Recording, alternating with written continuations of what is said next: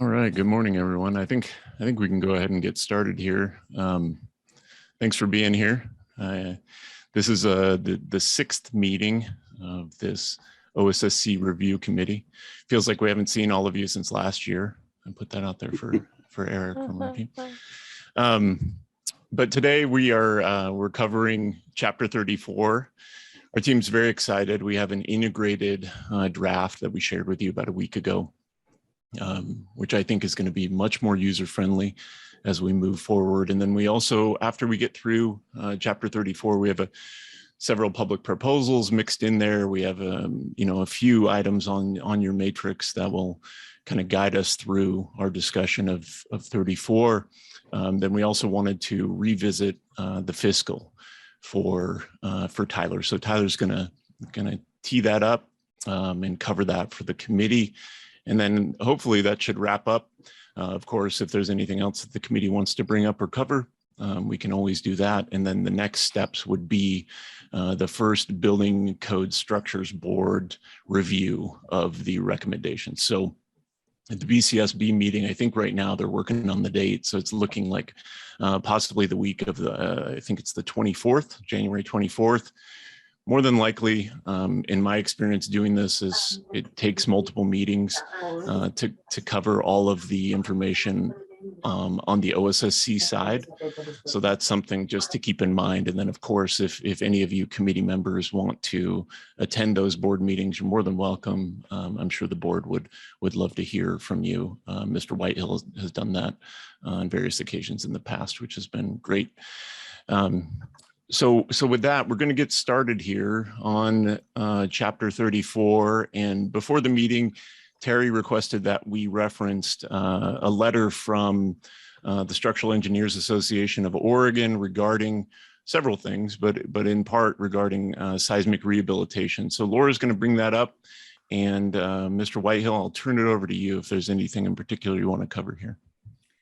Yeah, I know that the State Attorney General's office has basically said that they don't think that that we can include the seismic because of this allowance that allows local jurisdictions to have their own seismic requirements. I just want to point out that when this was written, it was when the state building code went into effect, and it was written because the city of Portland was enacting at that time their own seismic upgrade requirements, because there were none in the codes at that time. And so that was when this was put into place. It wasn't ever meant to be something to restrict the code having something that required seismic upgrades. And I think that if you go further down in the letter, they talk about the language in there. Keep going. They keep going down. There it is. They show the section where that language is. And, I don't think that the intent of that was ever to say that if the code put it in there, that couldn't be adopted, that only the local could adopt. I think this was just put in there to allow the local to adopt something, because at the time this was written, there was nothing. And City of Portland wanted to do something. We were ahead of where the game is. If you look at those requirements that are being not put in, they're unreinforced masonry buildings. They are parapets that fall. We've had them fall in Portland because it's pretty hard for us to get people to have to upgrade them.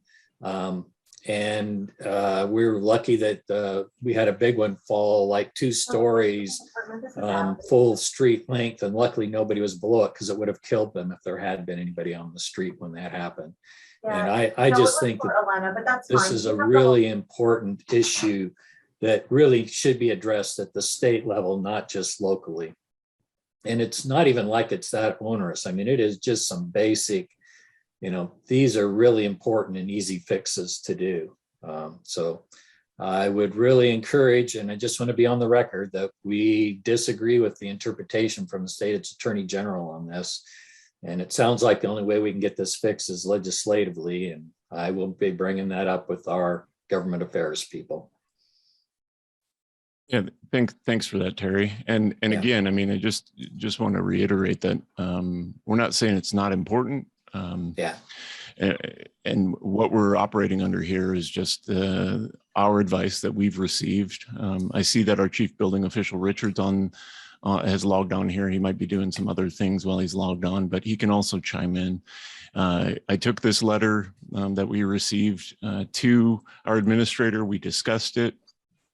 We even reconfirmed the reading of statute, and nothing's changed. So the draft of Chapter 34 has those provisions omitted. For example, the re-roofing provision where, you know, a building owner goes to re-roof their building, and if they have a URM and they have parapets, then they have to take some additional steps.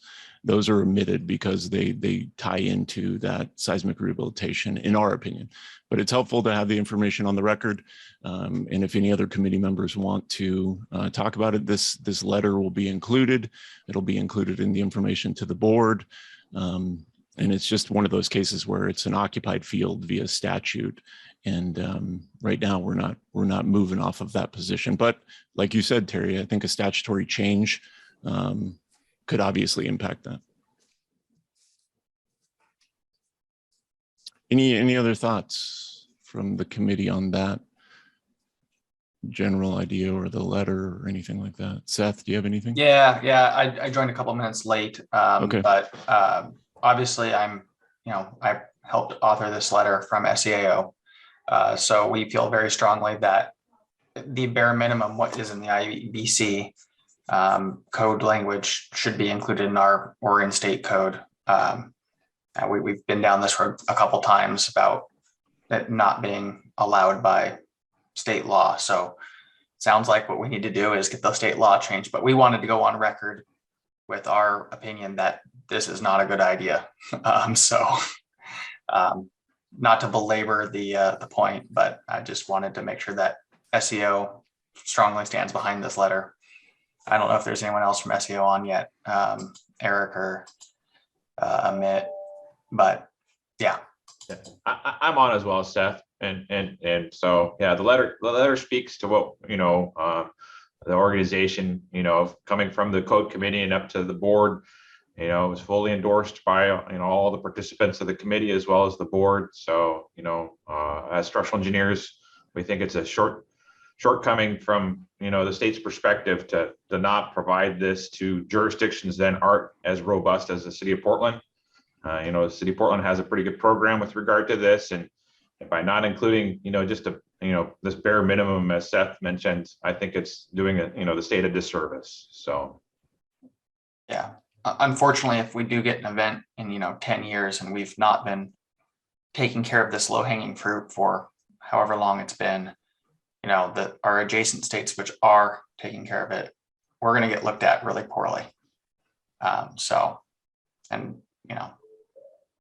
And David Terry is also here. I was here a little bit late, but just to remind, I'm SEAO, but also work for the city of Portland, and I talk to other jurisdictions, and I know that there's many smaller jurisdictions that don't have things in place, and it's a process that's beyond them really to get that in place, and they're envious that we have something to hold to with, city of Portland has its own restrictions in Title 24 to say, hey, you need to do these minimum things. So these other jurisdictions know that something should be done, but they have no teeth. And so that's another reason why we were suggesting that something minimum be there.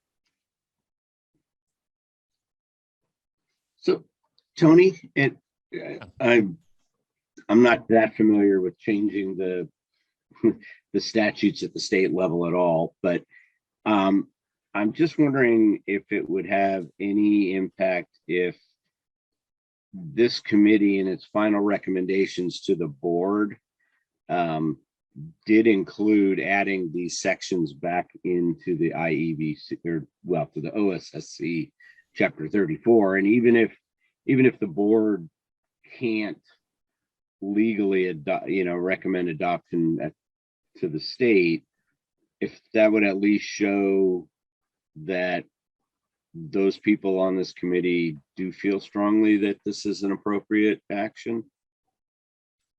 Sure. So I mean, again, at the pleasure of the committee can make any type of recommendation or any type of commentary that they want to add, to the board. I think this becomes, and I'm not a lawyer, but I think what it would come down to is that the division wouldn't be able to adopt anything that overlaps into an occupied field via statute. And so I think that's a little bit beyond kind of this technical committee's purpose, but again, we're not saying it's not important. And I'm trying to give you all an opportunity to say as much as you'd like about this. And that would include any type of recommendation, commentary, or otherwise from the committee. We can note it on the matrix, whatever, at the pleasure of the committee, whatever the committee feels is appropriate. We can do that. Yeah, knowing that we're not going to be able to put this in the code, and I don't want to spend a bunch of time writing code language that's going to get struck, would it be simpler to write a memo or a letter as this committee, just stating what we feel, a 1 or 2 pager? I think you're presuming that the committee would be in alignment with it. I don't want to. Yeah, fair enough. True. If the committee decided that. Again, I mean, go ahead. I would be very supportive. I don't know that I think supportive of just bringing it up and listing that we think that this is a change that needs to take place. Because I think that if we do work on getting it changed, the fact that we can say these committees were supportive of that change, I think would help at the state legislative level if that's where we have to go to change it. Thanks for that, Terry. So again, at the pleasure of the committee, you can discuss this as a committee a little bit more to see who would be in favor of doing such. We can add it as a commentary that various committee members and also members of the public and SEAO had voiced, certain opinions about this matter. We can also include the letter, Seth, from SEAO, which we plan to do anyways, which I believe is already available on the committee page. So all of those things, or a combination of those things, I'll turn it back over to the committee to determine what's appropriate there.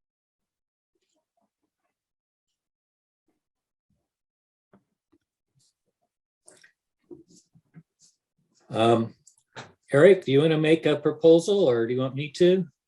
Bressman? I think you're probably in a better position to do that, Terry. I would just make a proposal supporting SEOA's letter, because then we can just include that. I think it really states everything that needs to be said. That we understand that it may not be possible based on the Attorney General's decision, but that we feel that this is something that should be changed in the future.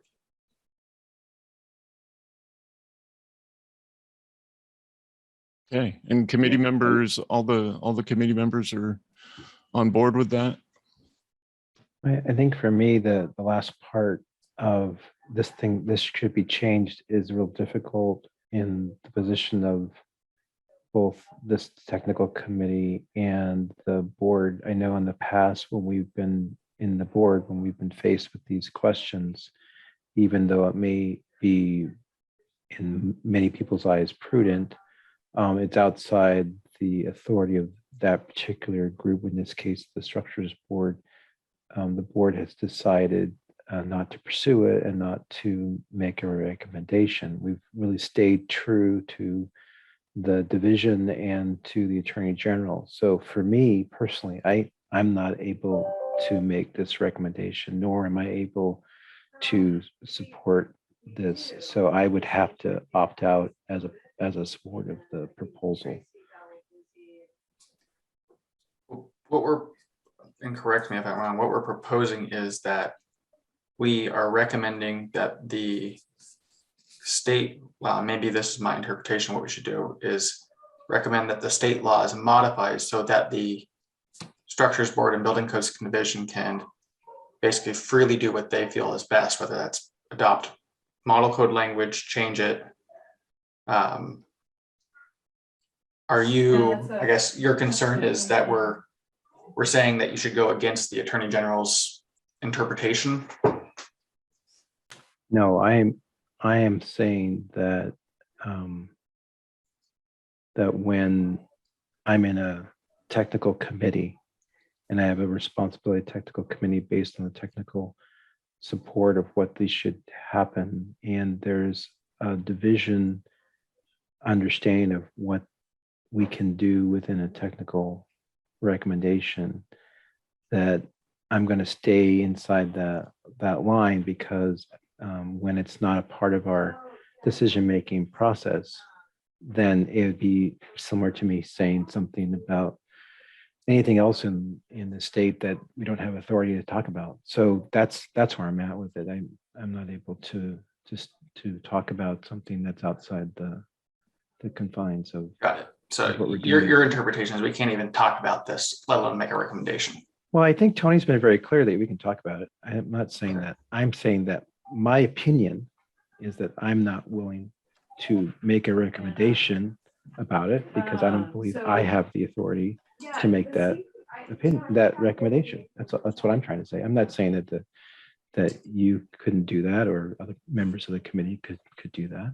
I'm just saying that from my point of view, that I don't believe I have the authority inside the technical committee nor inside the board to make a recommendation to the division to do something that's different than what legislatively we're given authority to talk about. So that's where I'm at.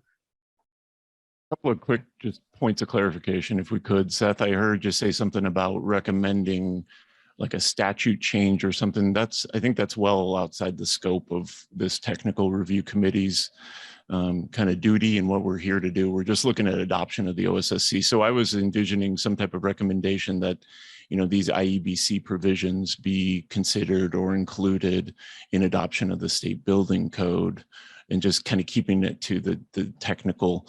As far as any, any statutory changes or anything that would be handled outside of this process, or any such recommendations there. Hopefully that helps. Yeah, so I'm willing to change the language, because I think, what I want to point out is we make a recommendation on what we think should happen code-wise. Yeah, there's some boxes that it's in, but I think we can make a recommendation because we're looking at existing code, and we can say we would like that included.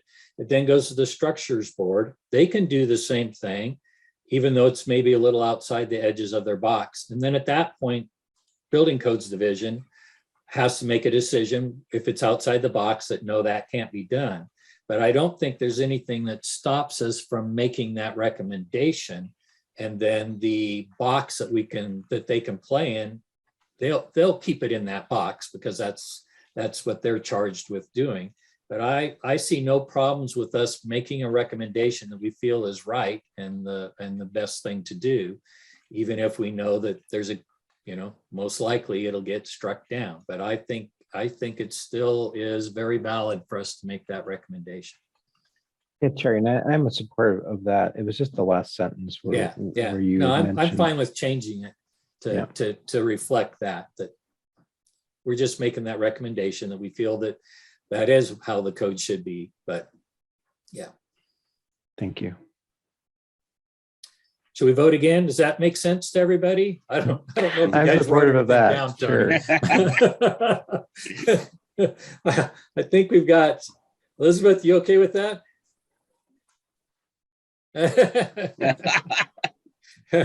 You want it stronger or just down? Well, I came in late to the meeting. I apologize, but I'm at work, so things are happening here too. I get what you're saying, Terry. You're making the recommendation to have it on the books that you make the recommendation. So Yeah. That's fine. I get that.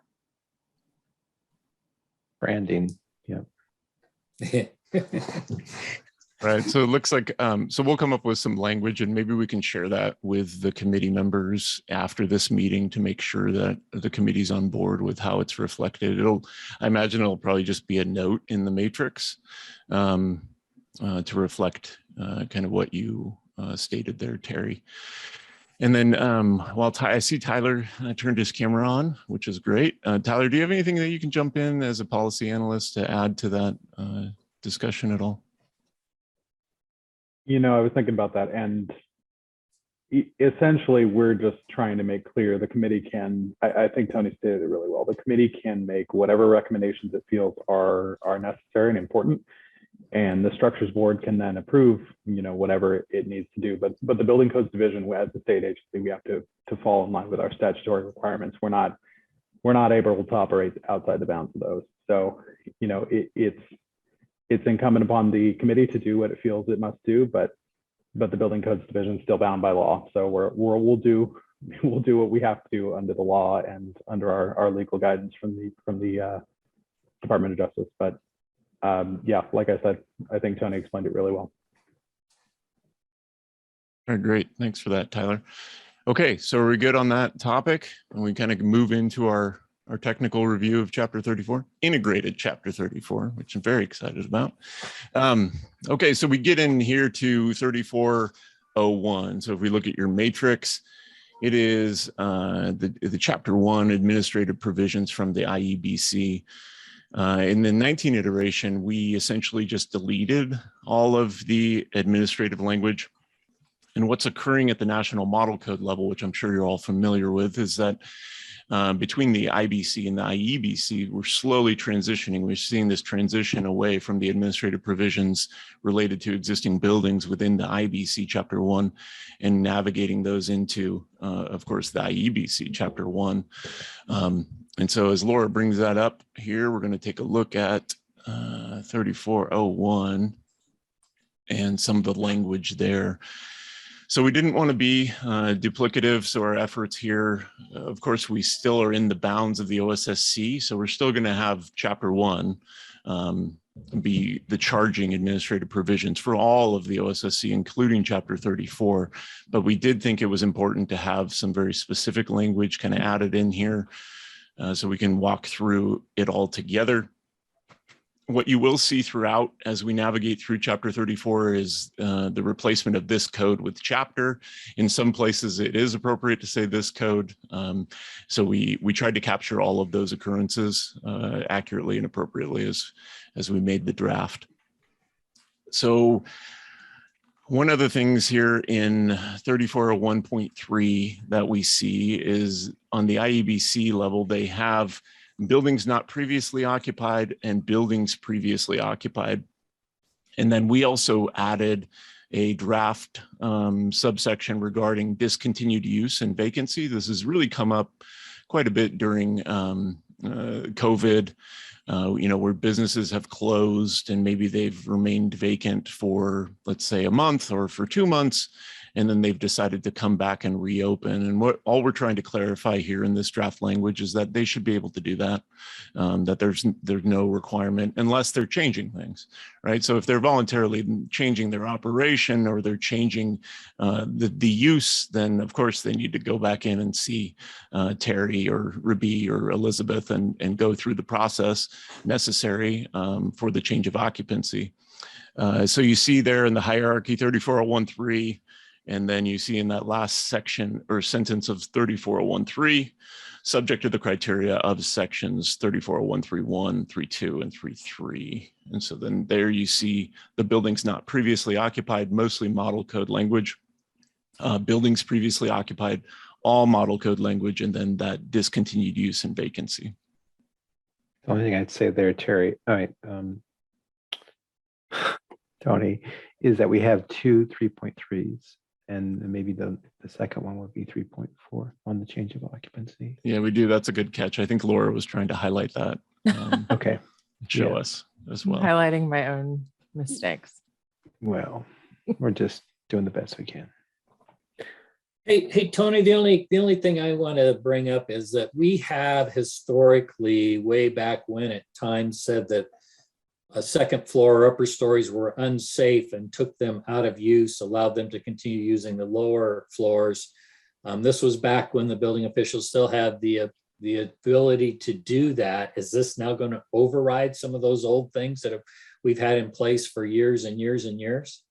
No, not at all. So again, back to that same statutory reference, dangerous building determinations and such ordinances are completely outside the scope of the division's authority and exclusively local municipality authority. So this wouldn't override those at all. And then we also replaced that same language that we see throughout Chapter 1 regarding local ordinances and the ability to enact local ordinances at the municipal level. And so this is not intending to replace that or override that. This is simply just saying that if you had a period of vacancy and you were a Group B occupancy and you wanted to reopen it as a Group B, that you should be able to do that absent any other local determinations under dangerous building ordinances. Yeah, Elizabeth, you got a hand raised there. Yeah, I actually found it on my thing here. So I guess one of my concerns is it just says not subject to a required change of occupancy, but what about change of use? Yeah, great question. So the associated definition of change of occupancy includes change of use. Okay. And then change of use is independently defined as well on the IEBC level. So a change of occupancy, when that italicized term is used, it would also include change of use. Okay, a lot of people get that mixed up because we do have a lot of, okay, same occupancy, but now you've got a more, now you're doing something really funky in there. So absolutely. Yeah, that's a great point.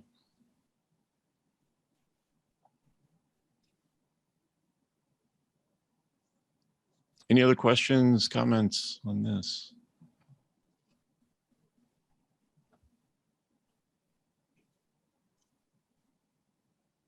Looking pretty good. Are we ready to vote? Anything else from the committee on it? See one thumbs up, some thumbs up, looking good. Okay, excellent. Thanks for that. So we're going to continue on through here.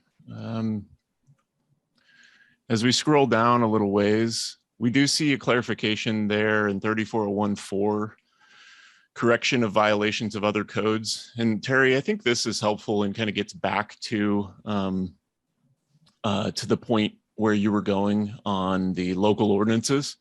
So this is something that is in the IEBC where we have just adjusted it slightly. And it reads, it's very interesting from just a standard code hierarchy and language standpoint. But it's talking about other codes or ordinances outside of the state building code. And so it's getting specifically to repairs and alterations and then compliance with the provisions of the state building code. So you see that language there. We added some clarification regarding being outside the scope and authority of the state building code, such as a local ordinance. And then we added the same language down below that we're familiar with from Chapter 1.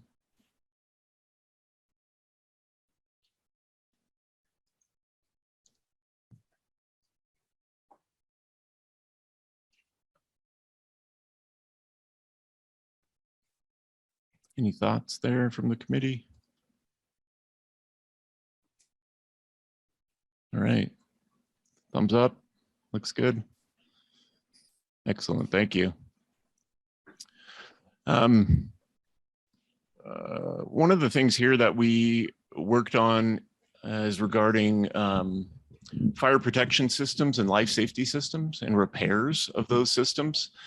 We had a question come up, technical matter from a local municipality and a local contractor, and it stimulated a lot of discussion. And so the language you see up above there at the top of the page, right? Yep, right there, 34014.1, and then it kind of rolls into 34015. But you see that additional sentence, any owner or owner's authorized agent who intends to repair an existing fire protection system or life safety system shall first notify the local building official and obtain any necessary building permit. And this was in response to that. There are already very good local programs on this. I think City of Hillsborough, City of Portland has a program.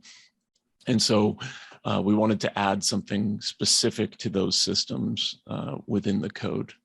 So we proposed that for your consideration. That makes sense. Yeah, the nice thing about that is the local can say no if they don't need it, or they can say, it gives them a chance to look at it, because if we don't look at it, we don't know what they're doing. Yeah, exactly right, Terry. And that's exactly what we intended by the language, was to get that notification in place. And then depending on the scope of the work and the municipality, there might not be a permit required. So great. Thumbs up. We're looking good on that one. Great. Excellent. Thank you. So the last section that we included from the administrative provisions, 34015 repairs. And again, this is one of those areas where they've moved that long-standing language that we're familiar with in 105 of the IBC. They've moved that into the IEBC. They no longer refer to these as ordinary repairs. They removed the term ordinary. They're just repairs. And then they qualify them. In that list, long-standing qualification list, 1 through 4, you'll see that we added some language, some draft language for clarification for your consideration and review. In number 1, we added floor, ceiling, or portion thereof, or not portion thereof, but floor or ceiling. We added those. We also added some clarification in number 3 regarding existing egress path and the modification of that. And these are things that are, disqualifying an activity from being considered a normal or routine repair.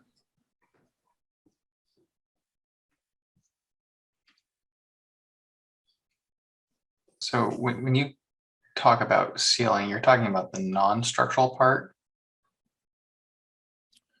Yeah, so the common examples here, Seth, are like if you had a rated membrane, and so you're cutting into that.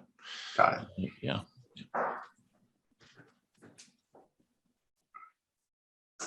Any other questions or comments on that language?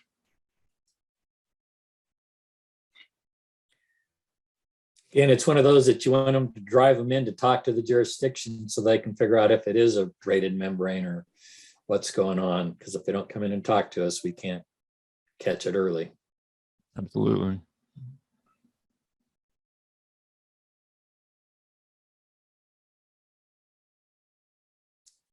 Look good. All right. See some thumbs up. Perfect. Thank you for that. So for chapter 2, we moved all of the defined terms into chapter 2 of the building code, right? We still have an interesting kind of configuration here since the IEBC is a standalone code, and we're looking at an integrated version in chapter 34. So all those terms are in chapter 2, which is also available on the committee webpage. You can bring that up and look at any of those terms. I don't know if there's any that the committee would like to single out and discuss. I think some of the other chapters just have the individual words in their O2 section that are important. I haven't analyzed the IEBC to know if those are important here. But it's a technique that as you probably already know, this has gone back and forth. Definitions were in the front, then they were in individual chapters, and then they went back to the front. But when they went back to the front in 202, sometimes they left some residual names that you would say, oh yeah, these are like particular to this chapter, and go look in 202. It's not important, but it's helpful.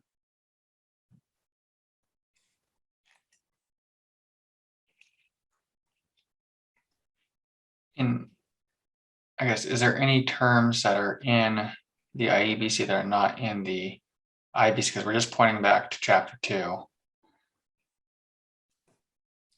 Yep. So great question and great point there, Mr. Sandoval. So we took the referenced IEBC definitions and added them into our chapter 2 that's available on the committee page. So things like unsafe, for example, the definition of unsafe, change of use. I think Elizabeth was referencing their change of occupancy as well, which they revised slightly in the purple there. It does include change of use. So those are all just added in. And then any of the terms that were exclusive to portions of the IEBC that weren't brought over, those were omitted.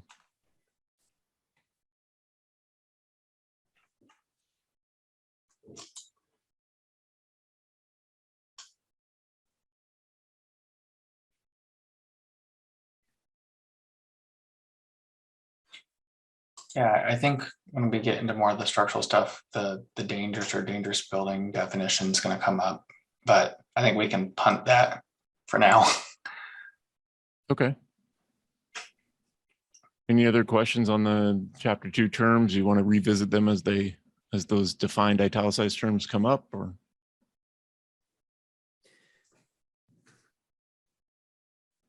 I think that's a good point. I think that if we're at the counter and talking across the counter, that it's helpful to have it close by, but it's only the ones that are argumentative that would need to be there. The general terms are probably not important. So, I mean, just that we've already talked about change of use. I think that would be a good one to include, just without even thinking about anything else. In change of occupancy, those are the typical ones that charge people and help you figure out how to get to a aligned solution. The other ones are more practical, and I don't see as needing to be included. So I would propose at least those two to go into the definitions here. Eric, are you, or I'm sorry if you said this already, are you suggesting that within chapter 34 in section 3402 that they actually leave those definitions there? No, in I'm not lieu of proposing that. reference? No, I'm Okay, not proposing okay. that. I'm proposing to put the word change of use. Right after it says see chapter 2 for defined terms, you just put the bold words change of use. Change of Oh, occupancy. the way they had the interim in the IBC for one cycle when they were transitioning. Mhm. Okay, Yes. I see. It's just a reminder for those who are in that mode where you're trying to help someone get to a aligned solution, that they're right there. And you can see, yeah, remember we go back to chapter 2 to get that. But like I said, it's not that important.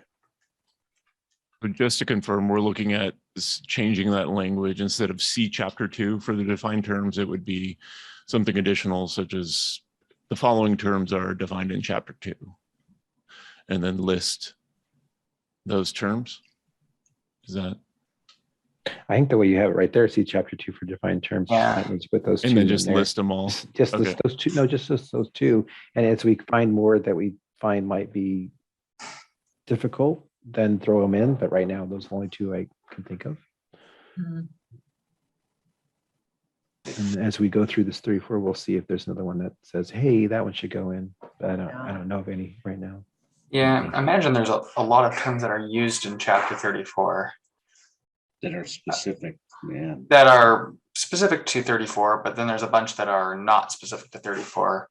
I kind of like the original, just see chapter 2 for defined terms, just so that we're following the format of the IEBC, but we're not putting definitions in two places. I don't find change of use in the new chapter 2. There's only change of occupancy. Am I missing something?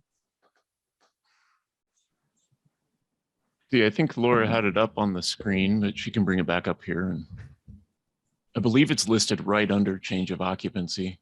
Yeah. I think see that's it. what- There's an item 3, change of use, and it's italicized. And there's, But in the, I'll bet you I have an old one. That's yeah, why that's I'm why. using an old chapter 2 and not the new chapter 2.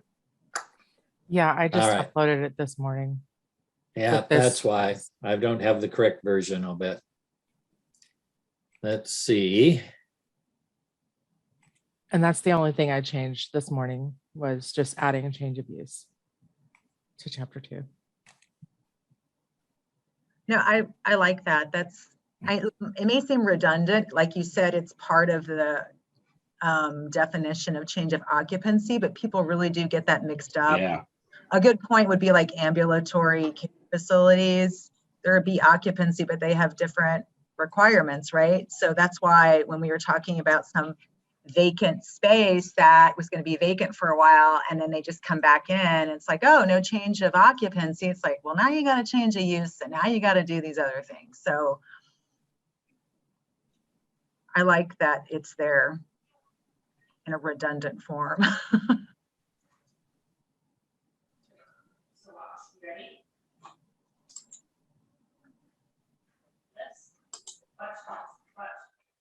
Yeah. Can I say something? Yeah, absolutely. So here in chapter 2, I used a different color blue for any of the terms that were defined in the IEBC, but were not defined in the IBC. So if we just put a list of those terms, then that would pretty much cover the ones that were actually just in the IBC. Like you wouldn't have to worry about those already. That's an interesting idea, Laura, because I know we're not supposed to do this, and I know I've talked to some folks who within my company who use the raw, the IBC or something like that, that they wouldn't necessarily see that. And I said, well, this is an Oregon amendment. This is an Oregon version of the code. This is how we do it. So, if you had the 3402 kicking you back, it's kind of like reinforcing the Oregon version. Again, it's not really important. It's only in those places where you're having this argument that this is important, So I think it's a good suggestion. It might be too much. How many are there, Laura? There's not many. There's not many. Less than 12. Yeah. Right? I don't think there's too many. Yeah, there's equipment, Fixtures. fixture, and then there's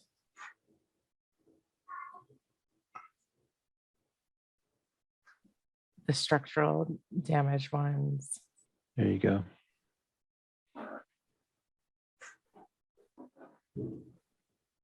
Impact. Which we did kind of.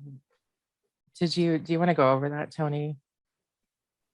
Of the substantial, here's non-combustible material. My Yeah, safety sure, if you- systems. Yep. If you want to bring those up, Laura, we could cover those now in 3402 or 3401 too. Function. Okay. I know it's coming soon. Seismic loads. Are those the right color? Yeah. So the seismic forces. Forces, sorry. Yeah. And then It's like a teal blue or a light blue. Mhm. Substantial damage. Substantial structural alteration. So what we did here for substantial damage is we added flood and then group R2 apartment house for clarification, because there are two different definitions. Wow. There is a model definition that is specific, gets us back to, I believe, 1612 in those provisions for flood. And then there is the substantial damage that's only applied in terms of a damaged Group R2 apartment house, and has to do with installing a 13R system in that damaged apartment house. Nice basket weave. That's wow. I wouldn't have thought that. It's good. So clarification there in damage. And then if Laura scrolls down a little bit, excuse me, we have substantial structural alteration. We have substantial structural damage.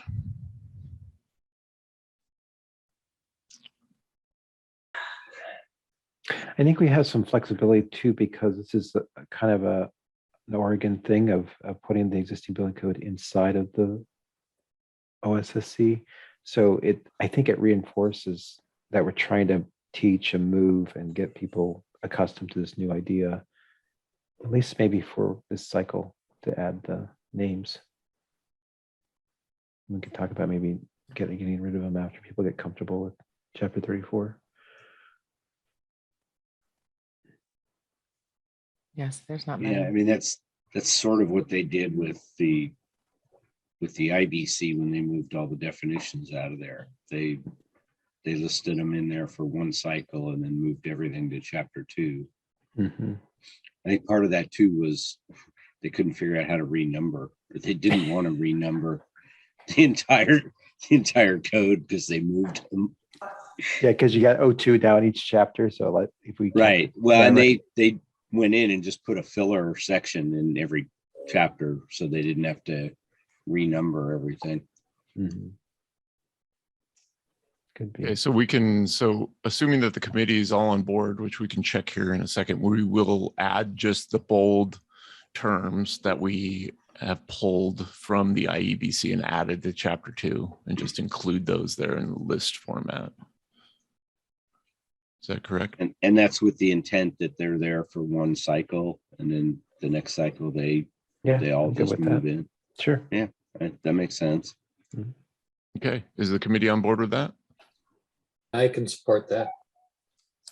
Looks good. Okay, Laura, you have what you need on that?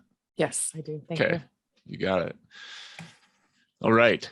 So now we're moving on to 3403, provisions for all compliance methods. So as all of you know and are familiar with the IEBC, all the chapter 3 provisions applies regardless of whatever customer choice you're choosing to navigate the remainder of the IEBC, right? So we have prescriptive, work area, performance, and then we have repairs kind of siloed separately in chapter 4.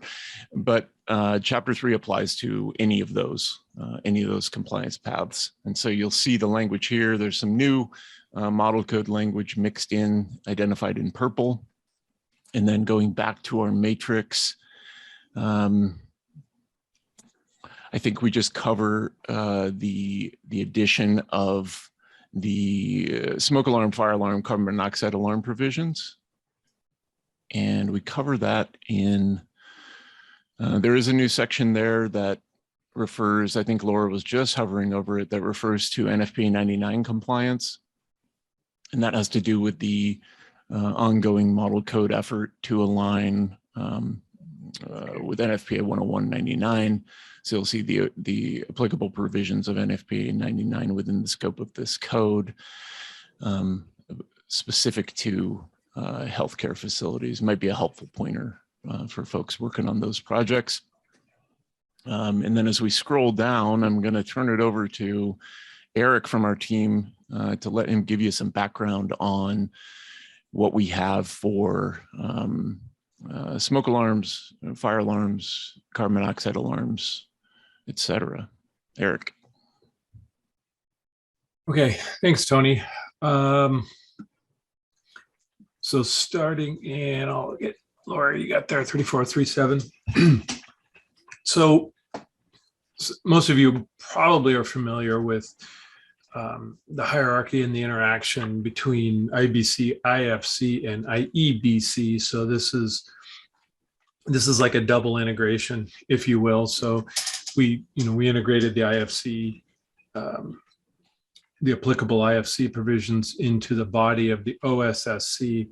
And then there are areas where the IEBC just references the IFC. So IFC chapter 11 model code provides or requires the existing building requirements, some existing building requirements, mostly related to systems and things like smoke alarms, fire alarms, sprinklers, CO. So this is one of those, and you'll see the language in, I guess it's kind of a reddish orange there. That's brought over from, and pardon me, you see the lighter blue F, like on the screen there, F1103.8. So Laura also included the fire code provisions for where it came from. And so these are just, I don't know that we need to go through all of the provisions unless the committee desired, because they're just model IFC brought over for smoke alarms and fire alarms. And then, and that's most of 3437.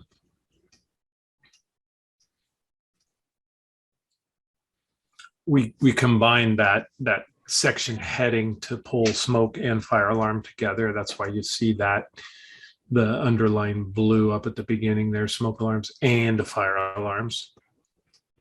So Eric, where it's the dark blue and underlined, is that state language or what's that? That's Up above. existing. Good question, Terry. That's existing Oregon amendment, existing Okay. Oregon language that was already there that we incorporated in. So we've got, I think I covered that like with, so three different. So you've got existing Oregon amendment, dark blue. You got new language, which is the purple language. That's new model language. Then you've got IFC language, which is kind of the orangish red language. And then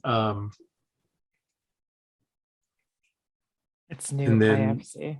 new IFC is the light blue, Laura. Is that right? Yeah. Okay, so this is what I was getting at right up front is Yeah. we got a lot of integration going on here. So like this is all Oregon or all BCD, I guess. Yeah, exactly. That underlined dark blue. Yeah, I'm okay with it. I just wanted that clarification. And if there's anything specific, like I said, I didn't intend to go through all of these sections. It's model code language just brought over. At least for fire alarm and smokes, when we can, if the committee's happy with the smoke alarm, fire alarm, we can talk a little bit about CO because there's a little bit more Oregon stuff there. So I'll just. Do we have anybody here from the state fire marshal's office? They're okay with this, I'm assuming? Hi, Terry. David Mills, State Fire Marshal's Office. Yes, we are good with capturing model language. If there needs to be a few tweaks, we're happy to discuss those. But in general, we are good with capturing model language. Thank you. Thank you, David. So looking like thumbs up from committee on that stuff. Okay. All right. So the next section then is, and it looks like Laura's already there, 34338. And the only difference here, it's the same discussion we just had as far as coloration and integration. The only difference is you'll see right there in 34831 is just some alignment with the statutory requirements for CO for where specific to Group R, where a building permit is required for reconstruction, alteration, or repair of a Group R occupancy. That first part is alignment with statute, where we have the 455 language and the legislature weighed in on CO.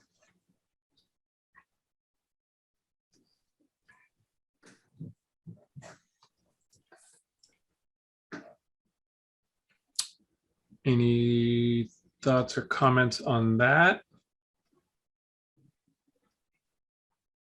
Really no changes here for CO. It's just moving it from, and a bunch of this stuff you may recall or may not recall, we had in chapter 9 previously.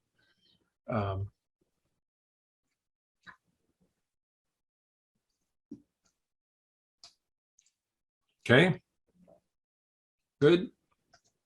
And we'll scroll down to 3403, the next subject matter here, 3403.9, and that's that definition that Tony just alluded to for substantial alteration or damage specific to Group R2 apartments only. This goes way back to my time at Tualatin Valley. This was a code change that I had introduced in my fire service days when we had a rash of apartment fires. And it was before all Group Rs were sprinklered, of course. So we still have existing apartments that this would fall under. So this has been around quite a while. It's just, I think we had it in chapter 9 again in the last go around. And it really belonged back here in the IEBC. So that's 3403.9.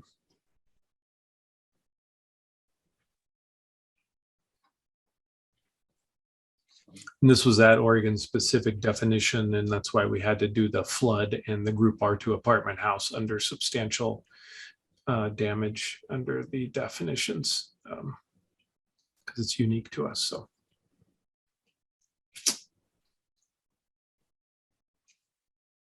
Good. Thumbs, looks like thumbs. Okay, I think that gets me through that section, right, Tony? Is that what you? Yeah, yep, that's great. Thanks for covering that. Laura, if you can back up a little bit. I jumped over some of the stuff in accessibility. There was a new model code requirement. Wanted to touch on that. No new proposed modifications in the accessibility provisions. Some clarifications within 34036. So here are some of the new provisions you see in purple. Model code changes. We're recommending including those for clarification. And then again, just some slight editorial additions there in blue underline.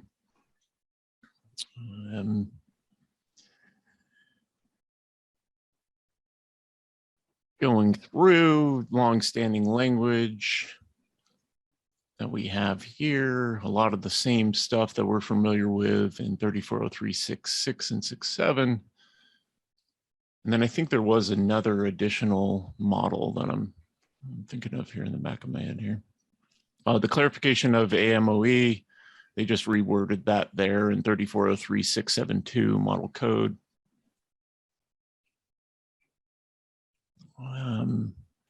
There it is, 3403676. This is an additional new model code section we recommended retaining. And the one clarification there is that it's located on the site, and site is defined, of course. Sometimes that gets a little bit confusing since, you know, oftentimes curb ramps might be located outside the site, serving the site, but in the bounds of the state building code, we're only dealing with the affected building site. So just some clarifications there, and just some additional new model code language in purple there, 3403671, 6712. So I wanted to make sure we covered that as we're working through chapter 3, 3403.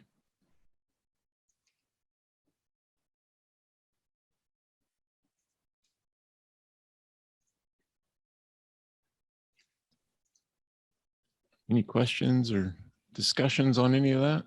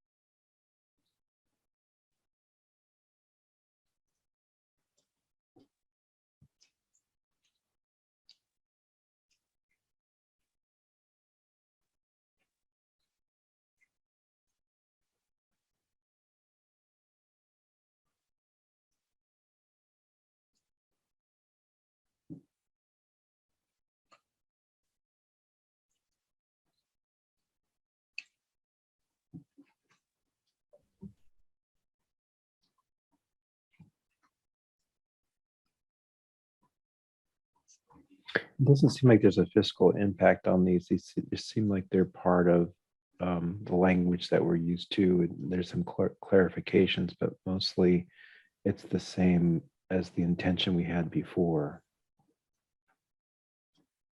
That's correct. Good assessment there. I think we would only be looking at a fiscal if there was something changed, you know, either new model code provisions, changing the actual application or requirements of the state building code.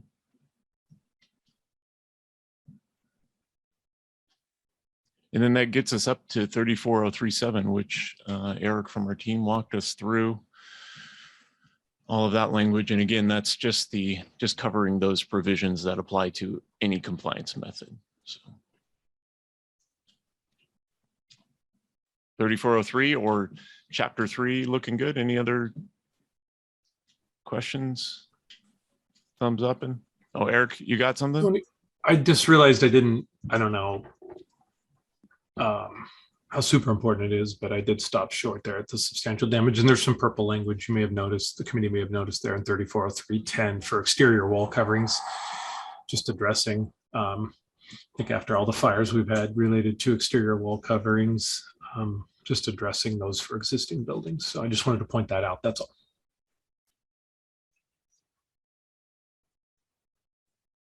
Yeah, great. Thanks for chiming in there, Eric. That's new model code language there in purple, 340310. Replacements of exterior wall coverings, exterior wall envelopes. I think and I don't even know if that would have a fiscal associated with it, because I think we get there anyways, right? Reciting a commercial building is not exempt from permit. It's based on all of those requirements in chapter 14 for the building. So I think it's just helpful to have this language there and point it out. It's a good hit. So another numbering problem in the 10.1 instead of 11.1, it would be 10.2. Great.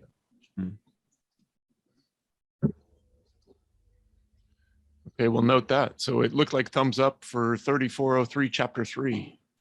Great. Thank you. All right, so we're moving into repairs, and we have within 3404, which is also chapter 4, we have a couple of public proposals there. I think there's a total of 3 of them actually in 3404. So we have some just editorial alignments here. You'll see that the longstanding language in 3404.12 regarding compliance. And if you look at your matrix, matrix item 31-5, we also get to public proposal 22-19 and 22-20 here. And I believe Jeremy from our team is here and available for any technical questions. And then I believe Seth is ready to discuss these proposals, if I'm not mistaken. Yeah, I'm here, and I think Eric is also on from SEAO. Great. He was gonna mute for a while, so I just sent him a text to make sure he was listening.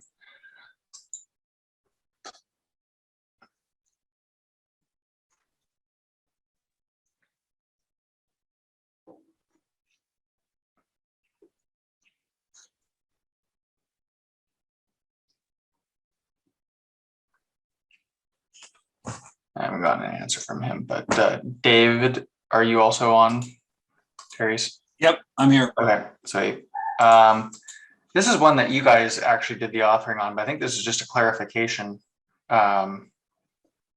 want, you know, a damaged building to be repaired to meet the structural requirements.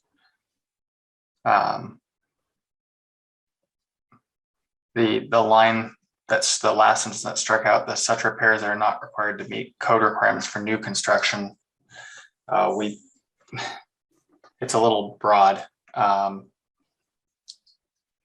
I think when we were discussing this originally, it was before we dug into the other amendment that Eric had put together, where we were getting into the dangerous building definition. So essentially, it's sending you to section 405 that we're already kind of working on. So it wouldn't have to be. I mean, if we left it the way it was, the reason that we were trying to not say it doesn't have to meet new is because there could be conditions where it does, as defined in 405, but that may still be understood once you get to 405, that it doesn't contradict. So that was kind of the situation here.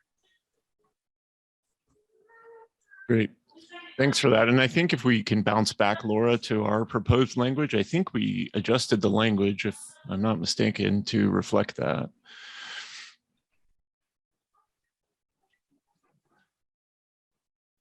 Tony, this is Jeremy. We had a couple questions on the 2019 OSSC language where it wasn't as clear as we've modified it slightly in here. So now there's that at the very top of that page on the right, we added after the first comma where the requirements of this subsection are met. And then right after that, we say structural repair shall comply with the requirements of section 34045. So basically the first sentence before this used to say you could build it exactly like it used to be, period. And now we've said where the requirements of the subsection are met. And we add that clause or that next provision that you have to comply with 34045 for structural. So it ties it all together better. So that was a fix based on some questions we got. over the last year or so. And I think it does address SEI's original proposal. I like that change. I think the striking of the last sentence in the proposal was kind of hanging me up, because it seemed like that could be really broad and encompass non-structural work that needed to be done. But I think the way you've worded it here makes it pretty clear.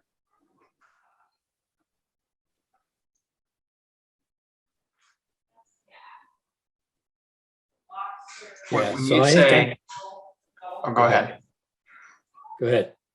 I would say, when you say unsafe conditions are corrected, the unsafe is about exiting, right? It's egress. The definition includes structural too, unsafe. Yeah, it could be. It's defined, yeah. Or in which the Yeah, structure- I'm thinking about the non-structural part of it, but Oh, sorry, go ahead. yeah, no, we say it has to be addressed, but we don't point to, I mean, is the intent then you go to new code requirements for exiting?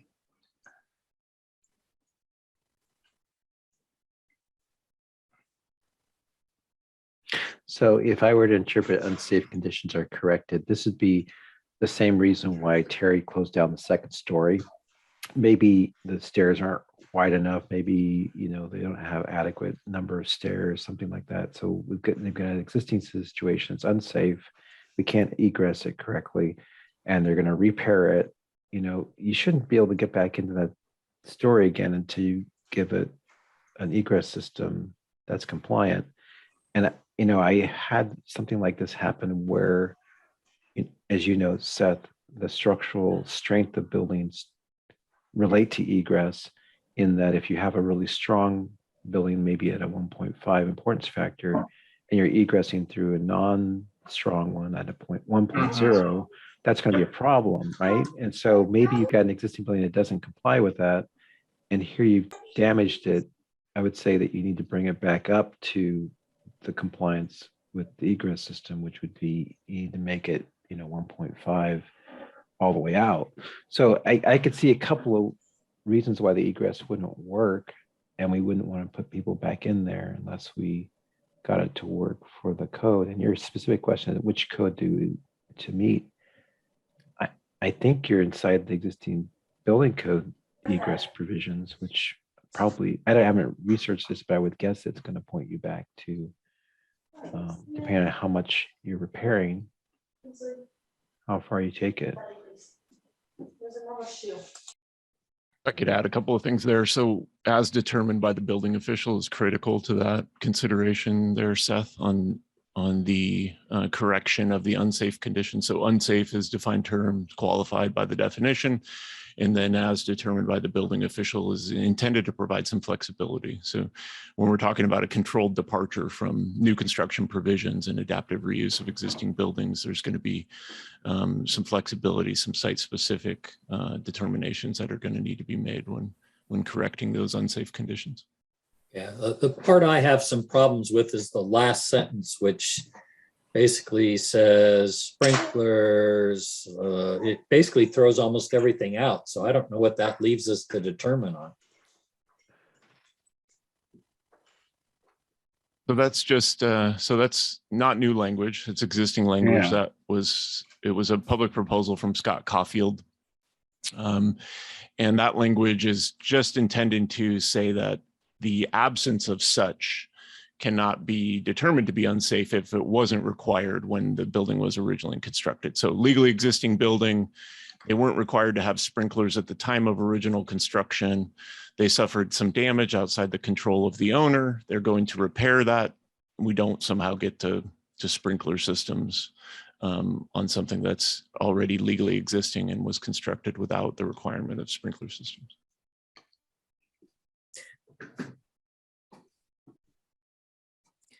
Yeah, unfortunately, it says, and other life safety features shall not be deemed to be unsafe conditions where such systems and construction methods were not required at the time the building was originally constructed or modified. You know, we've got buildings from the early 1900s. Does that mean we can never get them to do anything? I would argue that some of them are very unsafe, but this is really tying our hands. And I disagreed with it when it came through last time, and I still have some problems with this language, and just want to point that out, that I think that the building official, I like it, giving the building official that leeway, but this last sentence takes it all away as far as I see. I don't know what else I could call. Right. I agree with you, Terry. What if we changed it from life safety features to life safety systems, which would be fire alarm, right? Is a defined term, yeah. And usually those are the things that can bring the most safety. So we've Right. taken out the two items that are probably give you the most safety for that building. Yeah. And oftentimes we can actually find ways for them to do it quite reasonably cost-wise. We have high-rise buildings that aren't sprinklered, but they have a standpipe that runs the hose that's on each floor. And if we allow them to use that standpipe to run the sprinkler systems, it's actually very inexpensive to fix. So we've been very creative in finding ways to help make these kind of safety improvements to buildings, but this basically takes it all out away from us. Mhm.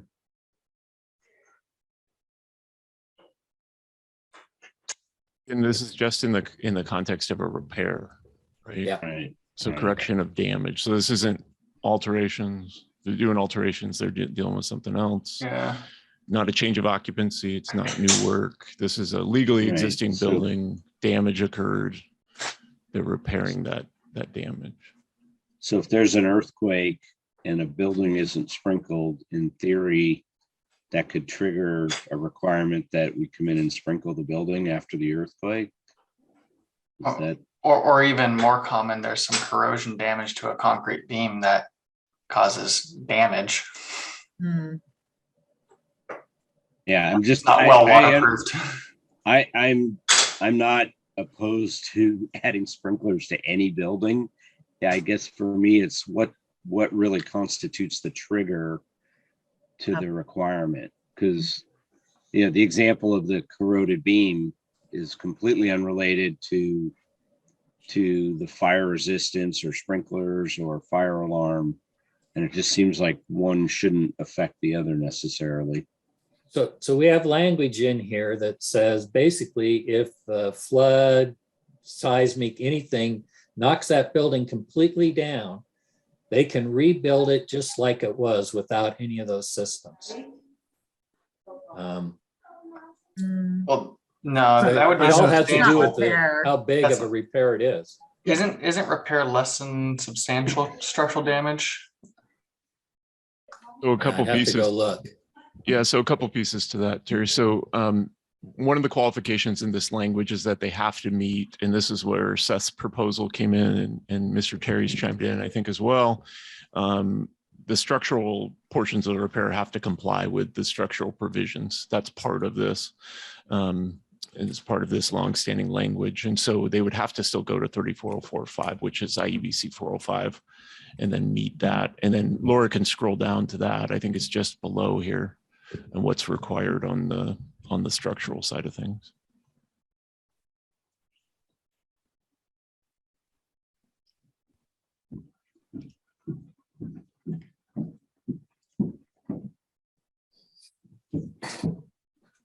Yeah, you go to the definition of repair, the reconstruction, replacement, or renewal of any part of an existing building for the purposes of its maintenance or to correct damage. So it can be something simple, which I would agree. We've never asked them to do major wholesale upgrades. But it could also be something very substantial. Yeah, it could be a fire, right? Right. So we could maybe add a definition for damage and say it does not include. I don't know, it's backwards definition. There isn't a damage definition right now. And that appears to be the weakness in this discussion, is that it's not a defined term. Probably purposeful. Yeah, difficult. I just have some heartburn when a building gets knocked down for some reason that you can put it back the exact same way it was so that it can get knocked down again for the same event that Yeah. knocked it down the first time. Yeah, I'm not sure when that has ever happened. I know Yeah, it no, could but be, it will when we get that big quake. it could Yeah. probably happen. Yeah. So in Yeah, that, I agree, Terry. I don't really like the fact that it's not under the purview of the building official. I mean, essentially, like you said, it just pulls us away completely from their, Yep. you know, what they can do.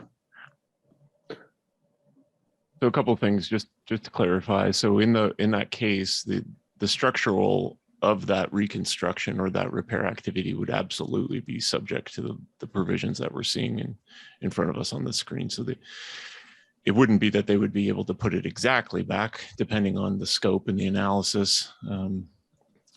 They would still have to comply with all the structural.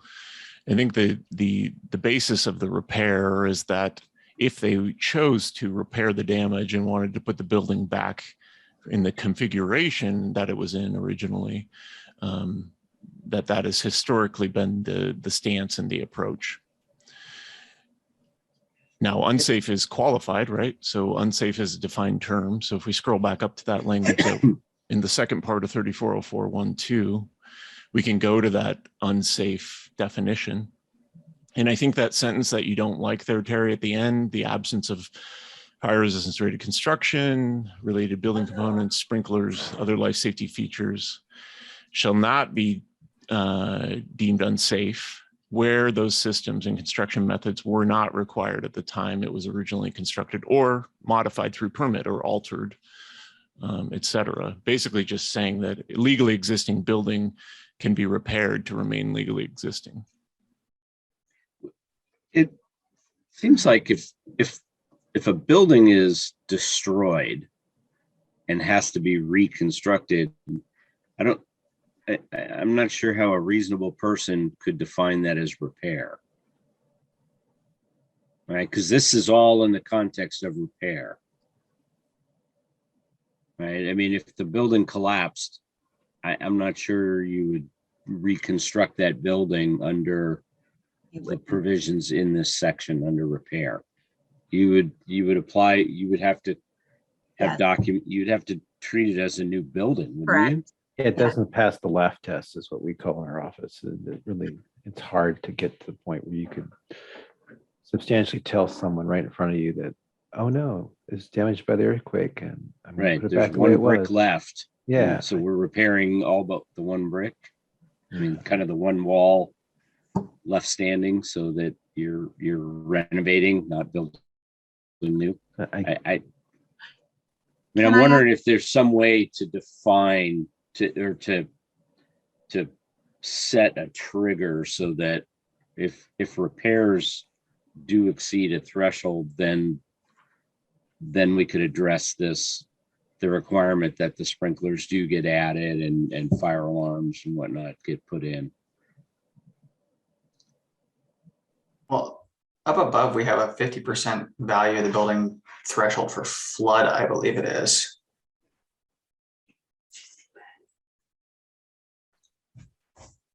I mean, I think that 50% is that's part of the chapter in front. for yeah, the- I think it's, yeah, the early on. prerequisites.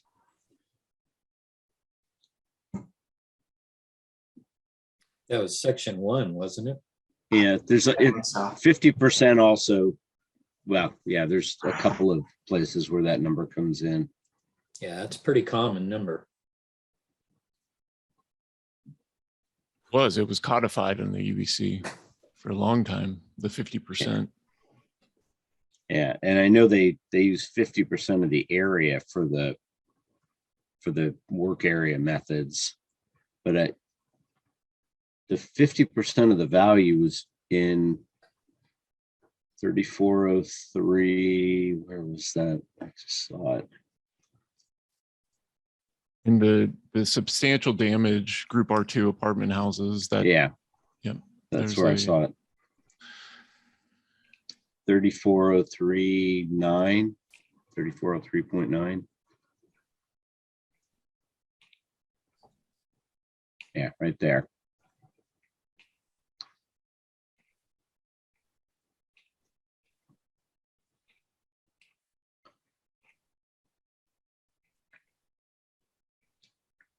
I mean, if you said if the repairs cost more than 50% of the value, the assessed value of the building, Yeah, I could totally live with that. I just feel like right now, the way this is written, even though it talks about determination of the building official, there's really nothing for us to determine because it's tied our hands so heavily in that last sentence. So if we look at the definition for repair, in which the last sentence says damage, could we limit the damage to no greater than 50% of the value of the building?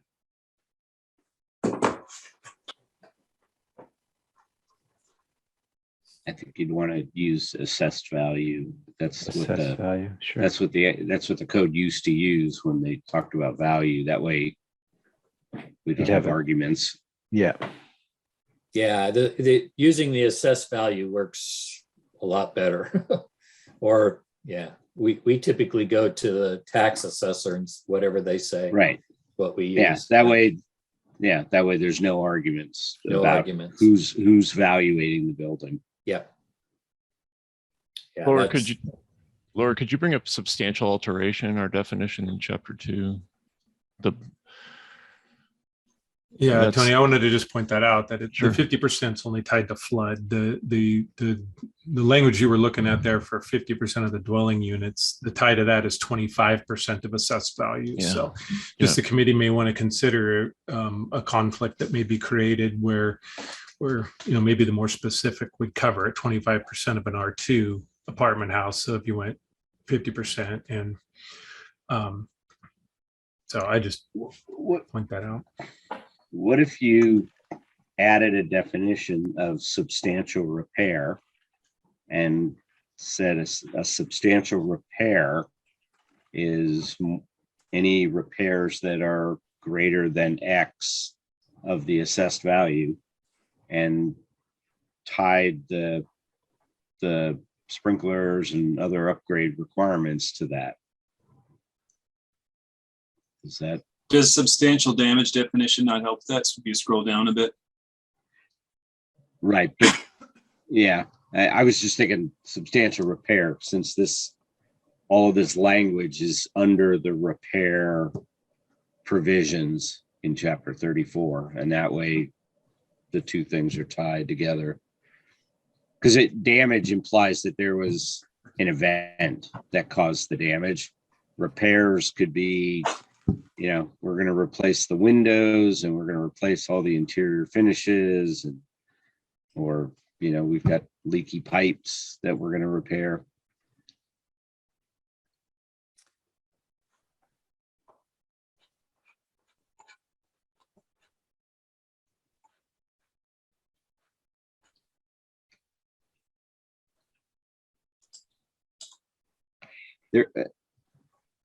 There is, under substantial improvement, it does include any repair. So maybe that is covered. Yeah, right there. The first sentence under the definition of substantial improvement says any repair, reconstruction, rehabilitation. And it's 50% of the. An NFIP definition. It's a FEMA definition. Flooding. Specific to flood. Mm-hmm. Yeah, the problem is you have to look at where that definition is used, and if it's not used in the right spot, you don't get to it. Yeah, I see where it says it doesn't include.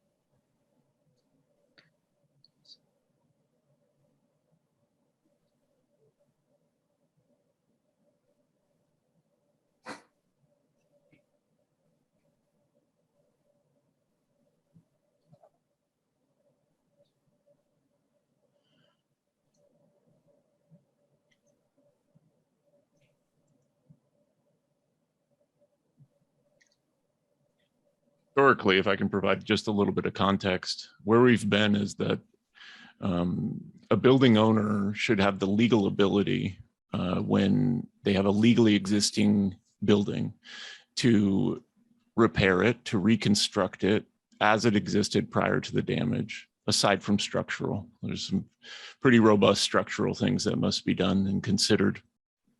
And assuming that any unsafe conditions as qualified and defined are corrected if they so existed. It's not very common that a building owner wants to, let's say in a full reconstruction, build back exactly what they have. And then as soon as they choose to change a single thing, they're altering it. Now it's not a repair or reconstruction. Now it's something else. It's an alteration. It's different, going down a different path. And so I think we also kind of have to think about the impacts here. If we were to change, if damage happened to a building owner's building, a legally existing building outside of their control, would we then require them to do something they wouldn't be able to put back their legally existing building that they own if they chose that? So what my comment to that is that typically the owner does want to put it back to current code, but it's the insurance company that does not, because they don't want to spend a dime more than they have to for the repairs of that facility. And that has actually been the driving factor, not the owner, it's the insurance company. And they're the ones that will actually fight us and say, no, you can't require anything more, because that's what they're required to put it back to however we say they have to. But our hands are tied and that we can't tell them that it needs to go back up to a higher standard. So, because I've found that the owners are actually very supportive of that. It's the issue is the insurance company, not the owner. Yeah, Terry, especially that's if the insurance company is paying for it. It's about money, regardless, right? All about money. Well, and I was going to just share that same experience that we found after wildfires in both commercial and residential, that's exactly what was happening. We were having folks that were trying to rebuild because they lost their structures in fires, and the insurance company would only pay for what was originally required to put it back. And so now you're telling the building owner that they have to pocket the increase. And anybody that knows me knows I've been jonesing for sprinklers for a long time in this state. So I'm clearly not anti-sprinkler, but I'm trying to, reasonable approach to it. Just like Tony was saying, like that building could have stood there forever and there's nothing anybody could have done to change it. And it, something happens outside of their control. Yeah, sure. I love sprinklers too, but the insurance thing is a big issue because these, I got multiple calls, people saying, what they wanted, like Terry said, of course, a building owner is going to want to upgrade their building on the back of the insurance company. Why wouldn't they? They would want a better building. The insurance company is saying no, and they're doing the same. They were doing the same thing to the wildfire folks. They were allotting like 20,000 or 15,000 for upgrades. Say, okay, you got to put it back and then you get this, pick your upgrade. So we're having contractors call, but it's another thing that we don't often think about. So that was a great point, Terry, that I was going to bring up. Well, what's interesting about that is we had a project up at near government camp, R2 apartments or condos, and it burned down. And they refused or didn't want to pay for a fire sprinkler system. Guess what? Years later, it burned down again. So they would have avoided that had they put in a fire sprinkler system after the first fire. And I agree that this really ties our hands, that last sentence.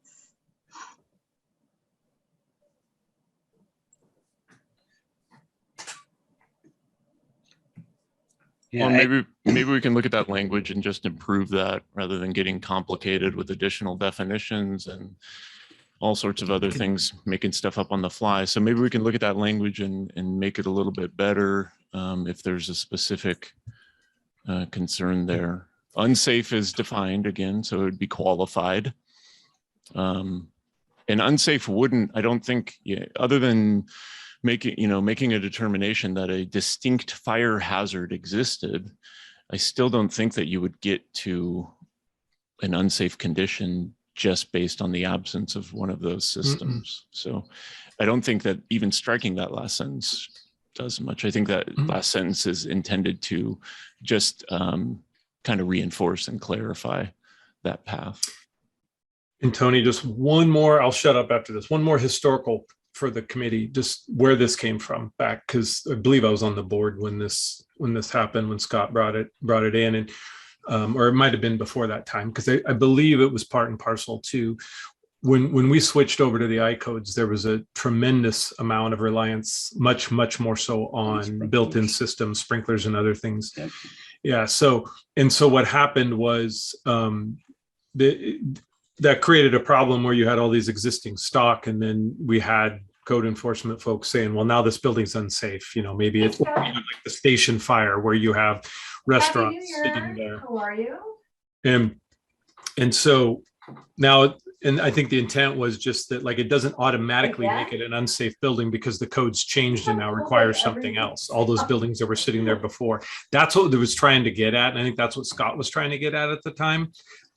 Just because that was happening. It was like, oh, well, now sprinklers are allowed now. So it doesn't make those existing buildings unsafe. It just meant that they were built under a different package of codes at the time. So I just, little historical reference for where that came from also. Now, the one thing I'll point out is because we have lots of existing building stock and they're doing major changes to them and stuff at times. And of course, they want to use all of the new codes exceptions, and I never let them, because I say, do the analysis that shows your building meets current codes, and I'll let you use those exceptions. So it's kind of a double-edged sword here that I use this against them all the time. The fact that unless they give me a full analysis of the building to show that it meets current code, I won't let them use current code, which of course causes, them grief too. But that's kind of where it's at. But it seems like I sure would like some lessening, giving us a little more authority, because, a 4 or 5 story apartment building that's not sprinklered and they're not making major changes, but there was damage, I kind of get that. But when I've got a 12, 14 story apartment building with no sprinklers, I think that might be a dangerous situation, because that is very different, trying to exit people out of a high rise versus something else. I think it's kind of similar to the dangerous structural stuff. There's stuff that was built 20 years ago that's, it's not as good as it was today, but there's the URM bads that are, really, really bad. It's hard to set that line. And I know the structural side is really, and that's why we don't have all these triggers, because they're very controversial. Right, but the time to do that kind of work is when they've gutted the building to totally the inside. Totally. That's when it's cheapest. But if we have no way to make that call, that's a problem. And that's why the whole parapet retrofit thing, when you're re-roofing, is in the model code, because it's the cheap time to do it. It's a very small incremental cost to re-roofing, and it eliminates one of the biggest hazards. So I'm all for it. But they're always controversial. Getting back into emails and catching up with stuff. To clarify real quick on the apartment examples, Terry, those would absolutely be subject to substantial damage evaluation, substantial alteration evaluation, and sprinklers. I know that theirs is different. So, but it could be, we have, assembly spaces, not on the first floor, that are on upper floors. We have, you name it, we have it here. So we're talking, they were built back in the early 1900s. Right. So let's go back up to that language and see if we can work with that last sentence there, Laura, of 340412. The absence of fire resistance rated construction. And maybe is there something that you want to see? You just remove the language, Terry, Elizabeth? What are we looking at there with the language? The qualification of unsafe would still have to occur. But it's really easy. So it's a combination of the history of new scale. I don't have a problem with the unsafe up above, all that. I'm talking about just the last sentence, which really takes any determination from the building official out of it for the most part. Right. So is there any optional language? Is there any proposed edits you're looking at there, Terry? I I totally get where, there's the code who points to the 50% quite often. And to me, I'd be very comfortable with that. If there needs to be, the reason this was kind of put in there is because building code was just making this statement that, you could do these repairs, you could put it back the exact way it was, but it wasn't clear anyway. And that's why Scott brought this forward as an amendment to make it clear, because that was the interpretation that was being made. And he just wanted it clear to everybody that that's what it was.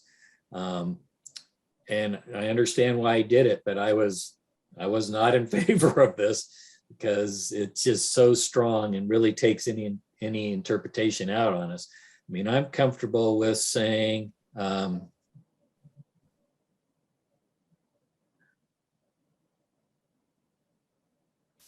somehow, putting in there, just something that says, because it's as determined by the building official. So if you stopped it there and got rid of the last sentence, I think that gives us a lot more flexibility, but I can understand trying to give a little guidance too, something about the 50% or something, because I think, people could misuse it also, and we're not looking for that. I want some consistency, but I think unfortunately the way it's written, you could do a huge remodel, or not remodel, huge Repair. a repair of a building, because they've said they're old, they just need it, and they go in and gut the whole building, and it's not uncommon. We see it. The inside, all they leave is the walls and the floor, and that's it. And it's way over the 50% value. If they did that, if they gutted the inside, we're not in this chapter anymore. That's right. It's an alteration. We're in alterations under work area, right? We're not talking about repairs at that point. Yeah, you would be under, again, an option. Yeah. It wouldn't necessarily be work area, but yes, correct. You'd be under an alteration. Prescriptive alteration, chapter 5, work area. Even if they put it back like it was, typically what we see is the plumbing needs to be replaced, and it's a repair, but to replace the plumbing, they're opening up walls everywhere because that's the only way they can get in there to do it. Yeah, so two Yeah, different like, examples, I think, a water in that leak. case. Sorry, go ahead, Seth. Sorry, is it like, for example, if you had a water leak and you had to do basically a replumb to repair the water leak? Yeah, correct. So in those examples, you would be under a repair. You'd just be putting everything back. But in the examples where you take an existing building and you gut the whole inside and you're changing stuff Yeah. up and doing, then that's all That would be alteration. different, Yeah.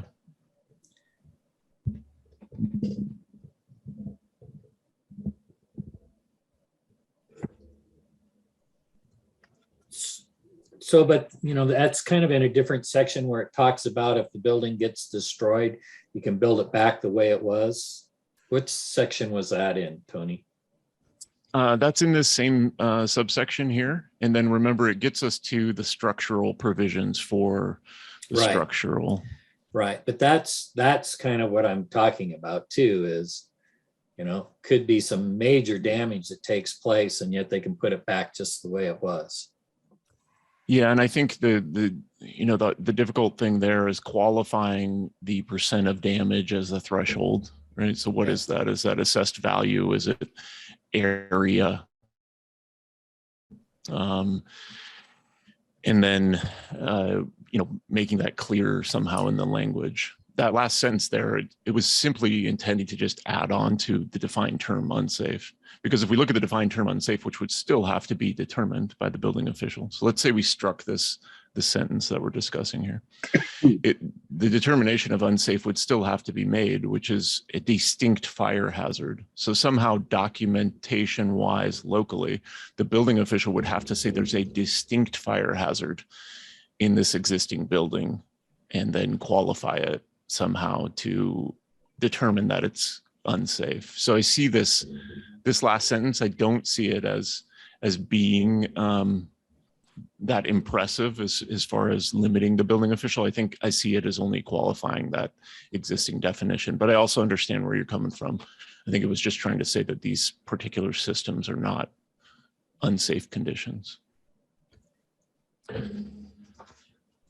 So if we're back to that language, are we looking at, is it the pleasure of the committee to recommend removing it in its entirety? Are we looking at something different there?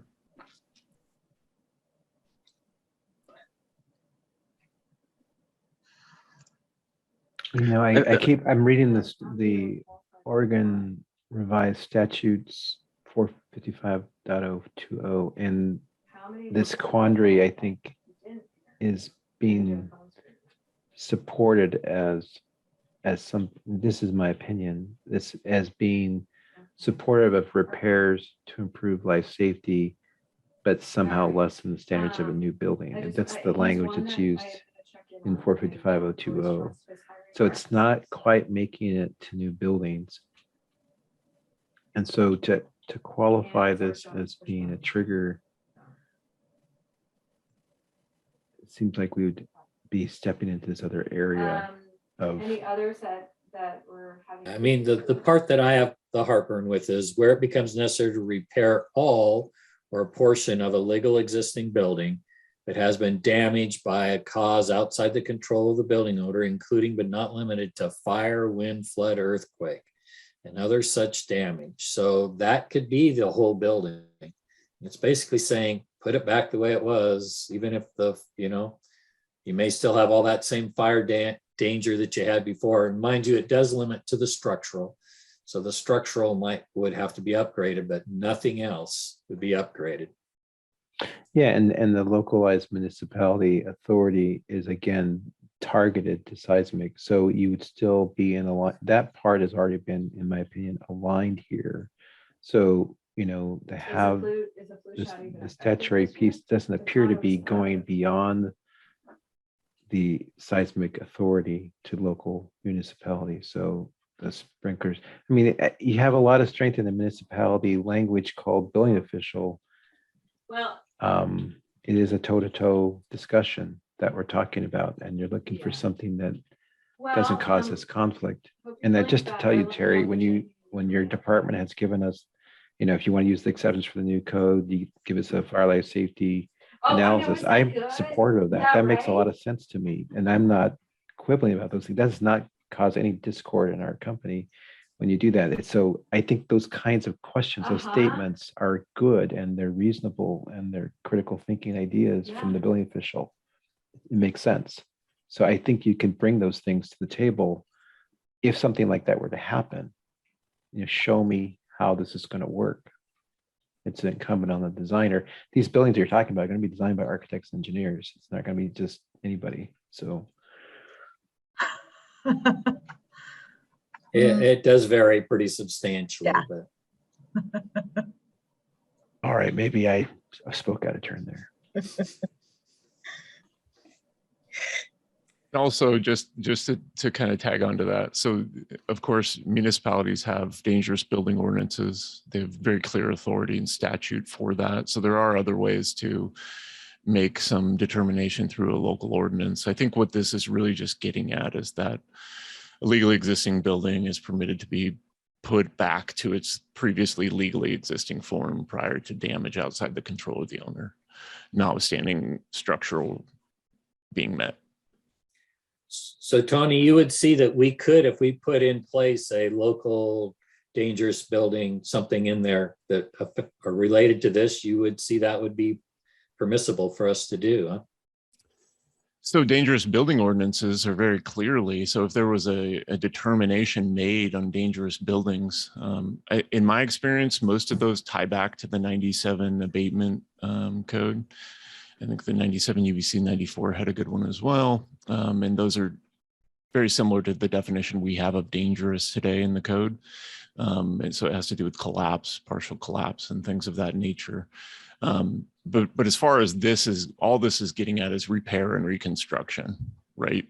So damage occurs, and then what are we doing? And it's saying that you can't have unsafe conditions, and unsafe is defined.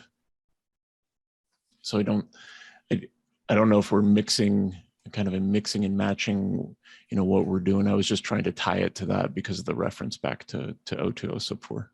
Yeah, Terry, so kind of getting back to there's worse buildings and better buildings.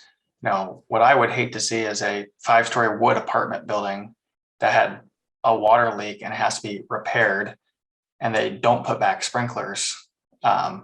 I'm much more concerned about that than a 12-story concrete building that doesn't have near the flammable requirements.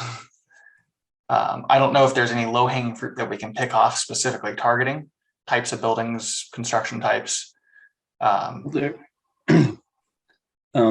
To that, Seth, if you look at 3404.3.2, it specifically does target apartments for sprinklers. So if you have substantial repairs in an apartment, you're going to have to. Okay, so it wasn't a great example, I guess, but are there any other? Yeah, this is perfect because I was going to ask Terry, are there other occupancy groups that you think this is really important to?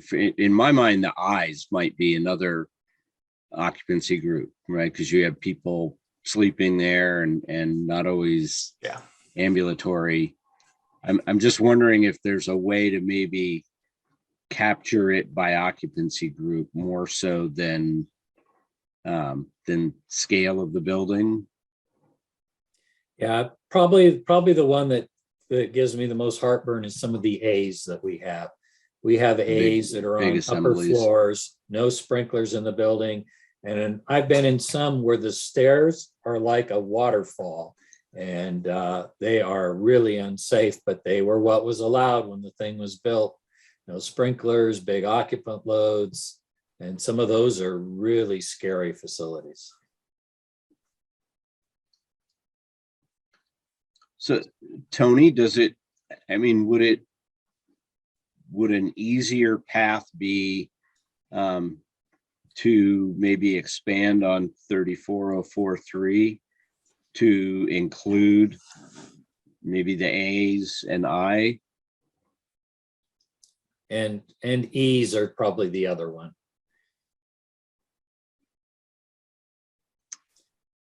Yeah, done historically, we've done agreements with the school district on required upgrades.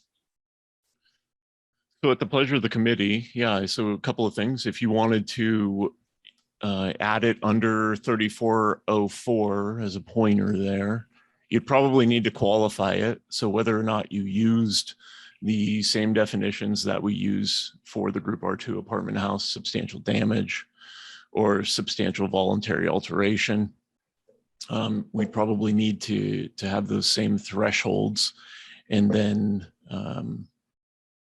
require it by listing, the occupancies limited to.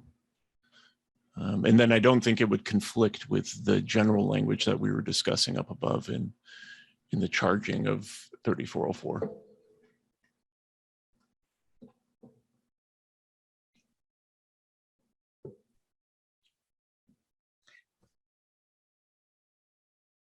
Would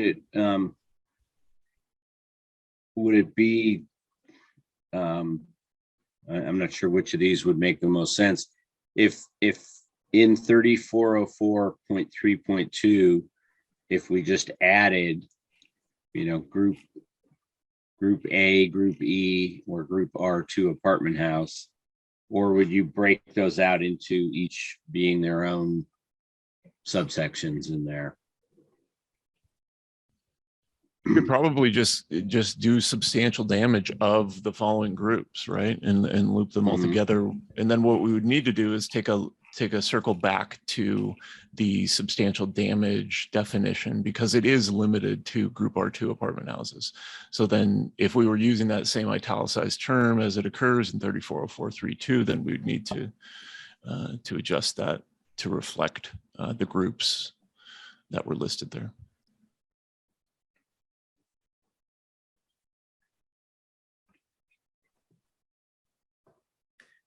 Yeah, because it's limited to the R2s We have, that's most of what we would have. You could have an R1, which would be nice to include. R1s, Es, Is, and As are probably would cover most everything.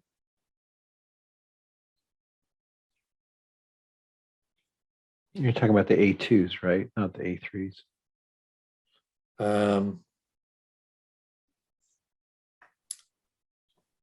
I'd have to go look at that real quick. Yeah, because I don't think you want all A's, because the A5, I don't even think you have a requirement for sprinklers, the outdoor stadiums. Yeah. Well, and we're not saying to go above and beyond what the code would require. We're just saying that if they're doing work, we can require the systems that would be needed. So, Well, it says fire protection shall be provided. Yeah. I mean, I'm not not even an architect, so I think we should just list where we want them. Be very specific. If there are A occupancies that don't require fire sprinklers in general, why would we list them here?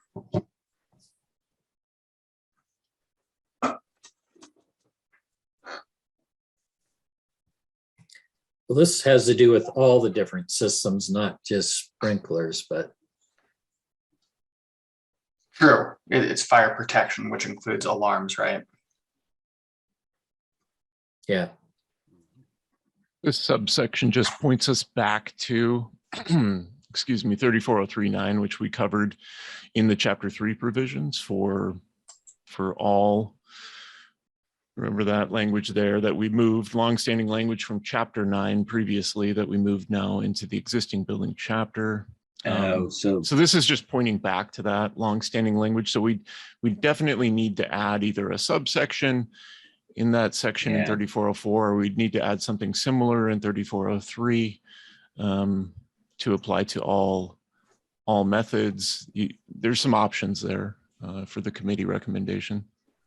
So we could add another subsection 340433, since this one simply points back to 34039.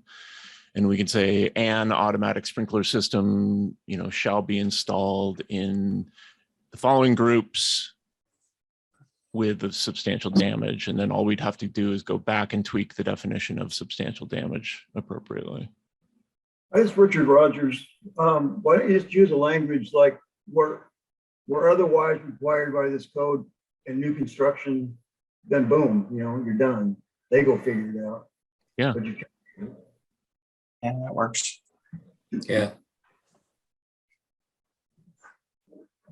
And not that it makes too much difference, but the language Eric and his group got through years ago. In fact, I was on the board when that happened. So back in the 90s. Show you how old I am. The way we've interpreted that is where there's damage interior. It's not, we've had jurisdictions in good faith.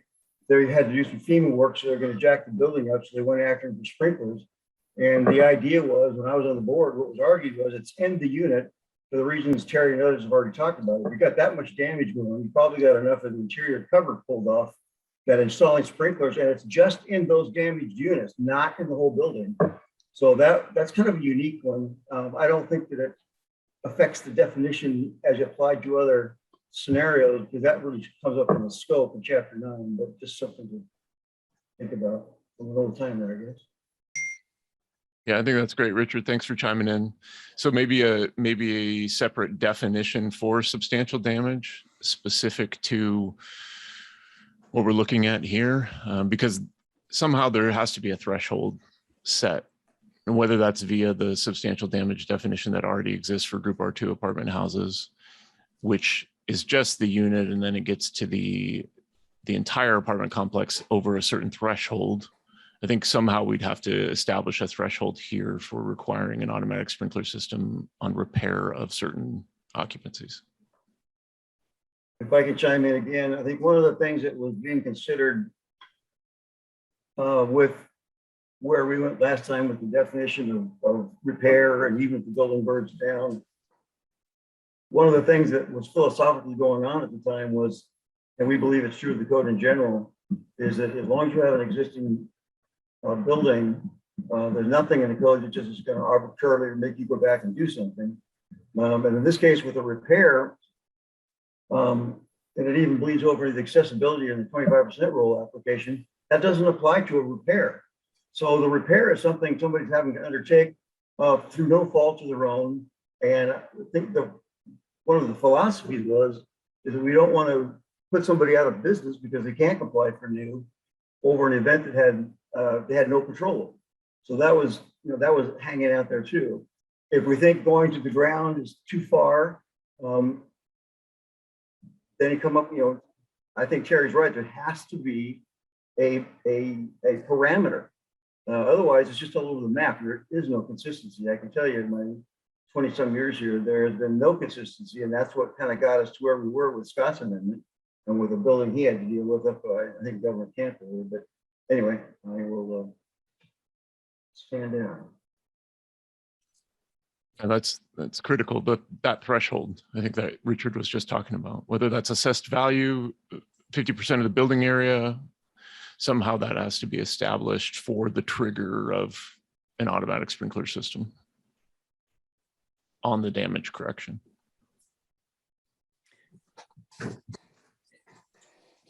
And right now we're kind of focused on the sprinkler system, but to me, it could be the alarms, the rated construction.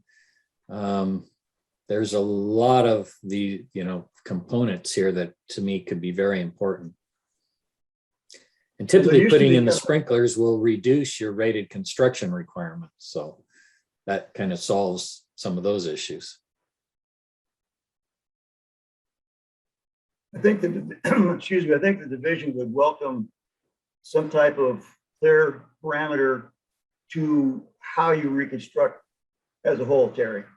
That okay, we burned clear down, now we get to put it back the way it was.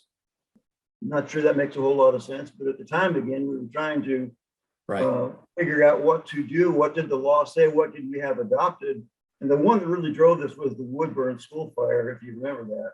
The insurance company took us to the mat on that one. And as far as what can we legally say, we didn't have anything that we could legally say other than it can go back the way it was. Doesn't matter if it burned clear down. If there were no existing dangerous conditions, they can put it back the way it was.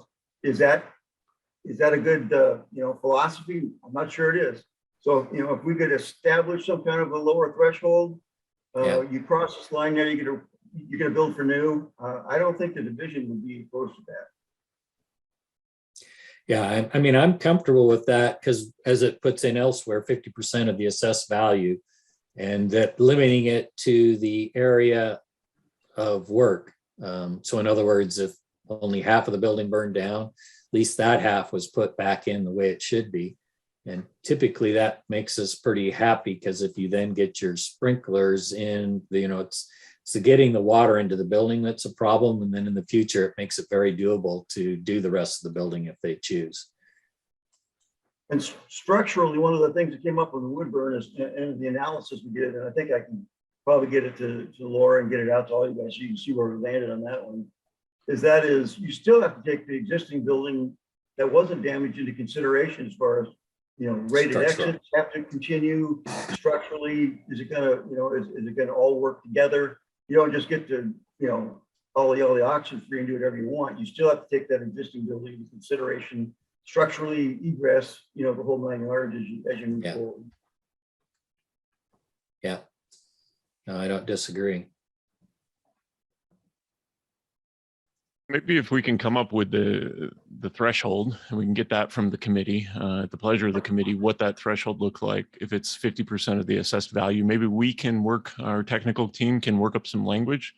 Seems like we kind of have the direction of the committee and what we're looking for, and then we could get it back out to the committee, whether that be this afternoon or maybe after this meeting.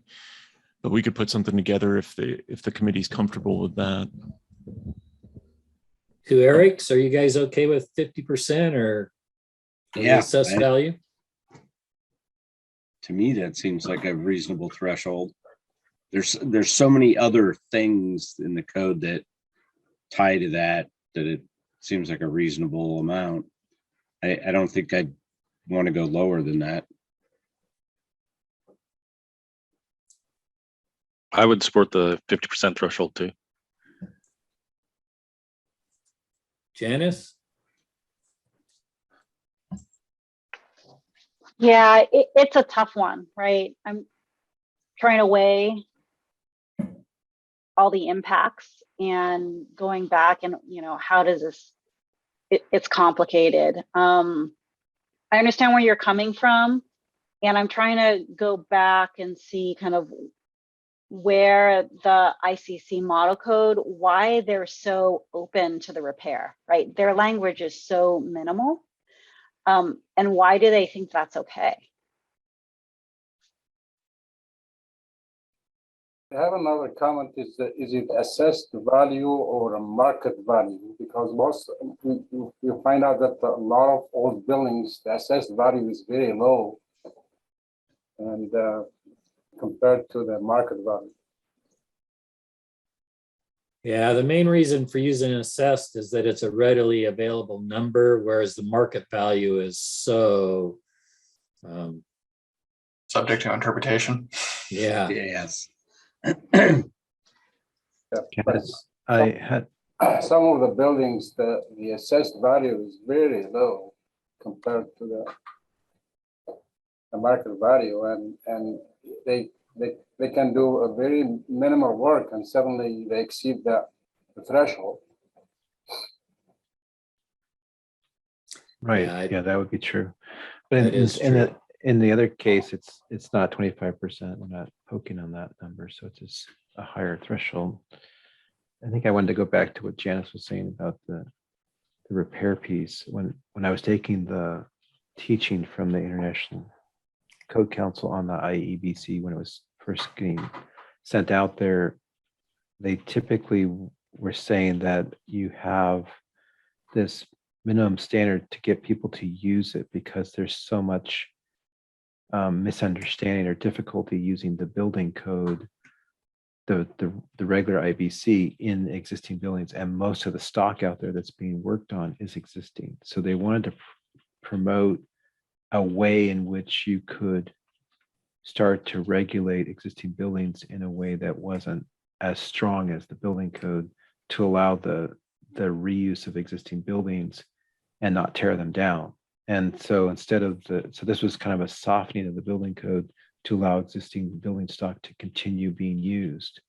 And so I think the repair is just the small little tail on the dog, because there's all sorts of other things that are being done.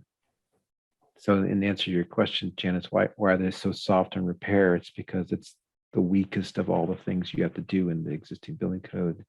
And so trying to be light about it allows more people to adopt the IEBC, which, gets it out there and starts getting beaten up and changed to its current state or molded into a place that works with the people.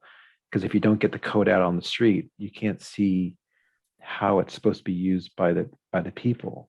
And so we're doing that right now in this committee. We're trying to figure out how to make it work for the state of Oregon, the people of Oregon. What's our culture trying to tell us to do to make our buildings safe for the state? And so I think it's right that we're debating this repair. It's to do it on a municipal level kind of takes away the gift that we give to the entire state. And not that it's bad to have a local code. It's just that if we can figure it out here, it's going to be better.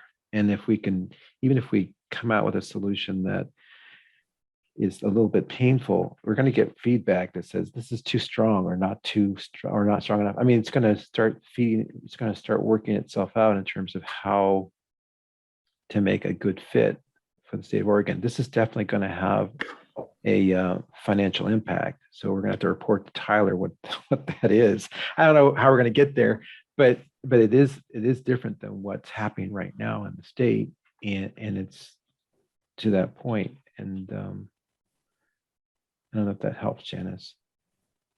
Yeah, Eric, to add on to that, I think part of the thinking behind the repair section also was the authors didn't want to make this so strict that it would motivate building owners to not do necessary repairs, just general maintenance. Because if you put too many barriers in front of them, they're going to just let buildings deteriorate because they don't want to trigger new requirements. I see Steve's got his hand up. Yeah. Yeah. Thanks, Terry. Yeah, hi, thanks everybody. Steve Forrester with Tualatin Valley Fire Rescue. I'm also on the Building Code Structures Board. Just a couple of quick comments, and I don't know if they're helpful or not, but I appreciate, this is a really complicated topic. I appreciate the committee digging into it so deeply and hopefully trying to work it out before it comes, at least something before it comes to the full board. But a comment on the assessed value, I agree that can be pretty problematic. I don't know if it's reared its head much in that apartments generally have an assessed value. In my experience, where we see this mostly is with tax exempt properties. So whether it's government buildings, churches, those sorts of things, oftentimes the assessed value is I mean, sometimes it's extremely low, or it may be zero. Sometimes it's locked in when it was built, or partially exempt. So it kind of goes tax assessor by tax assessor at the county level. But in my experience, you can run into issues with trying to get assessed value. And I'm not in any way saying market value is better, because that is a giant can of worms as well. Just letting, just again, pointing out that may be an issue, particularly as you expand the occupancy group and you may start to pull in some of those nonprofit tax exempt type properties. And a quick comment on the 50% damage. I think it's certainly a reasonable place to look at and to start. Just for awareness, we do hit 50% value pretty regularly on fires. That you would look at, you may look at and observe that it appears like there's very little physical fire damage in the structure, where we get a lot of the loss values in water damage and smoke damage. A lot of the damage also is into contents. And so I'm just throwing that out there for awareness, something to think about, but it can be very easy to cross that 50% threshold. We see it certainly in residents, single family dwellings all the time, but then also as you get into apartments, that sort of thing. And the comment just on the insurance piece, I think Eric and others touched on it. Richard brought up the Woodburn school fire. I think that's an important piece as well, in that that really is what the trigger is. Oftentimes folks do want to make the repairs to current code, but their insurance company just isn't going to pay for it unless it's mandated.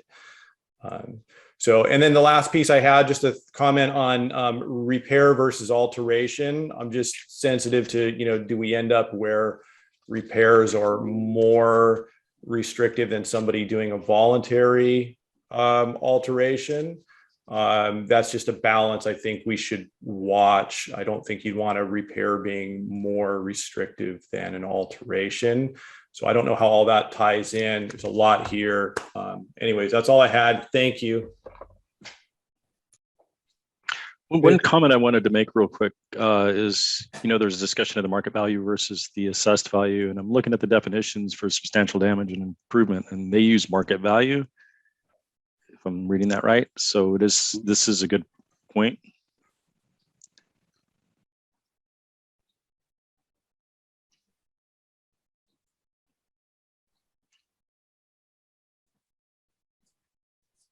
Well, I see. It's interesting. They actually use both. For the flood, it's market value. For the apartment house, it's assessed value.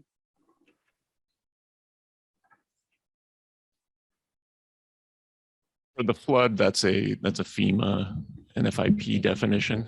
And then the existing Oregon amendment is the Group R2 apartment house version of the definition. And thanks to Steve for chiming in. That was great stuff.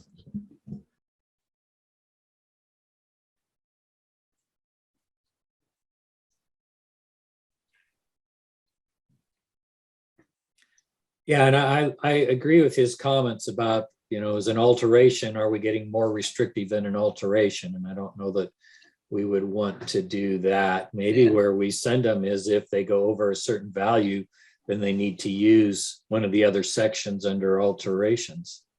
And then that gives guidance on what you can and can't do. Yeah, that's an interesting way to approach Is that possible, Tony? Yeah, absolutely. At the pleasure of the committee, you could use something like, over that threshold shall be reconstructed as required for alterations. Which I think if it's 100% that they're reconstructing, then it probably would drive them to almost to new. How it seems like that language is kind of in there, but yeah.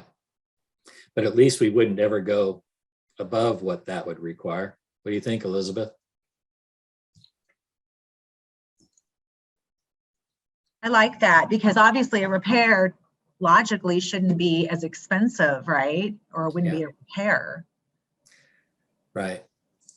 And yeah, I think if we send them that way and then it, using that 50% number, I'm more comfortable with is if that works for. Yeah. So Terry, I just want to does make that sure. work? Yeah, go ahead. I just want to make sure I'm clear. So we're the path that you're proposing is if repairs exceed a threshold, then you move out of the repair section into alterations, and it's either level 1, level 2, or level 3 alterations, and we have to follow the requirement. To me, that seems really logical. In that case, the difference between the level 2 and 3 is the 50% of the area, which is way more easily quantifiable than a dollar value.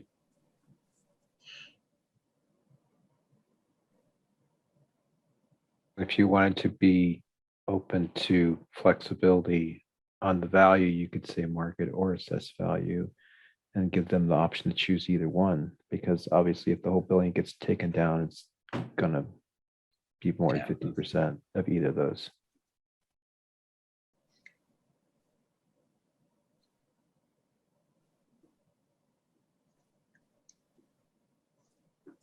Yeah. Just a question, would the intent of the committee be that it would only be to the area that was being repaired, like as an alteration doesn't touch the existing building for the most part?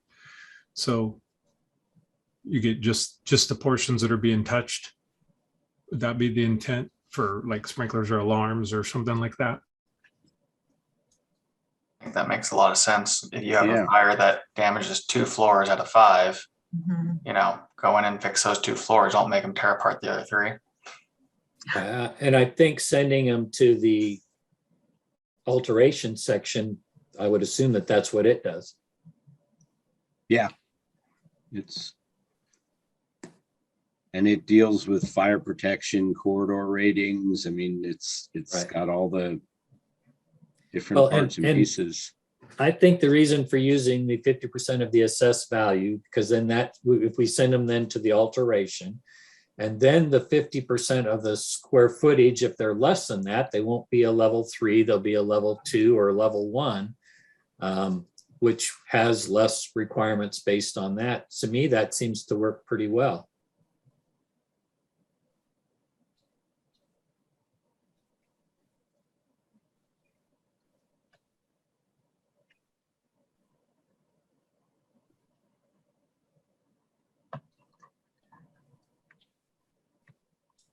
Yeah, that might be the path. As I'm looking at this,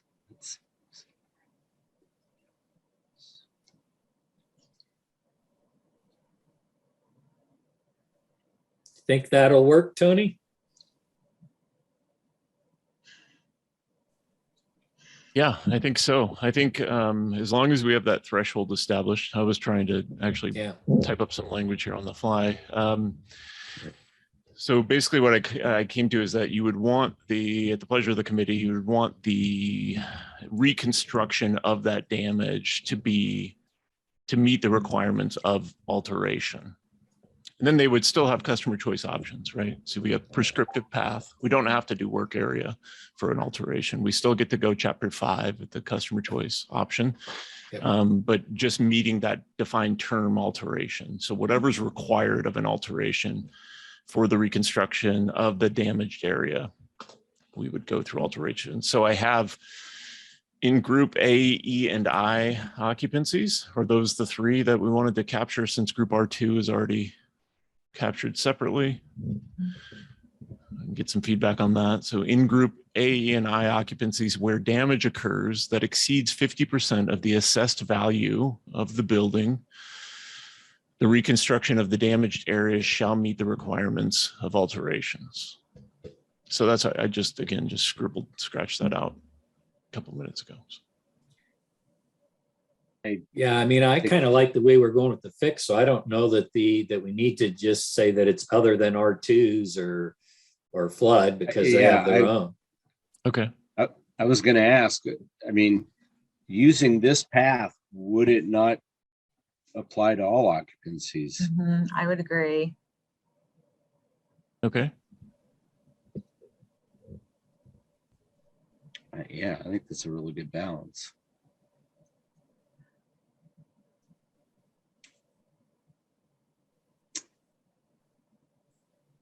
So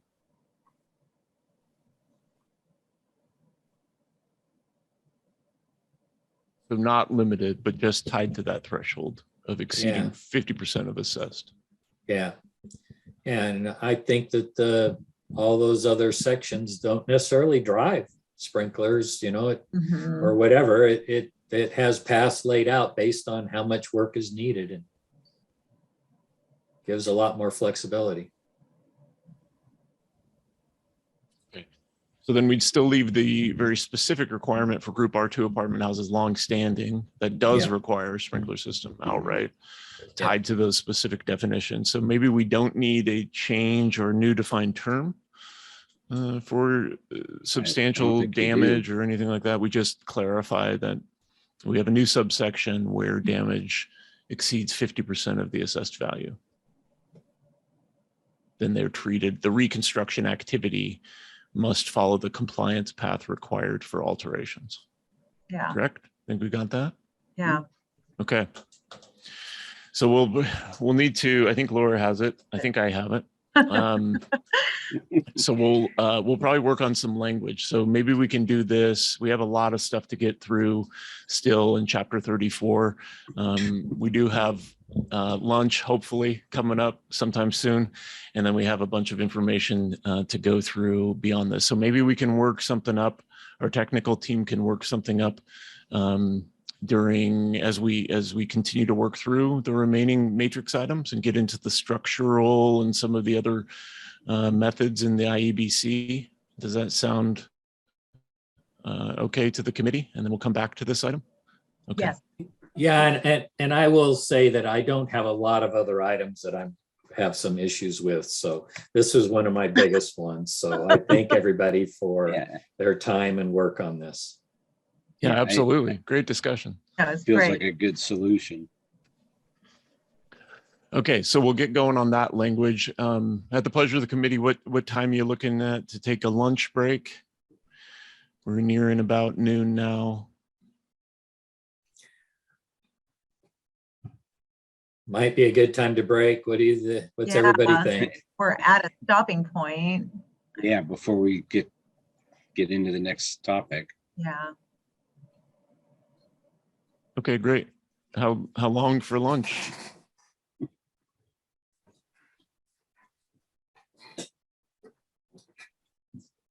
Half an hour, 40 minutes. I don't know. 12:30? How does till 12:30 or I don't know.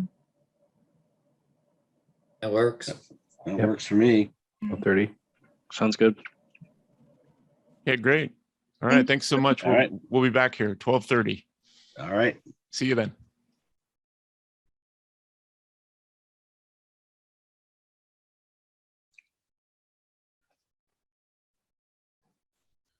just about everybody's back from lunch.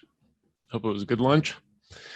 So I worked on that language per the last discussion, committee's recommendation, and I just shared it with Laura via email, and I was hoping that we could get it up on the screen. It may take a little while, but in looking at it, a couple of things for the committee to consider. I think that it goes as a subsection to 340412. Terry, I think that would address your concerns about, unsafe determination and the unsafe defined term. If we made that as a subsection to the general kind of compliance requirement. A couple of ideas on the title. I think the draft title that I gave it was damage exceeding 50% of assessed value. But again, we can work on that, and we don't necessarily have to come to some specific language here at the committee level. We can always do that at the board level. And the language reads, where damage occurs that exceeds 50% of the assessed value of the building prior to the damage occurring, reconstruction of the damaged areas shall comply with the requirements for alterations, italicized defined, unless otherwise approved.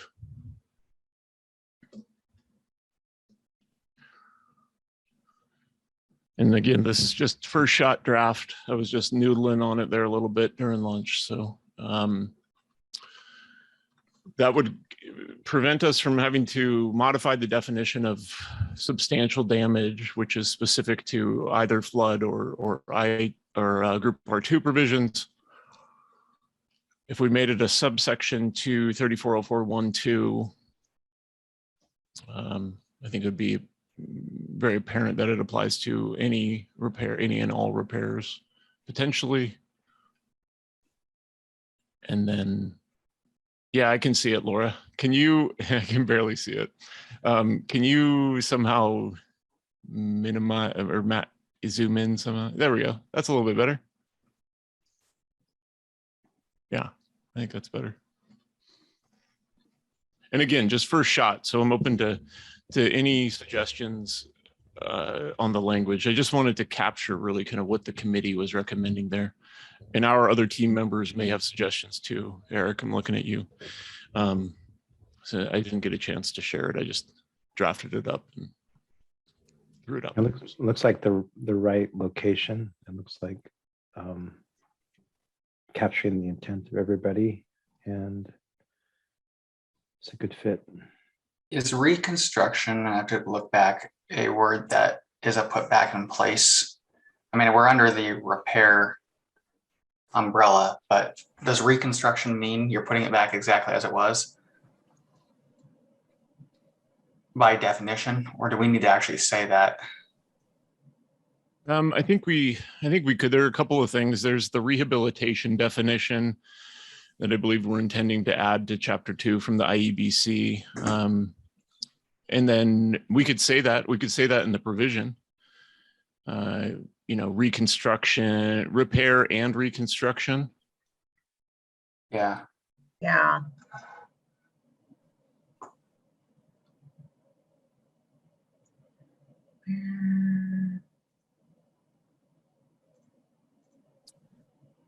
I had language there that was, areas, undamaged areas of the buildings are, not required to comply, but I think it's redundant. I think it's the damaged areas, reconstruction or repair of the damaged areas scopes it appropriately. Hey, I think this covers it. Yeah. And the approved, we don't need to see by the building official, do we? No, it's italicized. It's italicized. That. Yeah, that's what I figured. I haven't looked up approved.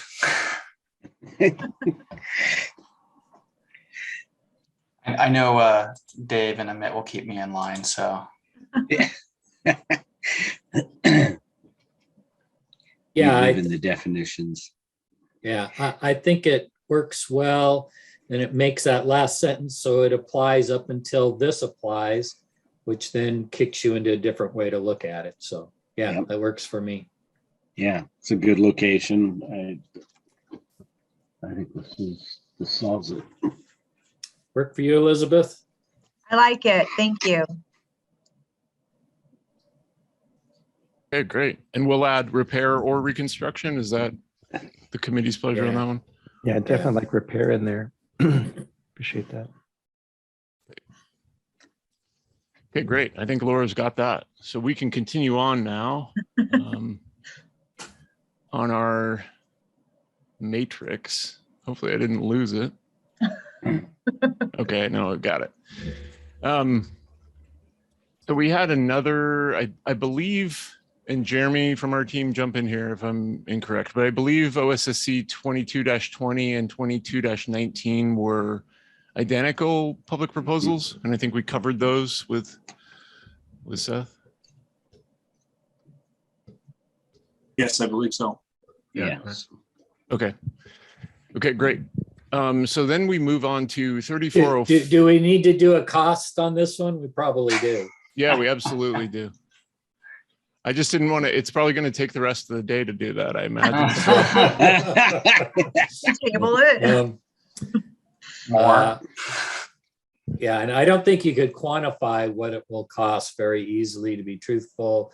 I think it's just to say that it will be, it could have the potential of cost, or not even potential, it will be a cost increase, but based on the safety for occupants, that we feel that it's justified. Do you want to say there'll be a cost increase where the damage is more than 50%? You know, basically quote the condition that we just defined. Yeah. Yeah.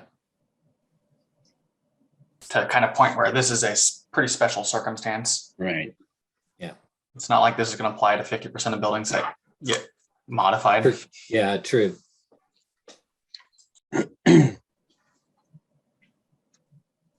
And this is going to also deal with the insurance companies, right? Because now that it's codified, they have to come back and deal with this, right? Yeah, because usually their insurance requires them to do whatever we require them to do. So it typically the insurance, depending upon how the policy is written, but a lot of times it will cover this. Mhm.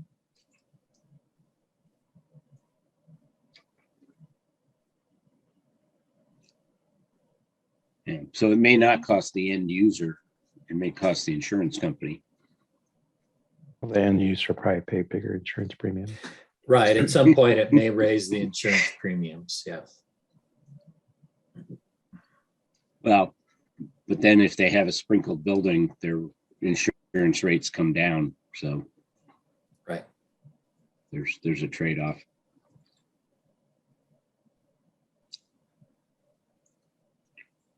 Any value on the delta between reconstructing under the previous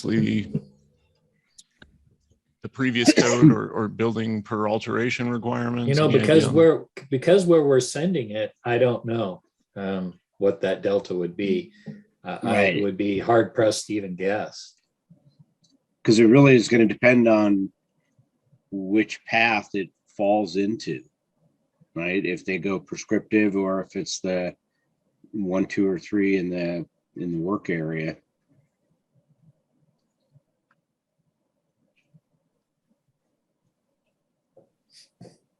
And depending upon which path and everything, may not require much additional by the direction that we're sending it.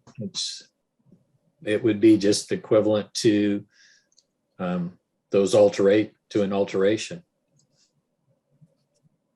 Yeah, I mean, if you had a fire, for example, in a building that was only a year old, this would have almost no impact, right? Because in theory, that building is to code today. Yeah.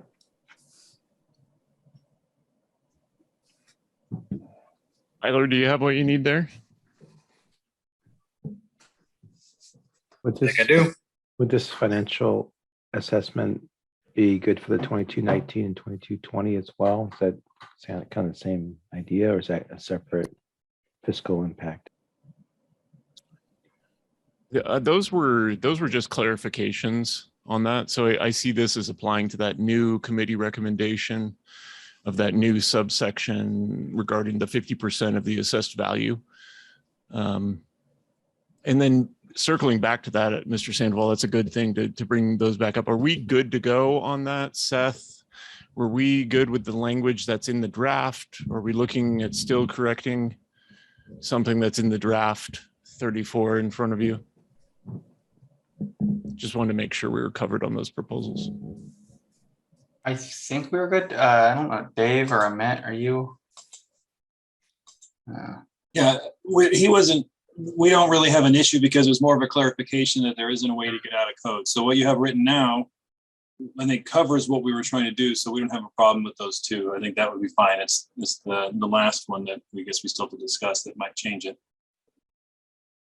Great. Okay. So I mean, which sections were 20 and 21 referring to? Was it 3404.5.2.1? 19 and 20 were on 3404.1.2. Okay. Yeah. And the language has changed quite a bit there. Yeah, correct. And so that's what Jeremy from our team jumped on and explained that we've received quite a few questions and we understood where the concern was with pointing to the structural requirements and some of the broad statement. I think that was in there. So we adjusted the draft language accordingly for the committee review. So I just wanted to make sure that we were good omitting proposals 2219 and 2220 in favor of the draft language that appears in the proposed chapter. And there is a definition for unsafe within chapter 2 now? Correct. Okay. And it includes dangerous. Okay. I know that was the code committee, SEAO code committee had a meeting and we talked quite lengthy about the dangerous building or dangerous definition within what the code has. And I'm not sure if Seth has brought this up to Jeremy or because currently the dangerous definition talks about the fact that it's already partially fallen down or it's about to fall down. And so when we met as a SEAO group, we're talking about potentially thresholds with regard to the utilization of the framing. It's over 150% overstressed or something along those lines.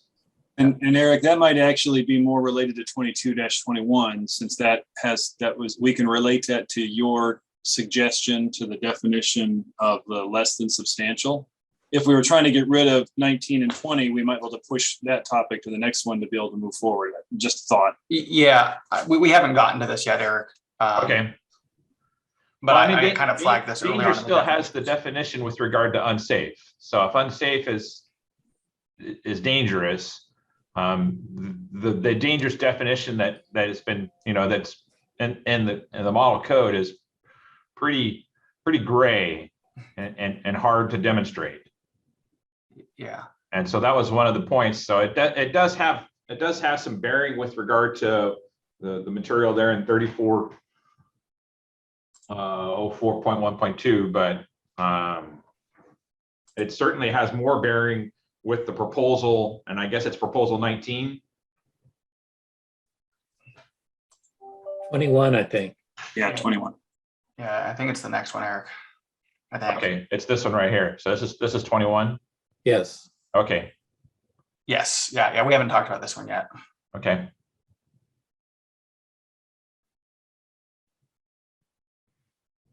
Yeah, so just to clarify, I just wanted to, working through the matrix here before we get to that item, I just wanted to make sure that we were caught up and that we were good with 19 and 20 because we had corrected the language there to address those same concerns. So just wanted to verify that, and then we can get to this next one, I think, as Mr. Terry's summarized quite well. Yeah, I think we're good on 19 and 20.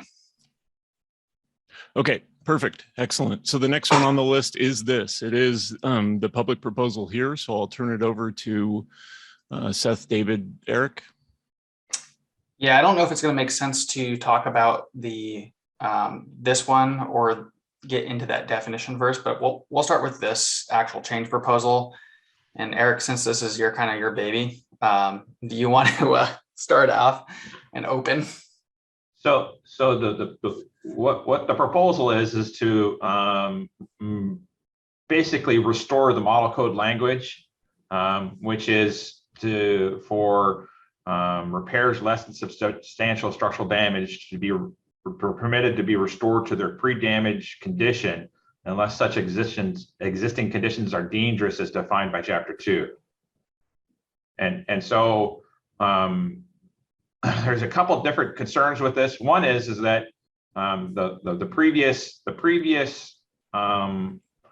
amendment to the code said if you're less than substantial structural damage, you have to comply with the requirements of the building code, which is more stringent than if you're substantially structurally damaged. So if you move further into the chapter within the IEBC or the OSSC, if you're substantially structurally damaged, you do an evaluation and then you can repair things to lower levels of load as compared to what the code requires.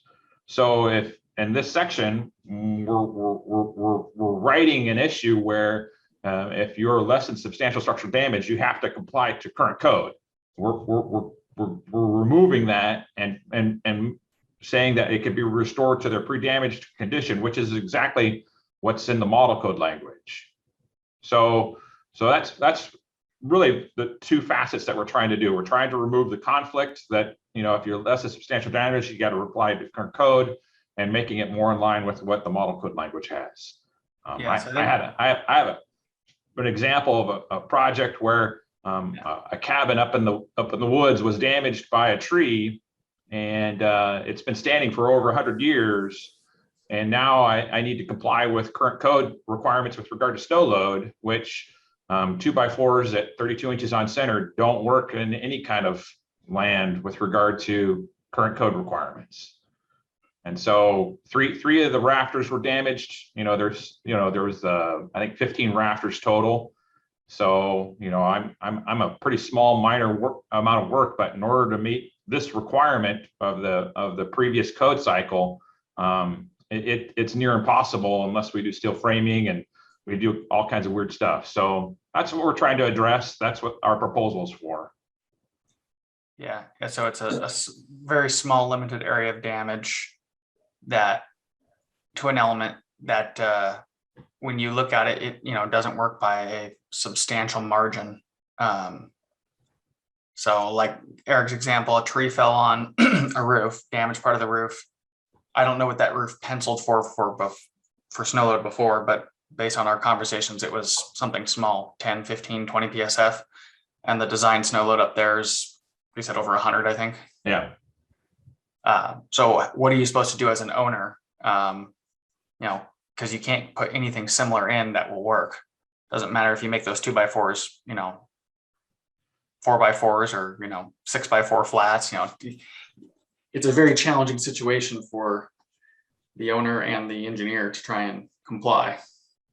And maybe to explain this more broadly for those on the committee, there is a definition in the IEBC for substantial structural damage. It's now been copied to Chapter 2. It wasn't there in the last cycle. So that way now it's clarified how to determine how much of your structure. And the idea is that in that case, if it was a major damaged area that encompassed, it was no longer less than substantial, those differences, it doesn't change the gravity. It allows some reductions in the lateral loads like earthquake and wind. So there's a whole, if you go down to the next page in the draft, not in here, but in the draft, it has a lot more information on what if it was a substantial structural damage, right? So as a reviewer, I'm great. Yeah, let's make them do minimum code.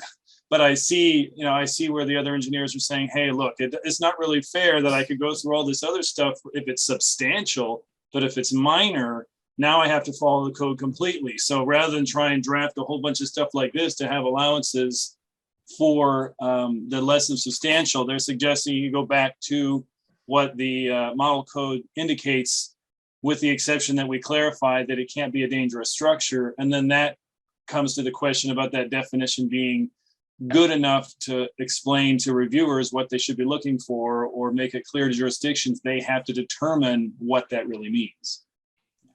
I think once we determine whether this language is okay, we can go back and review what dangerous, what we're going to set as our threshold for dangerous.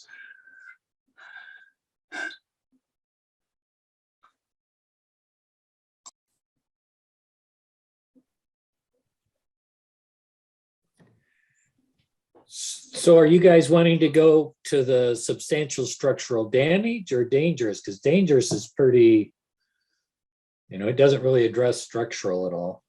If you go back to the proposal, we are proposing to bring it back to model code language, which is basically the blue text up to the comma, be permitted to be restored to the pre-damaged condition. That's model code language. And we added in, unless such existing conditions are dangerous as defined by chapter 2. Yeah, I don't have a lot of heartburn with that. Does anybody else?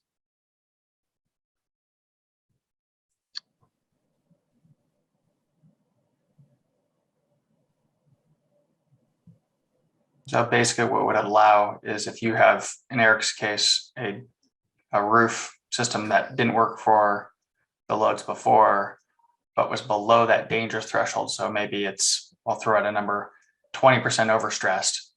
We're going to say that that's okay to rebuild it in that condition with 20% overstress. Because it isn't dangerous and it's less than substantial. Yeah. But we'll get into what that trigger of what dangerous becomes. Okay. That's my question. Yep. That's the fun conversation. Okay. Do you have some language for that, or?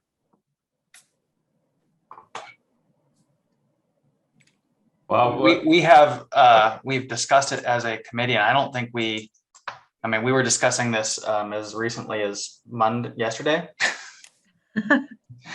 So I don't know that we've got a definitive position that SEO can say that's a consensus, but I think we started with looking at what the city of Portland, because they have defined dangerous. There are some potential pitfalls in the way, in my opinion, the way they define dangerous. But I think we can start with that. I think we should look at what the model code uses, which I'm trying to find. Terry, just to clarify for you, our Title 29, that dangerous information was based on the 1997 Uniform Code for the Abatement of Dangerous Buildings. So it's a little bit antiquated in that it has just ASD only, but it was based on something. They just haven't really updated that since 97, and the model code has kind of gone away from specifically defining it. So, I think Portland could adopt a little bit different if we wanted to, but we have something in place. It's the other jurisdictions that don't have a definition that might have more trouble.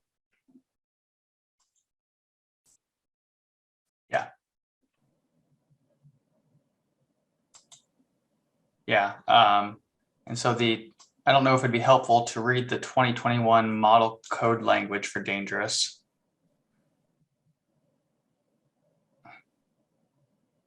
I don't know. I can put it in the chat, or maybe no, it won't let me copy out of this online viewer. Lauren just had that up. Yeah. Okay. What you guys copied in with the purple, that's model code, right?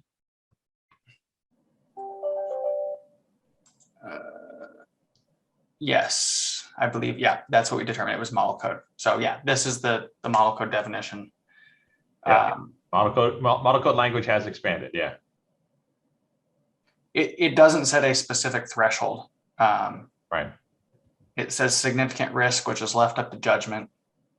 And then the other part that I don't particularly like is, when it says under actual loads in effect. I mean, when you're evaluating, when does a earthquake actually in effect? I don't see how you can.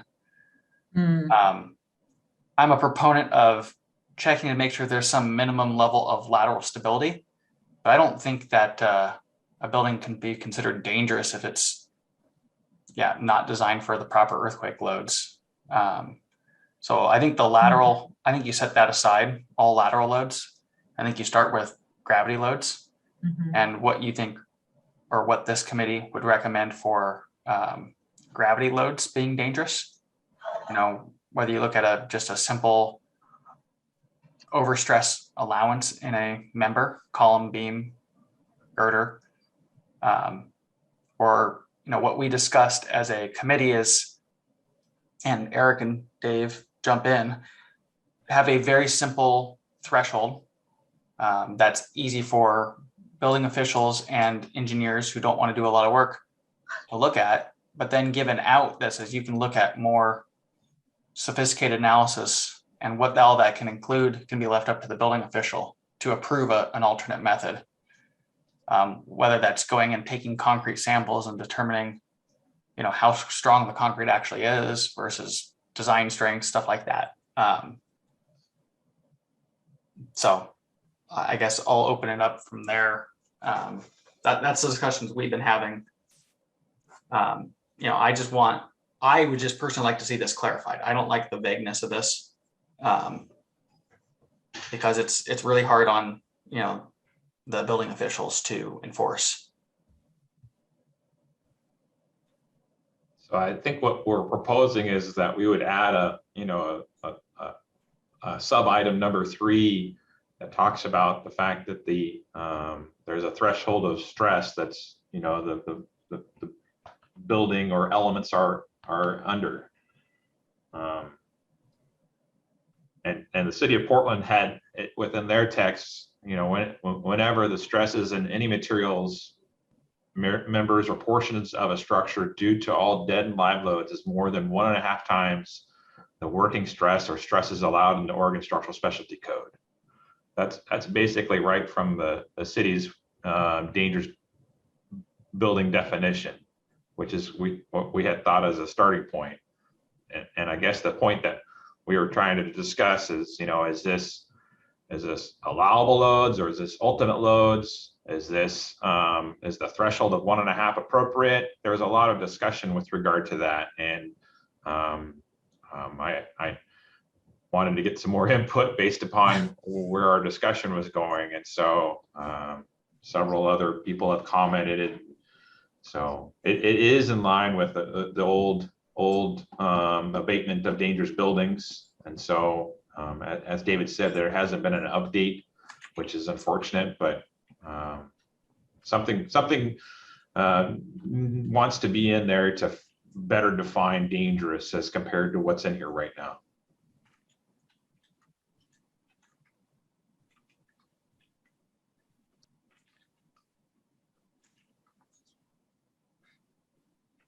Yeah, so I don't know, Eric, if we want to propose, because I'm guessing that we're not going to get through all the material today, that we give SAO another week or so to come up with a proposal that we can bring back to this group, or if building codes division, we can work with them. I don't know that we're going to get anywhere just by having this discussion right now. And I got to drop off like now for a meeting. I'll be back shortly. I know it's perfect timing. Yes. But I'll be back when my 1 o'clock meeting ends. So a couple of things. So adding a qualification to the definition, right, it would keep the 2 existing model code qualifications for meeting the defined term. So adding a 3rd one seems like reasonable there, right? Because it's where any of the conditions described below exist. So we could do that.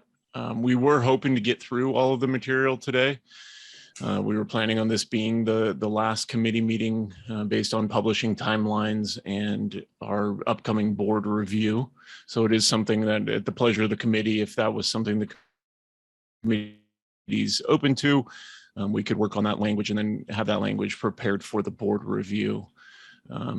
Jeremy can work with SAO and we can get that language kind of squared away prior to those board meetings. So there's some options there if that's the way the committee wants to go.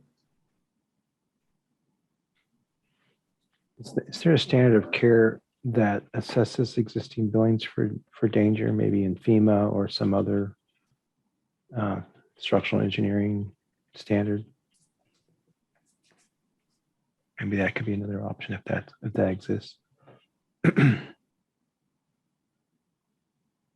could look into FEMA. I didn't find anything other than this uniform code for the abatement of dangerous buildings from '97, but FEMA may have something. I'd forgotten to dig through their stuff.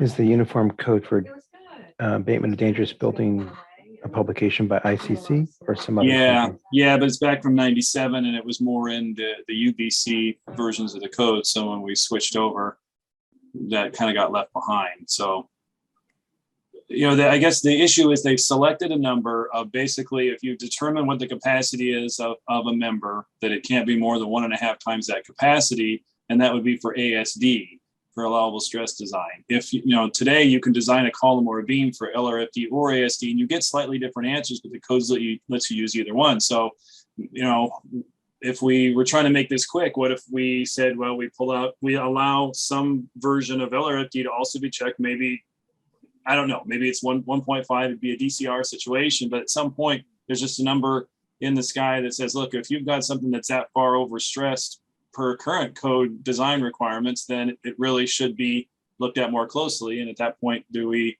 have a note that says, unless otherwise, approved by the building official or something, or yeah. I think we already have those two available right now. We already have a quick assessment of somebody doing these things, and people have made determinations for this already in numbers of buildings. So to me, the quick ones are already there. I'm looking for something more specifically detailed. I don't know that the quick ones are there. That's the question. That's why we're asking this. And more detailed, then you'd have to discuss, well, why is it a live load of 100 PSF? If you really want to go that far, I don't think that should be as far as we would go. But and there are some in ASCE 7. There's some sections with loads that are not brought into the OSSC. I can dig those up again and see how those relate. That might be a reduced load condition that might favor someone trying to prove it. Those could be more advanced, but unfortunately, that might be something more left to the jurisdictions with the staff to handle reviewing it rather than us trying to write it in. Not that I'd mind writing it in, but I don't know if we have time. What if you went to an earlier code and just said, if you met this code, and just picked 1994 OSSC or something like that? That was one of the first ones that we. Or the 1997. Yeah, we had something early like that, and they could say, if you met that code, then you're good to go. Just the straight up code. Right. I'd be in favor of anything really, but that's going to be more restrictive than, because I think you'll find a lot of this stuff would still show that it fails. If you had to meet that old code, you're still in the ballpark with the current code. It's just more fine tuning with LRFD. So it would end up that you need some kind of an extra factor. Otherwise, you're going to end up triggering all kinds of failures. And so I'm trying to figure out when was this building built and do it for that code. We didn't adopt codes in Oregon until 72, right? So I mean, there's stuff built way before then that was built with some standard of care, and if it wasn't built to a structural standard of care, it's not going to work, right? It's going to be built and it probably won't fit. Personally, I would say that if you looked up, what we've got for steel design and concrete design, regardless of material properties, you could enter those into these equations. The current code should cover that.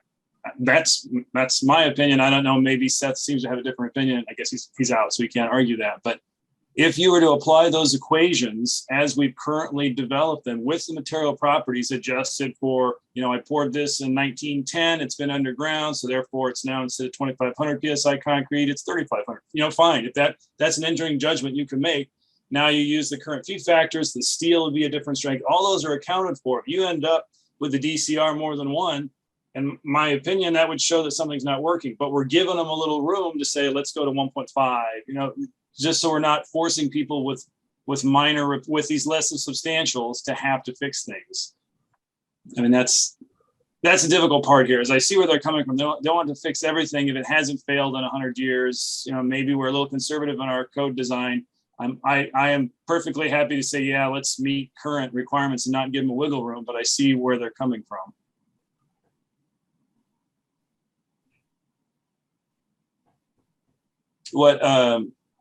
Eric, what do you think about the older codes? You agree with my assessment that it really is not going to make that much of a difference? Yeah, I mean, something designed to the 1997 is pretty close. I mean, basically, from a seismic perspective, they're almost, and then everything else. There's a lot of things that are very similar with the 1997 UBC as compared to the current code.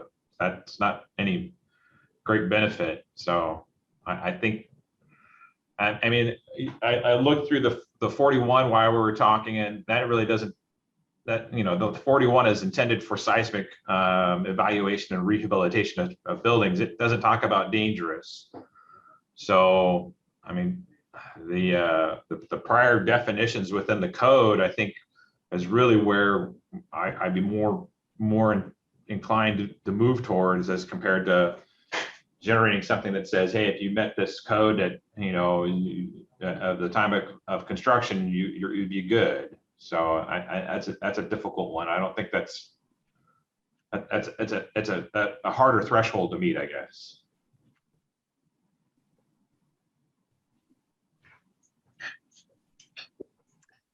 Can I add something? Please. Can you hear me? Okay.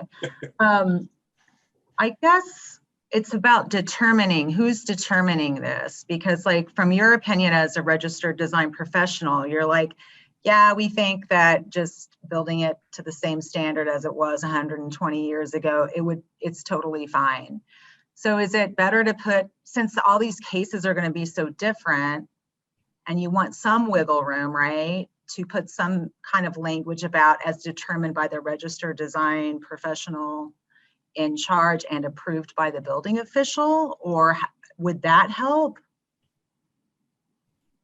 Well, I agree with the approved by the building official to give some wiggle room. I think we're already under the impression that anyone making these Right. Assessments would be registered, but we could put that. I mean, I wouldn't have a problem if that was in there as well. It may be redundant. It might be redundant, but I think where I get a little nervous as a building official is that, I'm supposed to determine that. It's all those gray areas that go, okay, all right,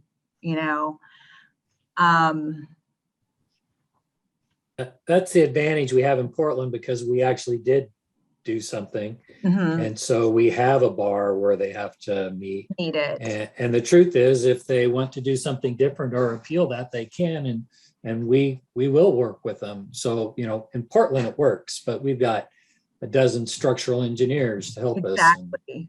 Yeah. And I am thinking of those smaller jurisdictions. Yeah.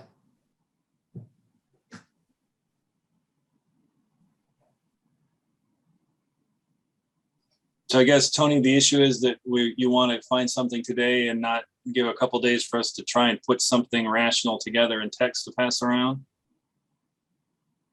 No, I think there's options. It's at the pleasure of the committee, Dave. So there's options to follow up. We can have an email. We could send the language to Laura once you have language that's worked out through SEAO.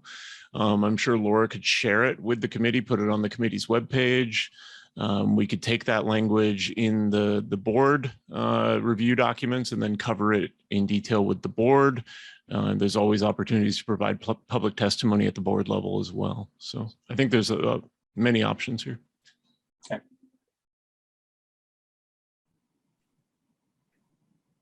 Yeah, I think I'm supportive of kind of that last one, that let them work on the language, get it to you guys, and then hopefully our committee isn't meeting again, and you can just bring it to the structures board. What do you think, Eric? So that would be. Yes. I'm sorry. Was that for me or was that for Eric Sandoval? Sandoval. Okay. Yeah,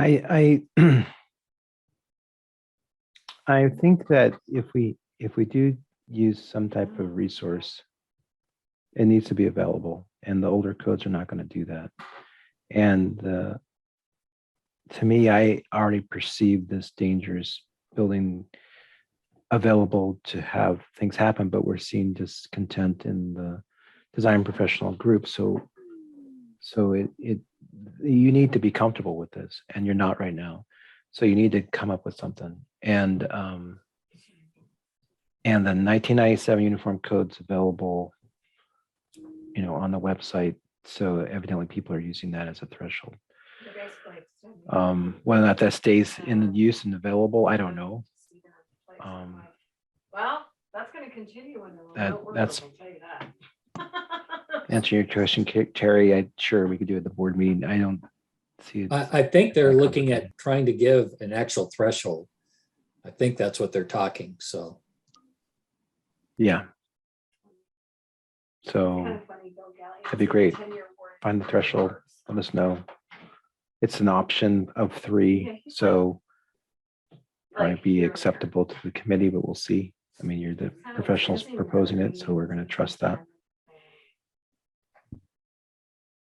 Something to consider for SEAO, maybe just consider not tying it to the definition of dangerous, just having a threshold right in this less than substantial structural damage, because the terms dangerous and dangerous conditions are used throughout the remainder of the OSSC and other parts of this chapter. So we'd have to kind of check that context, how it's used elsewhere.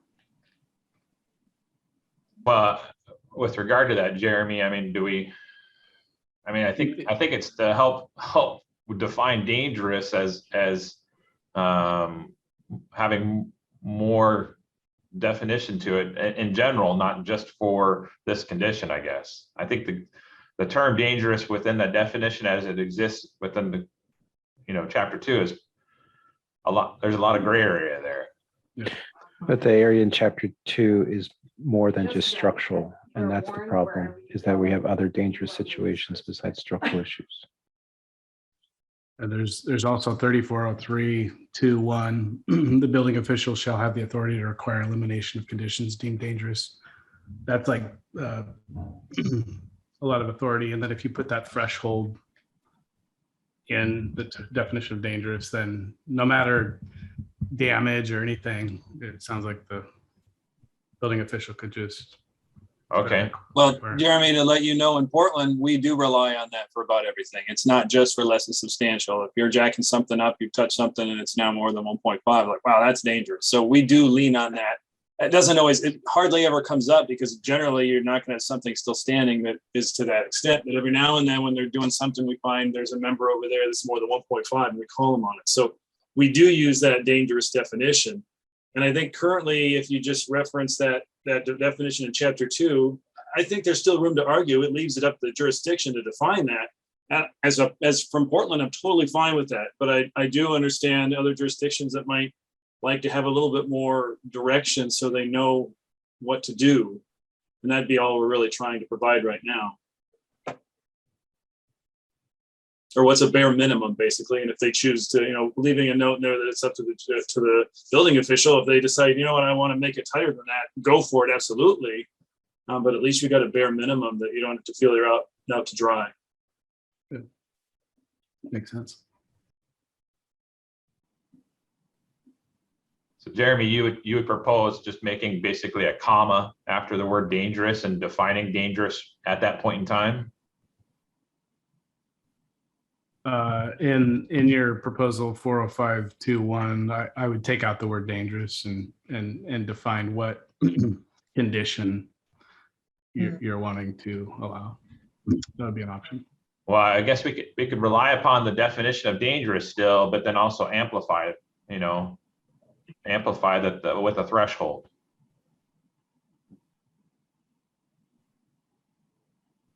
So I guess at the committee's pleasure, if that's more appropriate, we could work on that and put it there as compared to putting it into the definition of dangerous. I'd be in favor of that, to have it inside the repair for less than substantial structural damage.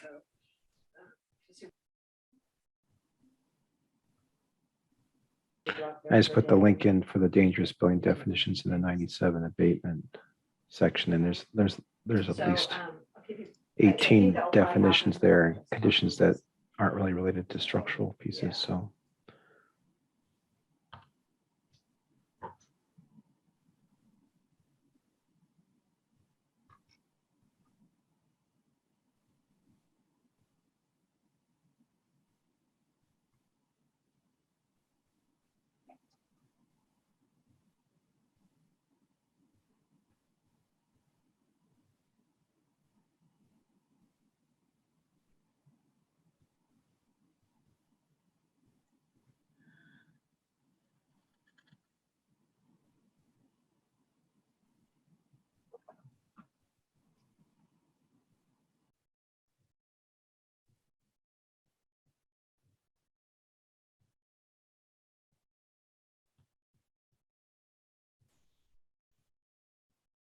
Right. So at the pleasure of the committee, we're looking at working on a solution for this proposal. Sounds like the committee's in favor of the proposal. Just need to work on the final language, whether it occurs here in 34043 or it occurs with an addition to the definition of dangerous. The division technical team, Jeremy, will be working with SEAO folks on getting that ready to go for the board. We can share it with the committee via the committee's webpage prior to the board meeting, and we can notify the committee of that if that works. And then that sound good? And we can keep moving along here. For me. Thank you, Tony. Thanks, Jeremy. Thanks, SEO. Yeah, absolutely. Great. Good stuff. Okay, so that moves us out of 3404 and now we're into 3405. For the remainder of the matrix, we don't have a lot of significant changes, but we can kind of roll through each one of these compliance options. So 3405 in chapter 5 being the prescriptive compliance, we can walk through that. You see all of the model code language retained throughout here. Again, 3405 is almost identical to the old chapter 34 that we know, prior to the 2015 IBC. Some clarifications there in 34052, you see the same language of this code for new construction. We tried to be consistent throughout with those minor editorial clarifications. Flood hazard areas, again, you see that bifurcation that we've covered in other chapters with the floodplain administrator defined term. Some clarifications in 340524 regarding gravity load, design gravity loads, just clarifying the requirements there.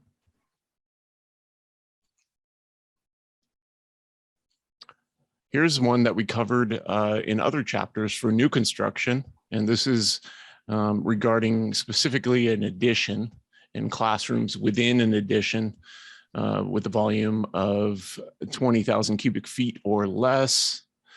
They're required to also comply with those enhanced acoustics. Model code change there.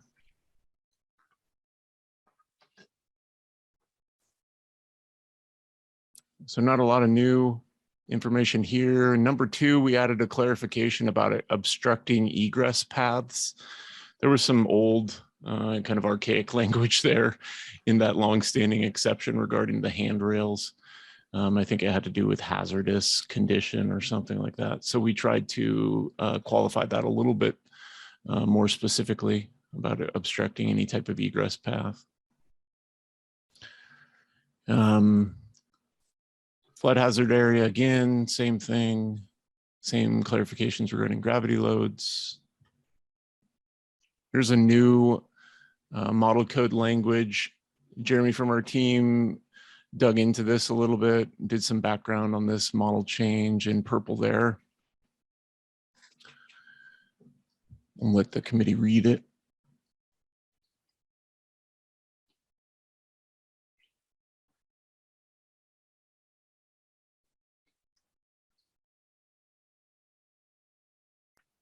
That's nice. Sounds familiar to previous work. Yeah. Yeah, it's good stuff there. Exception. And continue on here. Here's that language that we will note in accordance with what the committee discussed in the recommendation there, tied to 45020 sub 4 and seismic rehabilitation. Some clarifications in 3405-313. Generally, some new model code language here that we are proposing to retain. Smoke compartments for I2s, and again, the enhanced classroom acoustics.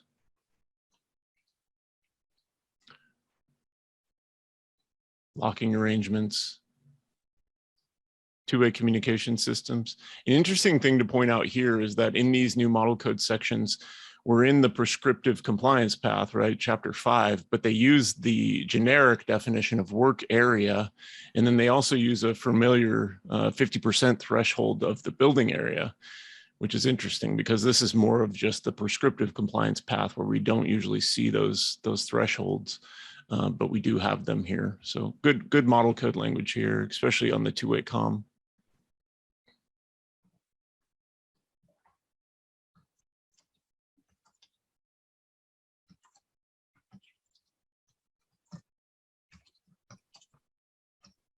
New model there on the replacement windows.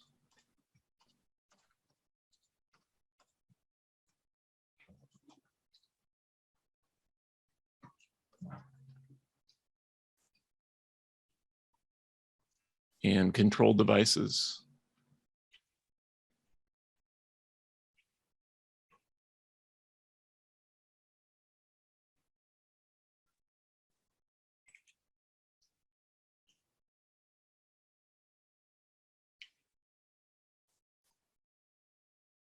Prescriptive change of occupancy.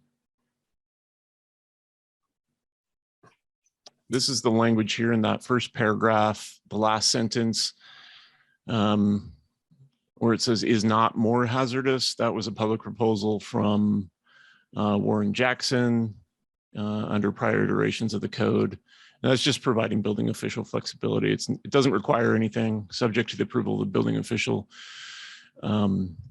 provided the new occupancy is not more hazardous based on life and fire risk than the existing occupancy. Model code reads less, so intentionally trying to provide a little bit more flexibility here where we're not increasing the hazard.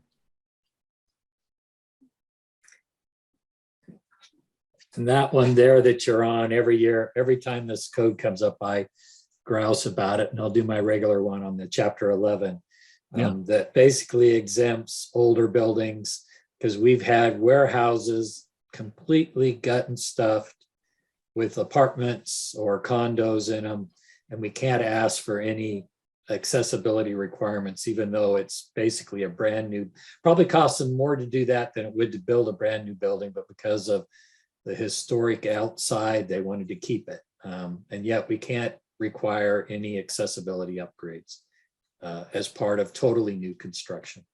Yeah.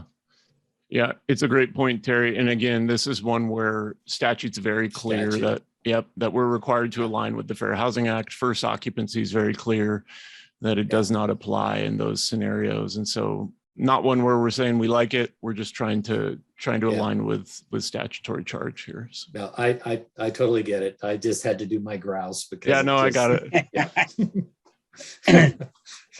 And Terry, just so you know, we always try to spell this out to building owners, the risk that they're taking of potential post-occupancy lawsuits, even if they get tossed out or they become nuisance lawsuits, they still run the risk. Yeah.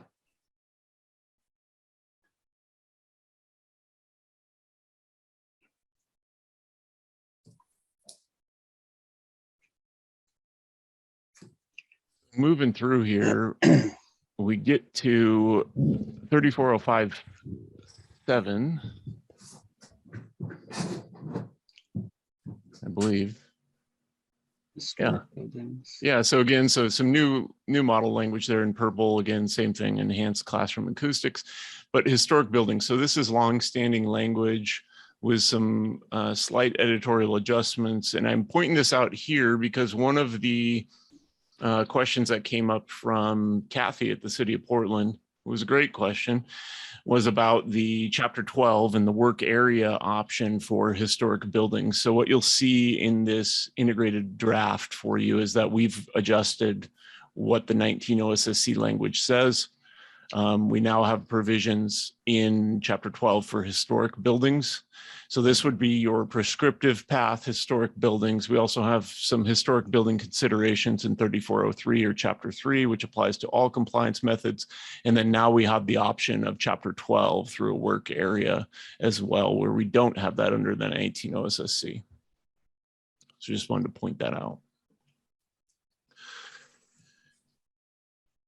Again, same long-standing language there, just providing some flexibility. There are some steps that have to be taken, including seeking advice of the historic preservation officer. And then we have some very similar flood hazard area language and required compliance with 1612. We have substantial structural damage and the pointers back. It's interesting because we have repair language within the prescriptive compliance method, whereas chapter 4 is where you go for repairs. So really just trying to get folks pointed in the right direction there. And that takes us through 3405. So that's the prescriptive compliance chapter. And then that moves us into work area. So as you know, 6 through 12 work area method. Same thing here on your matrix. We don't have a lot noted as far as substantive changes, but we can roll through here. So we start out level 1 alteration, level 2 alteration, the description. In chapter 6, we're classifying that work. Change of occupancy, all the pointers there. Level 3 alteration, of course. Change of occupancy additions, and then there you go, the historic buildings reference. 3407, we start with L1 alts, go through that language. Very similar. Not a lot of changes here. The same with the 19 OSSC. You see that new same language on control devices for replacement ERO.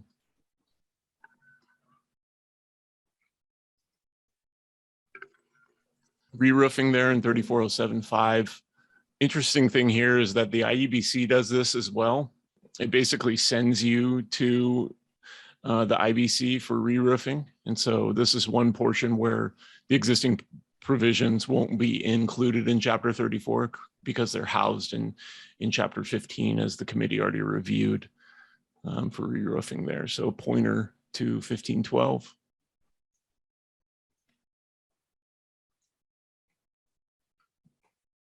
Some more clarifications. Then we get into level 2 alterations.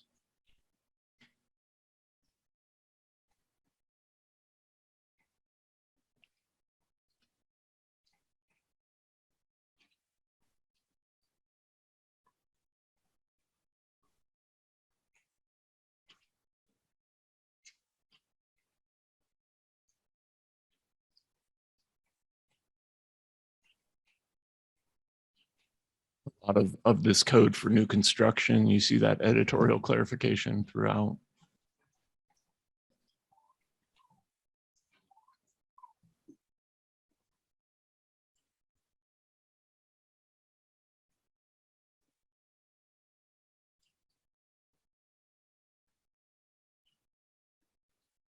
Mostly existing language here, no changes other than editorial.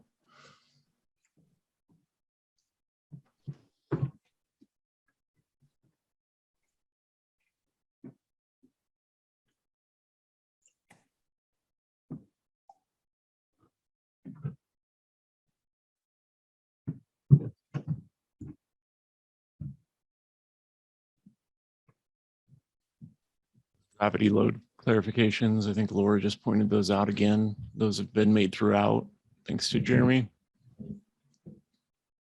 Get to L3 alterations.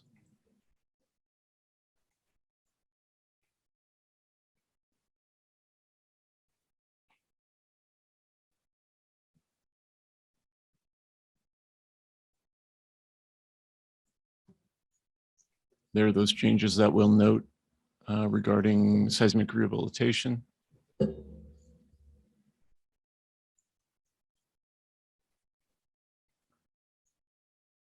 Change of occupancy. Some new language here. It's quite a bit. Clarification regarding incidental uses, sending us back to 509. So I think that's helpful. More linear. I think that was the intent previously, probably no fiscal on that, but a helpful pointer. Those similar changes for healthcare occupancies.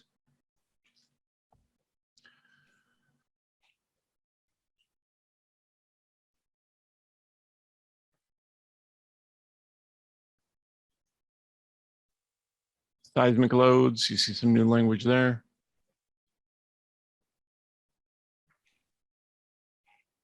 Changes the potential seismic trigger.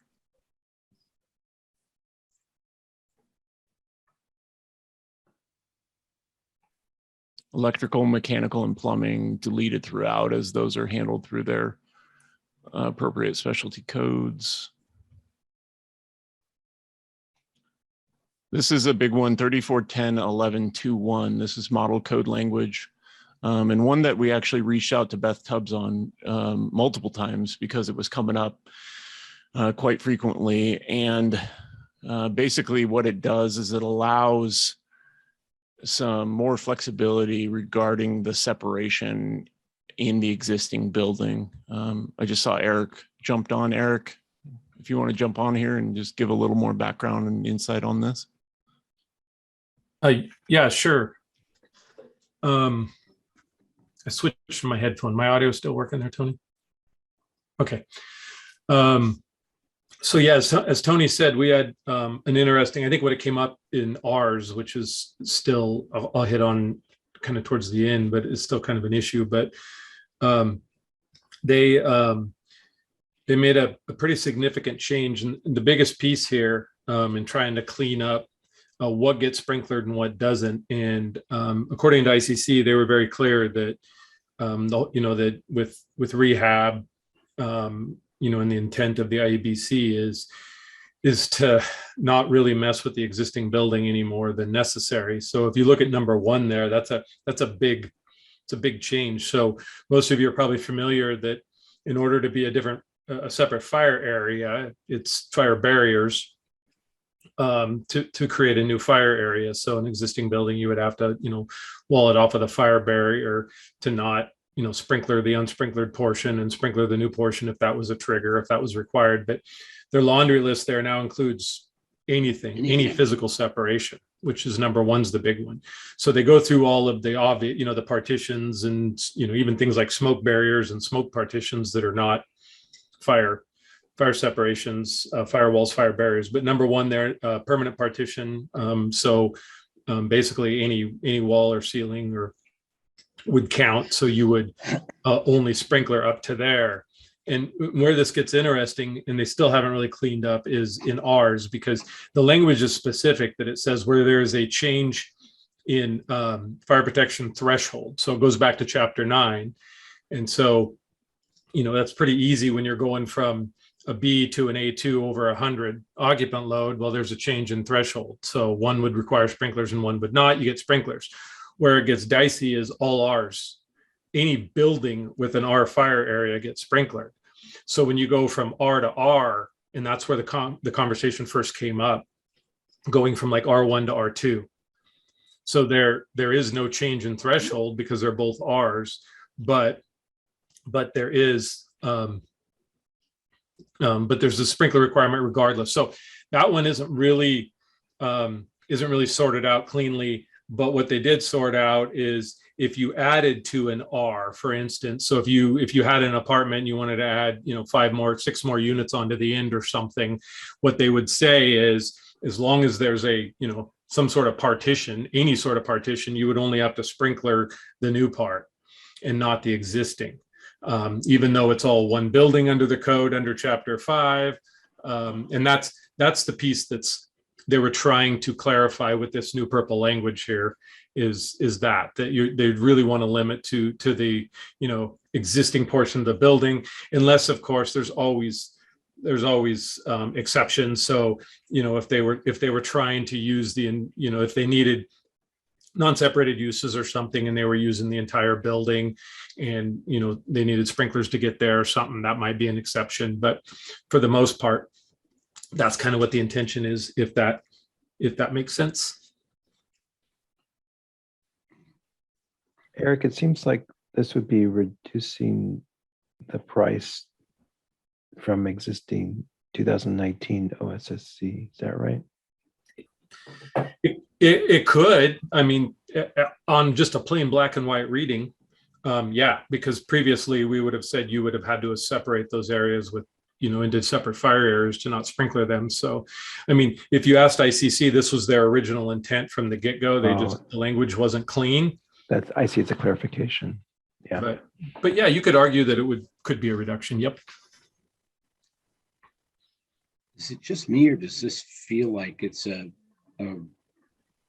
reduction in safety though too? Or not, maybe not safety, but we've always had to separate fire areas and compartmentalize. Anytime you had a building where part of it was sprinkled and part of it wasn't, we've usually had to have something more than a non-rated partition there. At least it seems like it. And so this feels like it's a reduction in the requirements. Yes. I guess I'm not complaining. I'm just surprised more than anything else. And maybe I can add a little more insight into that, at least from what Beth shared with us from ICC, and that was going back to the original intent of this code. And I'm going to mess up the city. I don't know if it was New Jersey or what, but they had a rehabilitation code that allowed the reuse and readaptation of existing like older buildings without punishing the whole building per se. So like an example, I think one of the examples that we talked about was like an old downtown where they want to add an apartment above and say it was storage before for a store down below, like Mercantile, and where they want to make that above an R. Well, under the code, that would say, you've got a building with an R fire area. So now everything is sprinklered.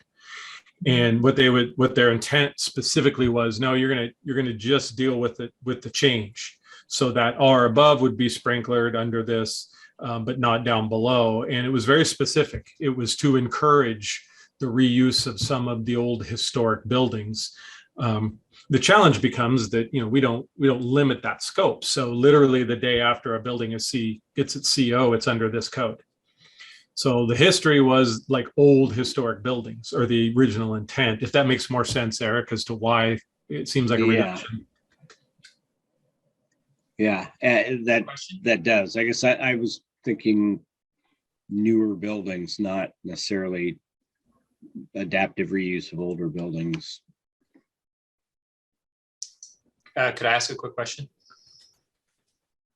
So Eric, you the example you gave was one that I was exactly thinking of. But what if you took the example of they wanted to put an A occupancy on that other floor, which then typically would require sprinklers all the way to the level of exit discharge. Is that affecting this? I would say based on the information we were provided, it would be the same scenario, because like the R scenario I gave you would require an entire building to be sprinklered. So that would be the same thing, right? Anything below that A would normally be sprinklered down to LED, but that's the intent, correct? What you said is you would sprinkler the new area. Yeah, that sounds pretty scary to me. I mean, the only thing is if if the new area includes your exit discharge path is considered part of the new area, then you could affect it. But I could see that could be confusing too, to try and enforce that. I think, personally, I think that that would not be an illogical conclusion, that if you were, that the egress path from that new space was also part of that change, would make sense to me. But. And historically in Portland, that is what we have done. We've often let them not have to sprinkler the whole building. They're adding, in the basement, they're putting 2 or 3 apartments down there. We might ask for the whole basement to be sprinklered, but we'd never go after the whole building. So that's, and then the exit path typically is what we will also ask for.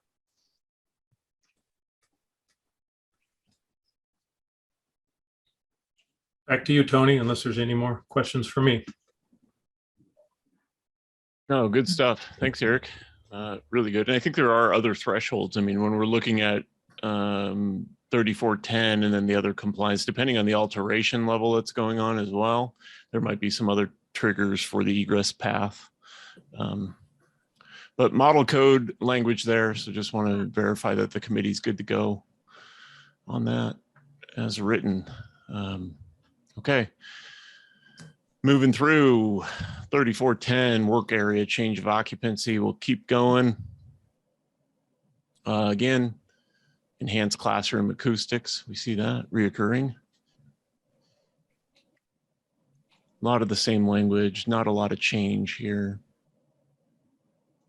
Same thing, consistent language regarding existing EROs and replacement windows.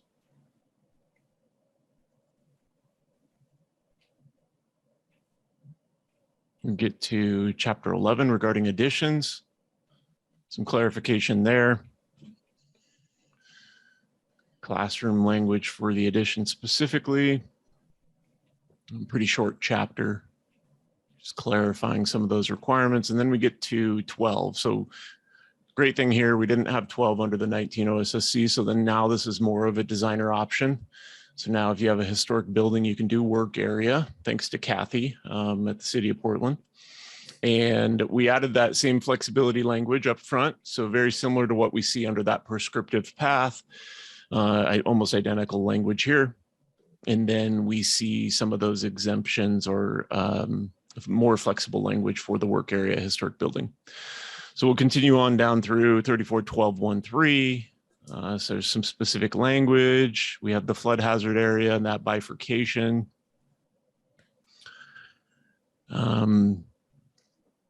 We have repairs. That's the interesting thing here. We didn't really cover it in 3404 because we were covering a bunch of other things, but 3404, chapter 4 of the IEBC sends us to chapter 12 specifically for historic building repairs, which is interesting. So you're doing repairs, and go ahead, Terry. I was interested, we could look back at that number 4 on 341214. Sure. Yeah, because that talks about historic buildings and what basically makes it that. Yeah. And that item number 4 would be just any jurisdiction could do anything they want. I just have a little heartburn with that one, but I don't know what everybody else thinks because that's Oregon. I totally agree with the first 3, but number 4 is like, have at it.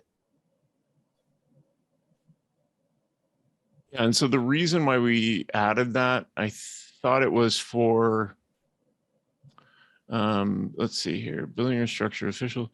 So if we go back to the historic building language above the amendment, longstanding language, and we look at number 1 there, all we were doing was basically adding the same threshold there. The building or structure has been designated by official action authority of the municipality as having special historical or architectural significance. So there's some type of formal action by the municipality to say, hey, this is a historic building in our municipality.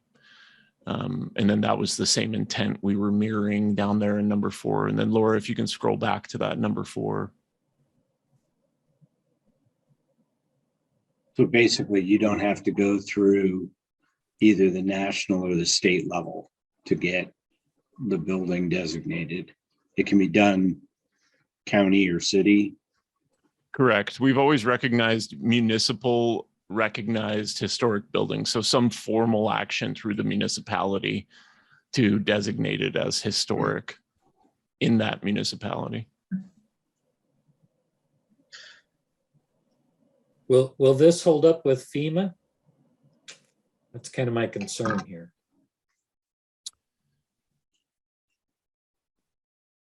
Yeah, we can double check that.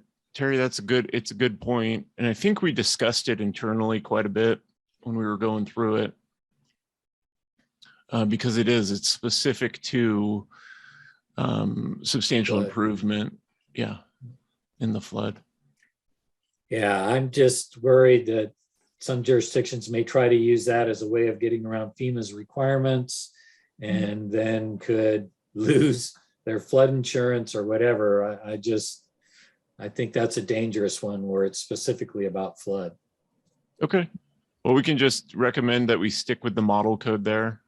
I think the intention was aligning it so that if it was deemed as historic above under that same litmus test. So that was just to give you background on where we were going with it. I worry about us leading some jurisdiction down the wrong path. I would rather just keep it as the model code. Okay, committee's on board with that. We'll strike that number 4 there. I'll leave that to everybody. Okay. Perfect. Perfect. Striking number 4 there. Hey, Tony. Yeah, sure. Will we need to look at the definition then? Because I think the definition ends with locally designated landmark protected by ordinance. Yeah, in the defined term, because it uses historic building in the exception. We'll take a closer, our technical team will take a closer look at that and maybe see if we need to make some adjustment, if that sounds all right to the committee, because the issue there with the exception is that it's qualified by the term historic building. And then if we look at that defined term reflects that same local recognized flexibility. And so we could probably argue that it's more specific provision in the exception, but we'll take a closer look at that and try to get it fixed before the board draft. Sounds good. Thank you.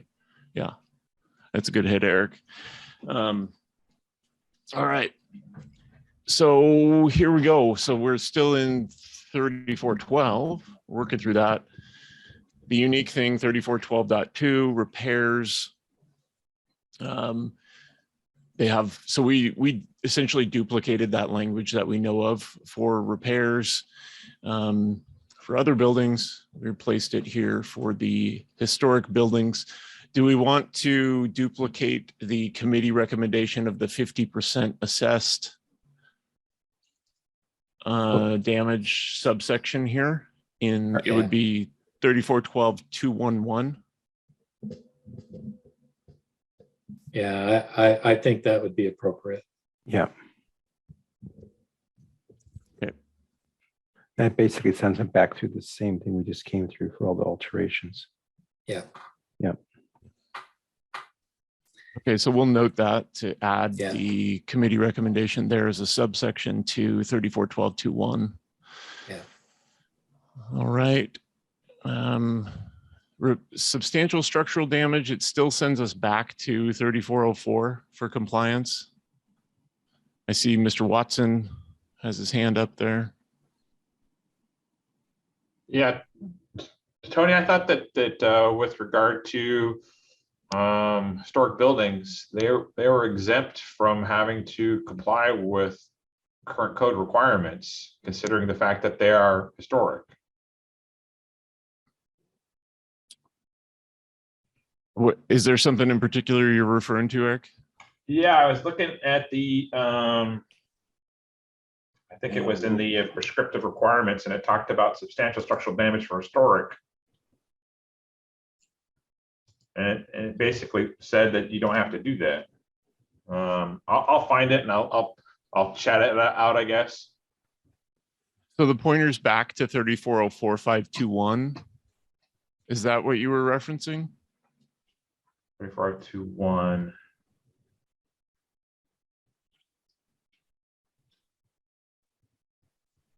No, I was, when we were talking about the threshold earlier, I was looking at that, and I'll find it and I'll get it back out to you. Sorry.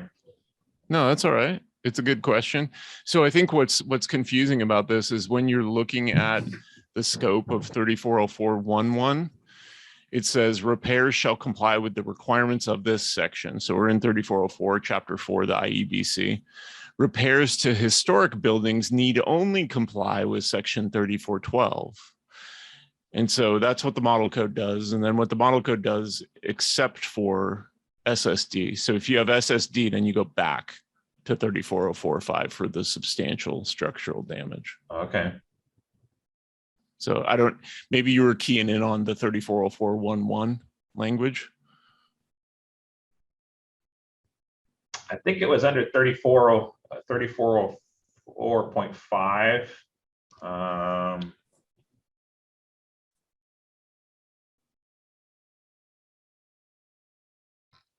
Yeah, I'll find it. Okay.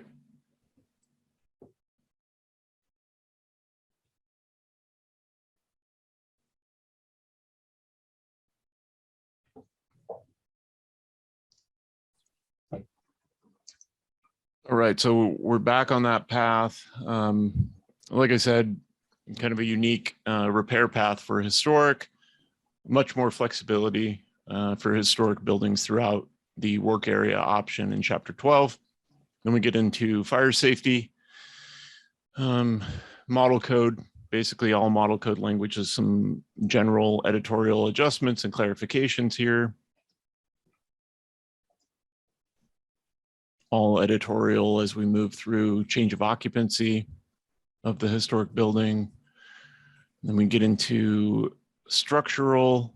We have the same pointers there under structural. Interior finishes, very similar to what Eric covered, I believe, in 3403. Some more flexibility here, though, for existing buildings. And that essentially moves us all the way through to chapter 13 and performance method. This is long-standing language up front about the performance method. It's not used very often, the performance method. It was really intended for old buildings that maybe weren't built to our building code at the national level.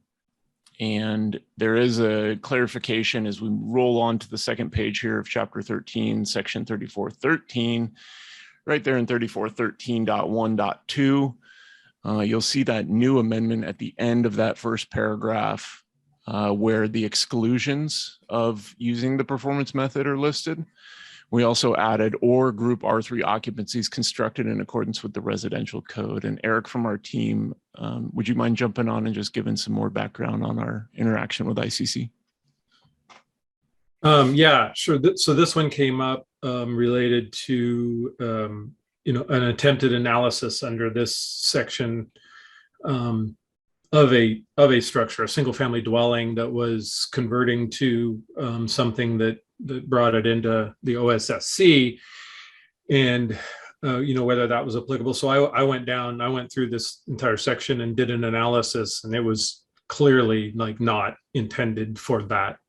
It was really hard to place things, and so we contacted ICC, and they basically said the same thing. Yeah, this was not intended to apply to a group R3 built under the, for them would be the IRC or the ORSC. So we just made that clarification because it's just, square peg, round hole thing.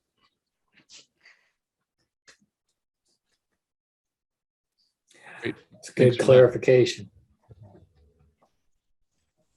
And then beyond that, I mean, there were a couple of minor editorial adjustments. There were a couple of very minor model code changes here. I don't even think they were listed as significant. And then otherwise, we left that performance method as standalone. Didn't touch it. It's kind of its own entire package there. So we didn't mess with any of that. And then that takes us all the way to 3414, chapter 14. Interesting thing here is that we have a very specific statute on moved buildings. So that again here occupies the field on relocated buildings. So we send back to that general section in chapter 3, and then we have the statute for 45410. And in construction safeguards, again, we covered that, the committee covered that in chapter 33. So we send the code user back to that appropriate chapter for the construction safeguards. And I see Mr. Watson is back on camera here. Yes, thanks, Tony. So that section that I was looking at was 3405.7, and it's the historic buildings. And so 3405.7.5 for substantial structural damage. It says that you don't have to comply with the substantial structural damage provisions, but that you can comply with the for repairs less than substantial structural damage. So I mean, at that point in time, you're ratcheting down what was of substantial damage to an historic building and saying because it's a historic building, you can design it for less than substantial structural damage. Yeah, so it's the same pointer that we have in chapter 12. So then two different things, right? So 3405 is the prescriptive compliance path. Right. So if you go prescriptive and you have a historic building, then you'd be there. That's right. And then for chapter 12, that's going to be your work area path for historic buildings. And then the pointer should be the same when we get back down there to substantial structural damage right there. Okay. 3404.521. Right. Which is for repairs of less than substantial structural damage. Correct. So it aligns with that 34057. Okay. Yep.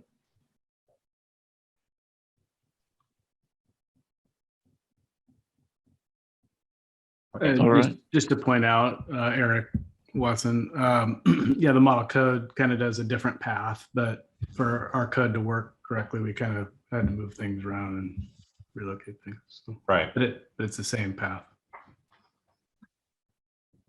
Yeah, it's the same path. Both of them are the same path. I just with regard to the threshold of 50% and whether or not we're doing, you know, how you're implementing that, I guess was my question.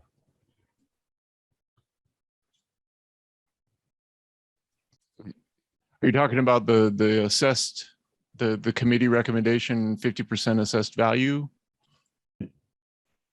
Yeah, I guess that was, so it's 3412.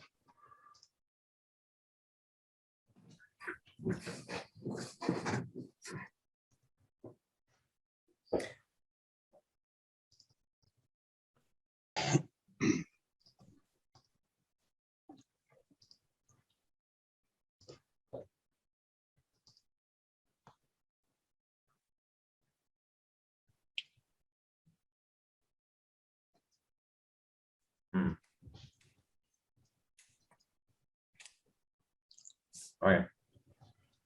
Did you update that as you went along, Tony or Lauren? So has that been updated within the text? I don't think we've added it yet. Okay. Yeah, but we will add it as far as the 50% threshold. That'll be to the general. So you'll still have the charging requirement that says structural shall comply with the old 405. Right. Yep. Okay. Yeah, I'm sorry. I just thought there was a conflict there based upon those two, but they're pointing to the same thing. So that's all right. Yep. Yeah, no, we're good. Good question. Okay, so if the committee's good, I'd like to get a thumbs up as recommended with the committee actions on all of integrated 34. We're excited about that. Awesome. Okay, thank you. Tony, just a quick question is, and I'm going to ask you to look into a crystal ball, but is the state or the department's intent that in the future, the IEBC will always be merged into chapter 34 of the IBC in Oregon? Well, I left my crystal ball out. It's out in my truck actually, so I can't go get it. But no, I mean, I don't know. I think, I think what we did, the governing advisory board made that recommendation based on the committee recommendation, based on the model change to move away from Chapter 34 into the IEBC. So the first effort under the 19 OSSC iteration was to kind of use them together to have these statutory amendments from Oregon, make that work with the IEBC standalone code. From a statutory authority standpoint, I don't know if there would be any conflicts with adopting another specialty code. The ideas that we were kicking around as a technical team was to make it maybe an appendix. But also I think it works as a chapter. And I think the nice thing here is that when it's fully integrated, then it gets the code user a benefit of not having to reference multiple books. Back and forth. Yeah, not having to go back and forth. So as far as the printing exercise in the future goes, I really don't know, Eric. But what we're trying to do is make it as simple as possible and as streamlined as possible for the code user.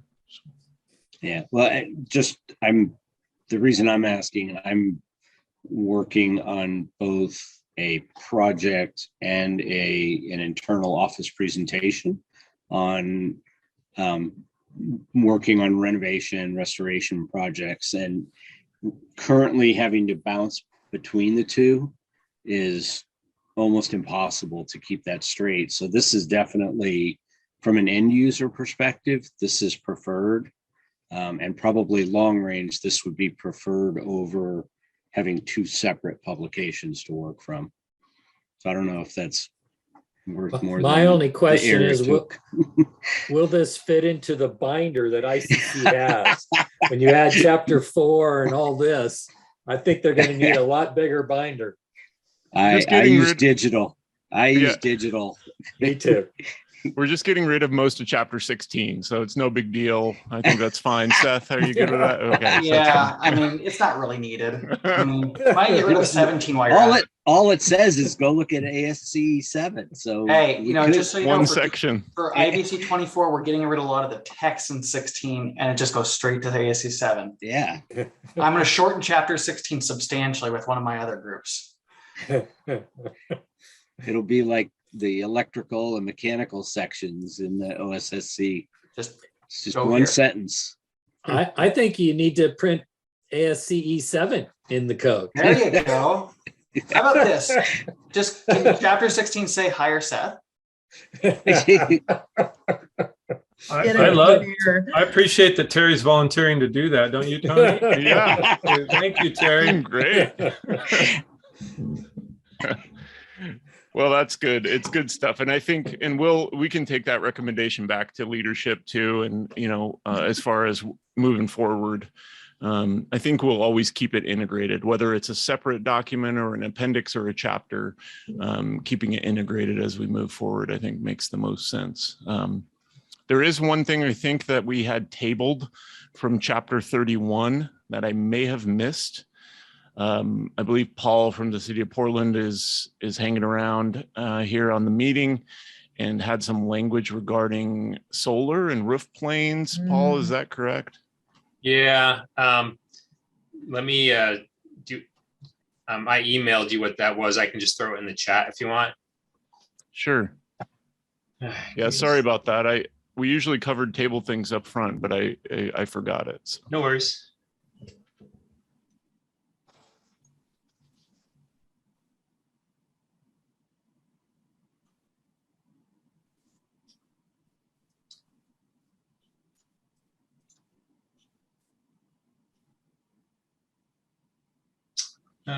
Sorry, I grabbed the wrong one here because it was a few areas that we were concerned with. One was the solar roof, and then adjacent roof plane, and then roof area for a solar roof. And so I'll throw these in the chat right now, and then I also have an example that kind of would probably help with it a little bit.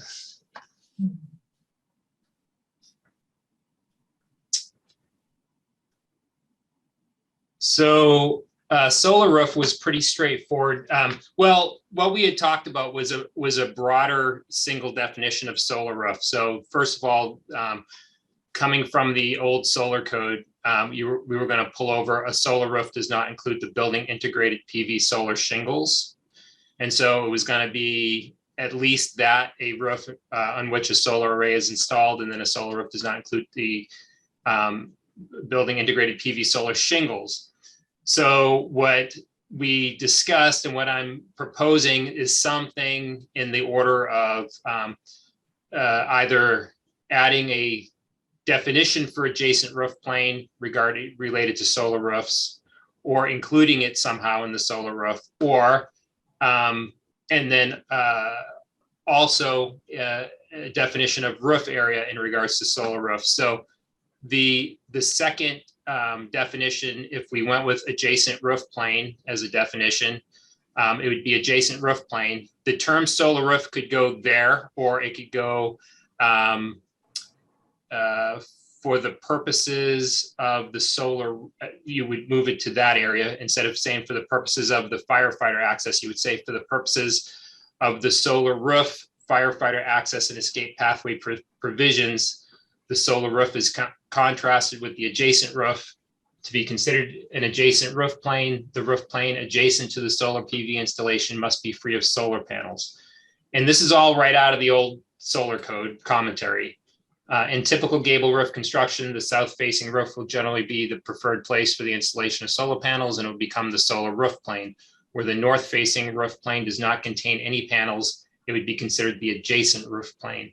And then the third part of that, and this is where we get into a lot of areas under the exceptions, because in the exceptions, it says it's 25% as measured in the plan view of total roof area of the structure. And Tony, goes back a couple of years ago when we had these discussions, when you had a roof area where you have a 3rd-story roof and a 2nd-story roof and a 1st-story roof, venting that 2nd or 3rd-story roof isn't going to do anything for the 1st story. And so part of what we have that we use already for roof area, it would be the square footage of a roof measured in plan view, separated by firewalls or exterior walls, and sharing a common attic or fire area below.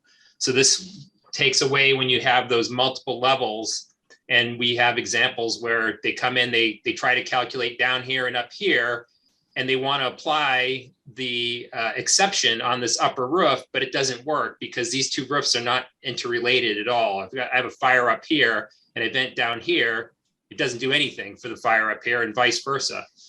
And so somehow, and like I said, I'm open to any thoughts here, but somehow integrating, slightly modifying the solar roof definition, and then integrating or creating the adjacent roof plane as a definition and roof area as a definition, but each of those specifically related to the solar roof.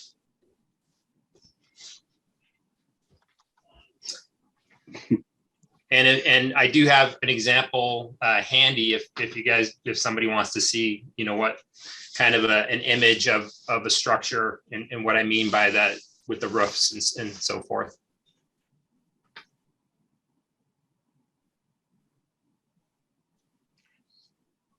And these are issues that come up over and over for us. Yeah. I'm wondering if under that roof area, that last definition, rather than separated by firewalls or exterior walls and sharing the common attic, if somehow you tied it to story, because that's a story is a defined term in the code. And what you just described to me were 3 roofs over 3 different stories in a building. So that at a minimum, these adjacent roofs would have to serve the same story to be considered adjacent. They typically would. I agree with that. And I think Terry probably does too, with the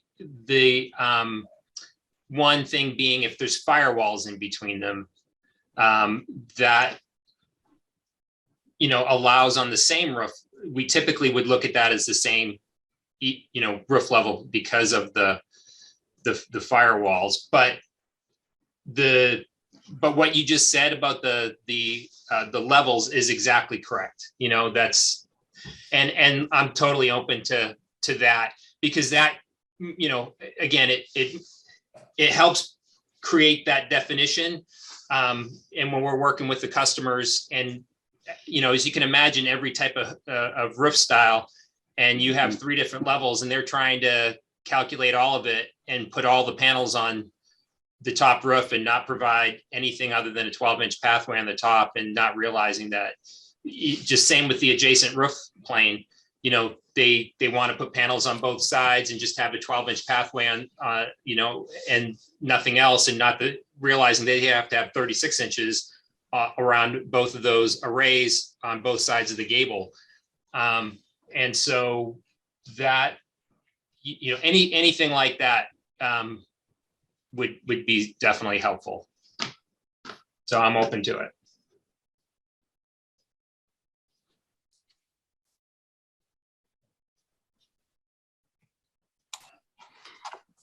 I feel like this needs maybe more time to look at, or like more diagrams or examples or something, because just off the top of my head, I can think of so many different roof types where it's not going to really fit with this language. But like, I used to have a neighbor who had a roof, like a step down roof that was like 6 inches, 8 inches. Like it was such a short step down, but they may not be the same attic space, or it might not count as the same roof anymore.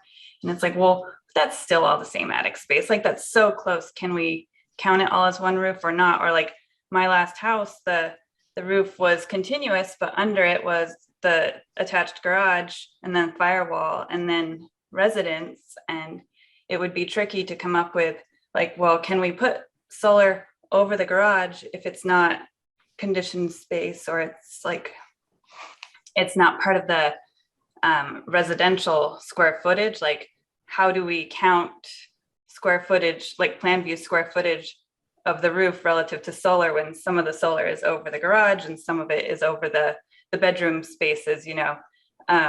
Like, do we have to have 2 different calculations for garage roof square footage, structure, home square footage, when it's one continuous roof plane?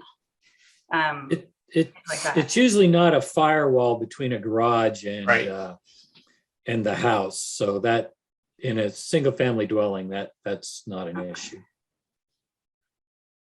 And when you say firewall, the concern there is the parapet coming up above the roof line, or what is it? Because you need the clear space on either side? Well, if you look at 3111.3.4.8.1 exception 3, it calls out townhouses, and townhouses providing fire separation as required by the applicable code at the time of construction may be considered one structure and comply with the provisions of exception 1.1. And so townhouses should be separated. And so that's what that takes an account for. And then the rest of it, which in it, in this example that I've got on my screen, if I can share my screen quickly, this is a good example of what you're saying in terms of the different elevations. But like I think Sarah was saying, you could have a roof that's just 6 inches lower or a foot lower, but they do share a common attic space. And that's really why we went with the language of sharing a common attic space, because clearly in this example, they're not, but we do have examples like Sarah was saying that they do share a common attic space. And in Portland, we have a solar checklist that specifically asks that question. It lays out that specific definition. And of course, we look at the structures too ourselves, so we know. But what we're trying to do is provide clarity for the vast number of companies that are, doing work in the area from all over the place. And as I was on the solar code meeting that we had earlier today. And one of the examples I brought up was the designer was in the Philippines. You know, he's designing projects for all kinds of folks. And he just wants to, you know, they just want to know, they just want the clarity of what we're asking for. And it is, in my opinion, it's straight out of code, but we just need to provide some clarifying language in the code itself so that, you know, it's right now what I do is I provide them the 2010 solar code commentary information, which is where we get all this from. So in the example you've got there on the right, just for clarification, if this roof was much longer, say it was like twice as high, you know, twice as deep or whatever, like much longer roof, but it had vent pipes or shade or whatever. So the solar designer said, well, I'm only going to use this southern end, but I want to use east and west. Like this is very typical of something I would design on a bigger roof. So I'd be under the 25%, you know, as far as exceptions.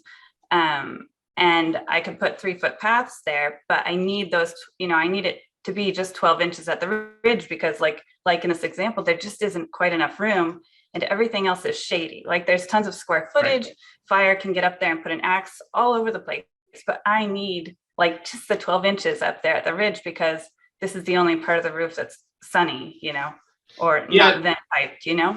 Well, so I would say, so in this example, this is obviously wrong. This doesn't meet code in this case, because you don't have an adjacent roof plane free of solar panels. This would require 36 inches on all 3 sides, straight out of code. That's exactly what code would require here. And they filled everything up and then they tried to give a 36-inch pathway to try to use exception 1.2. Still doesn't work.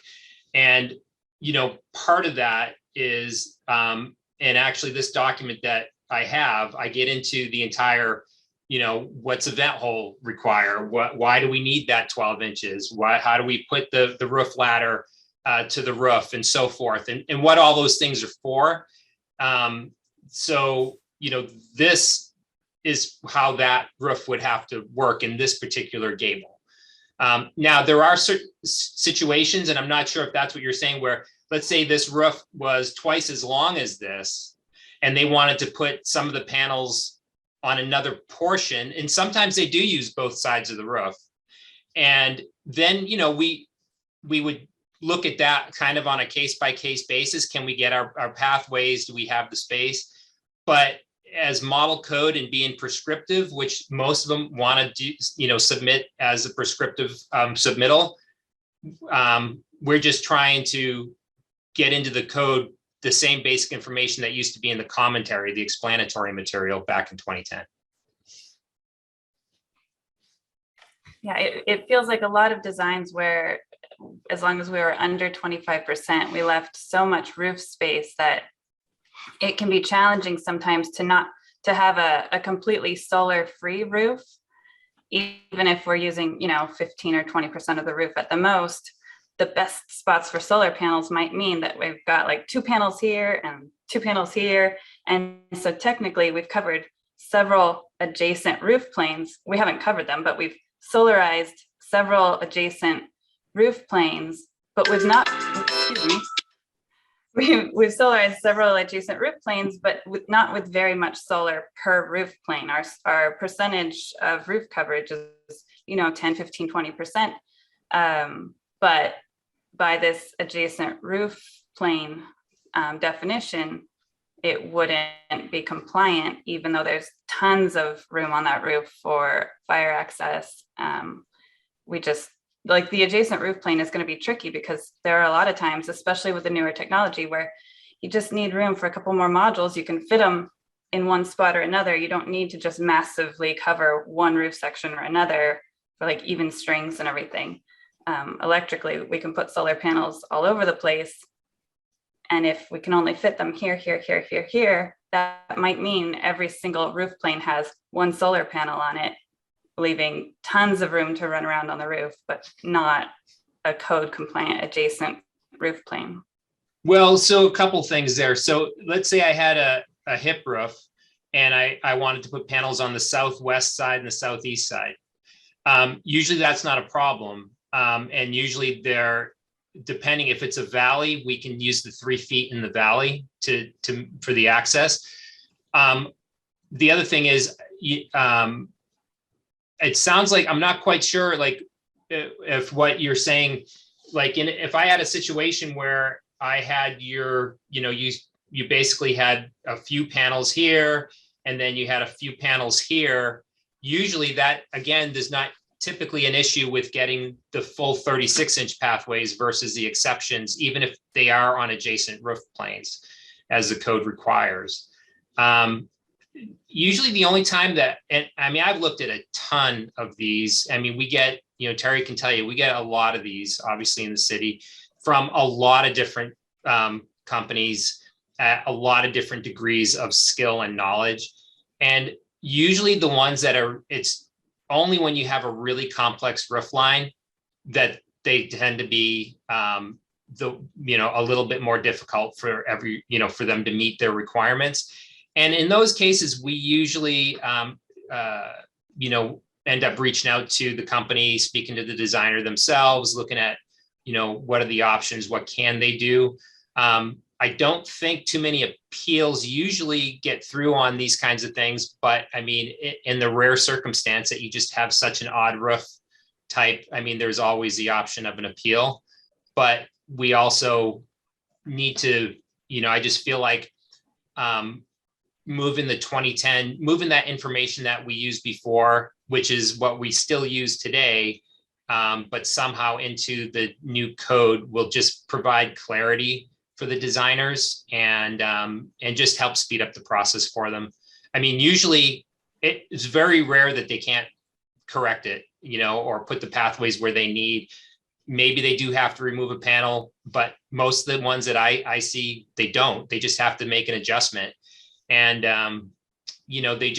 it's just providing that clarity for them. That's all in the code, and a clear direction. Like, here it is. Like, I had one person say, well, you're working out of the 2019 OSSC. How can you tell me that the commentary from the 2010 solar code applies? Well, because there is no other commentary for what's been moved in the 2019 OSSC. That is the commentary. It's just like all the fire code stuff that was moved into the OSSC.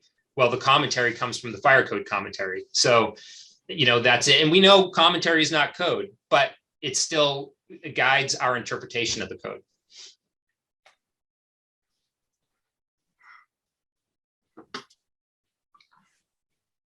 I mean, when you go to pathways 3.111.3.4.8.1, and you're less than 25%, doesn't that get you out of a lot of things?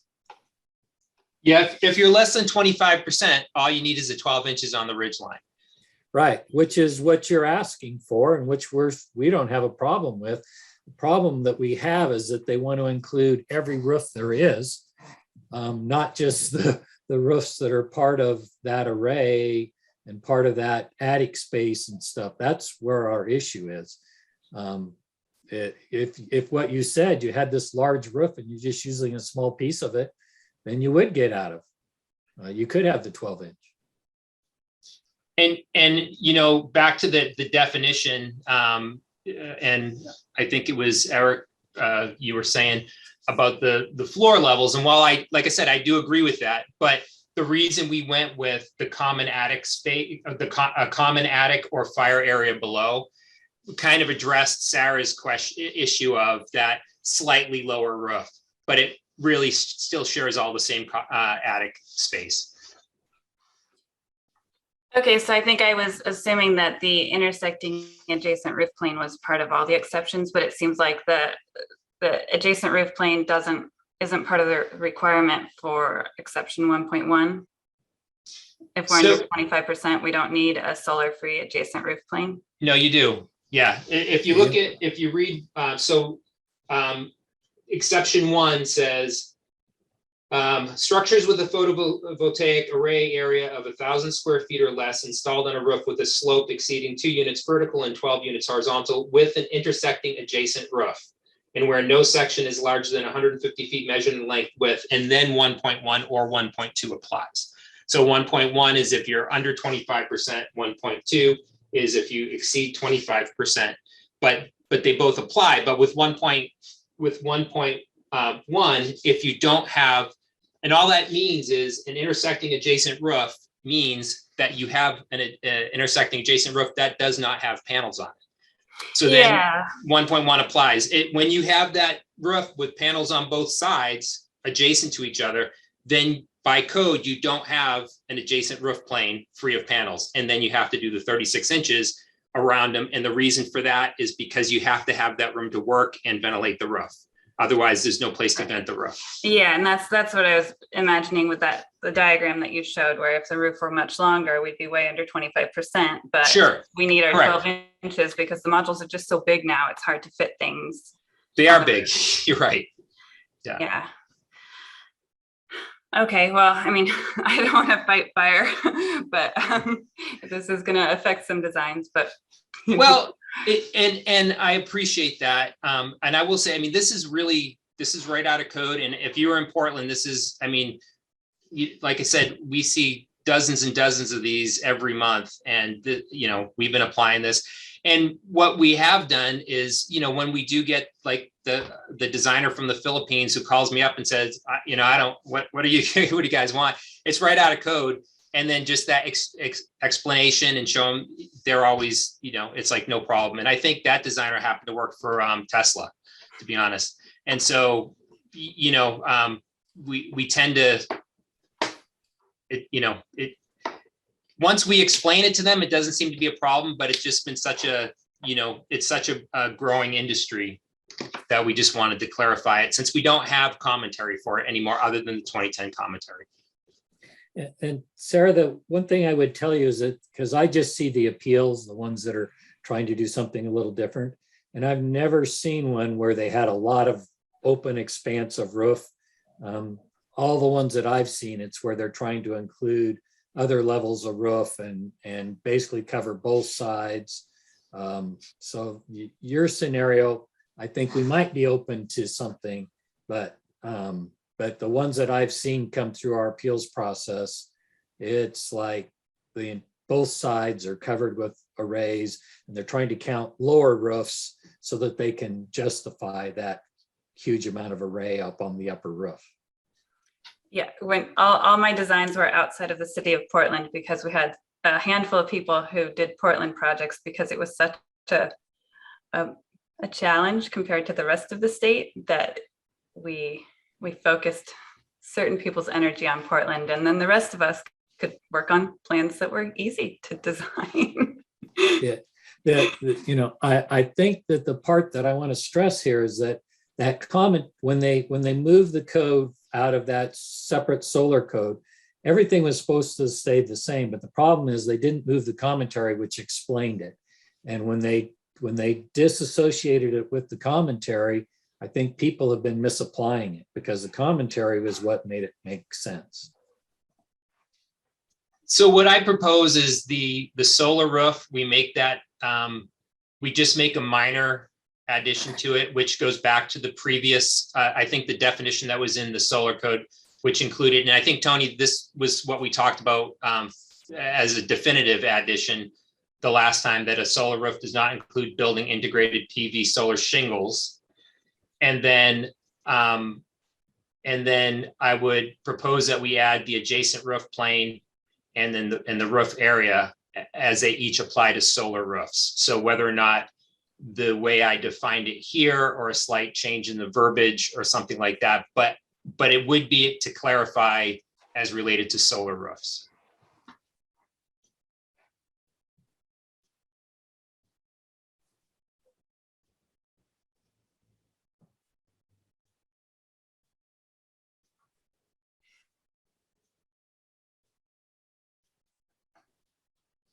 We're looking at the definitions there, and then we're looking at the addition of the definitions, and we need to work back through the provisions at the pleasure of the committee and italicize those terms.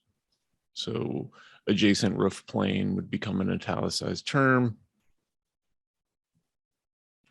The same with roof area for the purposes of 3111.348. Is that correct, Paul? Yeah, and if you look in your email, that's what I did. Like if you cut and paste them from your email, they're all italicized in there. And I gave you kind of the two different options of the way to work the term solar roof into each of them. So, or for the adjacent roof plane, I did it adjacent roof plane, comma, solar roof, or I did it as just adjacent roof plane. And then in the definition, it would be for the purpose of solar roof, firefighter access and escape pathway provisions, and so forth. And then you would just kind of. So I'm not sure if utilizing the word solar roof within the italicized definition is the appropriate thing to do, or just to put it in the definition itself. Does that make sense?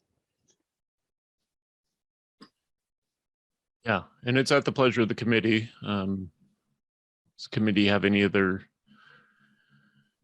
items to discuss on this? The proposed definitions? I think it'd be best to have the definition here in chapter 31 and not in the definition section. Just since it'll be kind of not a surprise, but like oh, hey, pay attention, there's a change. Versus like, oh, I think I know what solar roof is. I don't need to go look up the definition for something that's like, I know this in my sleep. Don't think we want to do that. We could do what we did in the existing building where we listed them separately under the definition part, but referred them there Back to chapter 2. Back to chapter 2. Yeah. Yeah, you don't want to start breaking it up just in one chapter, or in one section of one chapter. But so you would put solar roof, adjacent roof plane, and roof area. Right, and say go to definitions. Right, So you it'd put be them in all really caps plain. and you tell them to go look in chapter 2 for the definitions.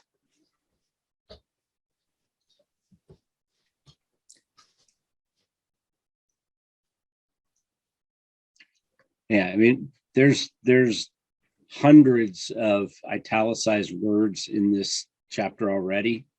And anybody who reads the code should understand that if they're seeing a word in italics, that's a defined term, and they go to chapter 2 to see what it means. And I just want to stress that we're actually not trying to put additional requirements on. These requirements have come out of that original commentary that was developed for the solar code. And, also because I am on that solar code committee, I was today during this meeting, I spent 2 hours of it going back and forth to the solar workshop. And part of that, we reviewed other municipalities, like similar check sheets and stuff. We looked at Beaverton's, Clackamas, and Hillsborough. Clackamas used the state, which is really based on the structural elements of it. But Beaverton and Hillsborough, they basically had the exact same information. It's all right out of the code, and it all means the same thing. In fact, Beaverton uses that whole, they pull all of this 31.3.4.8.1 and everything that's in it, and they just put it on their check sheet. So, regardless of how it may seem other parts of the state, this is what there's no change here in terms of what has actually been in code, at least since 2010.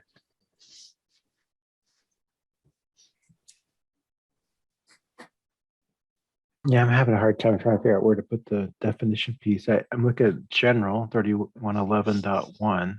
That might be an opportunity there. After that, it starts breaking apart in different systems. So maybe it's, part of this is model code, so you don't want to interrupt their numbering system. Yeah. I get it. So maybe 3111.1. That's like 21. 3? 3? Yeah, there's nothing. There's nowhere to go with it. Yeah, it's like you got a shoehorn. Stick it in there. I've rounded up to 2,500 interviews. Yeah, they didn't really leave you a good about the only thing you could do would be to put it underneath the solar energy systems and just in parentheses say, see chapter. Oh, just make it, don't give it a different number. Just make it a part of that first sentence. Just add Right. some more words right In below it. the general charging language. of Oh, the I whole like section. that. I really like that. Just do a couple returns and throw it in there. Yeah. What do you think, Tony? 311. Are you looking at, one? yeah, 3111.1? Yeah, and just Yeah. add a return after section and put the definitions right underneath the very beginning general statement. Yeah, so see chapter 2 for the following definitions and then list them. Yeah. Yeah. Mhm. Yeah, I think, Laura, what do you think? Laura is our style guide person. Yeah. We want to make sure Laura's on board. Yeah, that sounds fine. We can put it in a text box. Okay, we can make that work, and then we can get those definitions added to the chapter 2 draft, and then update that on the committee webpage, and then also make that available to the board. And then something else to note, Eric from our team pinged me on it, which is a great hit. And just to remind this committee is that anything that affects low-rise residential construction in the OSSC, particularly this, right, where we're really talking about houses here in the context of an OSSC technical code review, it will be in front of the Residential Manufactured Structures Board. So as we always do, anything that deals with low-rise construction, including low-rise apartments, would have to not only be approved by BCSB, but then also by the RMSB. So just wanted to remind folks of that. Thank you, Tony.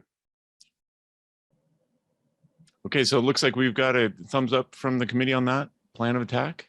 We're adding language, we're adding definitions. Good to go.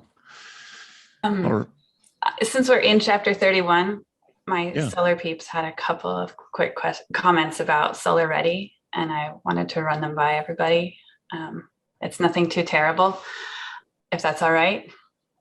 yeah, sure. In 3111.4, is that where you're going, Sarah? Yeah, the solar ready section, yeah. So 3111.4.3, my commercial contractors, I told them, hey, I changed it from 5 feet to 6 feet as the minimum dimension. And there was just a lot of like, but our modules are 7.5 feet in commercial. Can we just have 8 feet be the minimum? And if it was an 8-foot minimum distance or dimension, and it was still that 80 square feet minimum, then 8 by 10 would be 3 perfect modules in portrait, and it would fit very nicely, and it wouldn't require any extra square feet. It'd just be a larger minimum dimension, and it would make my commercial guys so happy. This is what you guessed last time you talked to us. You said, I'm going to go 8. I go, okay. Yeah. So it was said out loud to me, please give us 8. We need 8. Okay, I'll ask. I don't think it's going to make a big difference on the design side for anybody. That's lovely. That's fine. I think that's fine. And then the other 2 things were in 3111.4.6 and 4.7. The language in the code right now is it seems more residential. It says use a 2-pole breaker, and it's an electrical service panel. But in commercial, it's going to be a distribution panel or some other non-electrical service panel title, right? And it's not necessarily going to be a 2-pole breaker. And so ETO has language, and I can paste it into the chat. They have some language that's just a little nicer. As far as, here's me multitasking. Let's see. So they have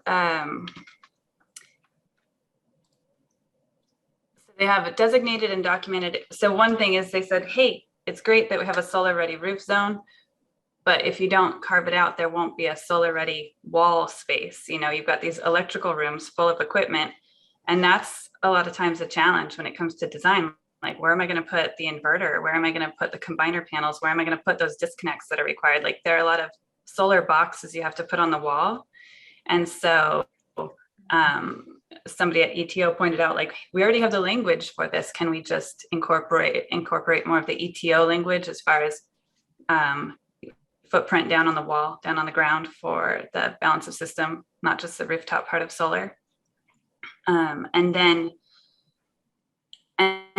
it was pointed out that a lot of requirements are like 12 watts per square foot of solar, like have the electrical system able to support what that solar ready zone on the roof is. Like you could have a massive solar ready zone, but if you put in a small electrical service, that zone is useless.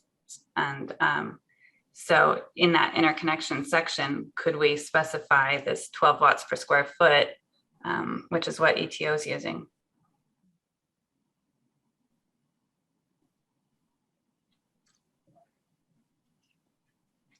So a couple of things. Yes. Yeah. Yeah. So on the first part, I think that seems pretty straightforward in 4.6. In 4.7, we don't have the authority to adopt electrical provisions in this code, right? So that would be through the electrical board. So we want to make sure that we keep, kind of keep in line with the model code language that we're using as the base here, and that we aren't overstepping any recommendations of the board's purview for the OSSC. What can we do about the language that says it needs to be a 2-pole breaker or space for 2-pole breaker? Like adequate breaker or correct breaker or something? Yeah, and again, that language is model IECC language. So I think we were just using the base model code there. We could work with our electrical chief to get some language there that is, something in place of dual pole, if that's the language in question, and if that's what the committee wants to recommend. Yeah, seems like this really should be moved over to electrical and not in the building code. It's strange that it's here. It is strange. Yeah. Doesn't feel right. We could swap out this language with the give us a solar footprint, like a footprint for the equipment language, and that would make more sense. It's physical space, not electrical calculations. You're kidding. Well, except that the electrical code tells us what the amount of clear space we need in front of electrical panels and switch gears and that type of thing. So, I mean, we could give them a physical area of wall, but in terms of footprint in the floor, I think that's going to also be per the electrical code. Yeah, I mean, well, in that language that I put in the chat, it doesn't give specifics that should come from electrical code, but it just says make sure you set aside the appropriate space. So then you would still need to go to electrical code to determine what that appropriate space was. But I think in defining solar ready zones, it should be taken into consideration that you need some physical space, appropriate physical space for electrical equipment on the wall or on the ground.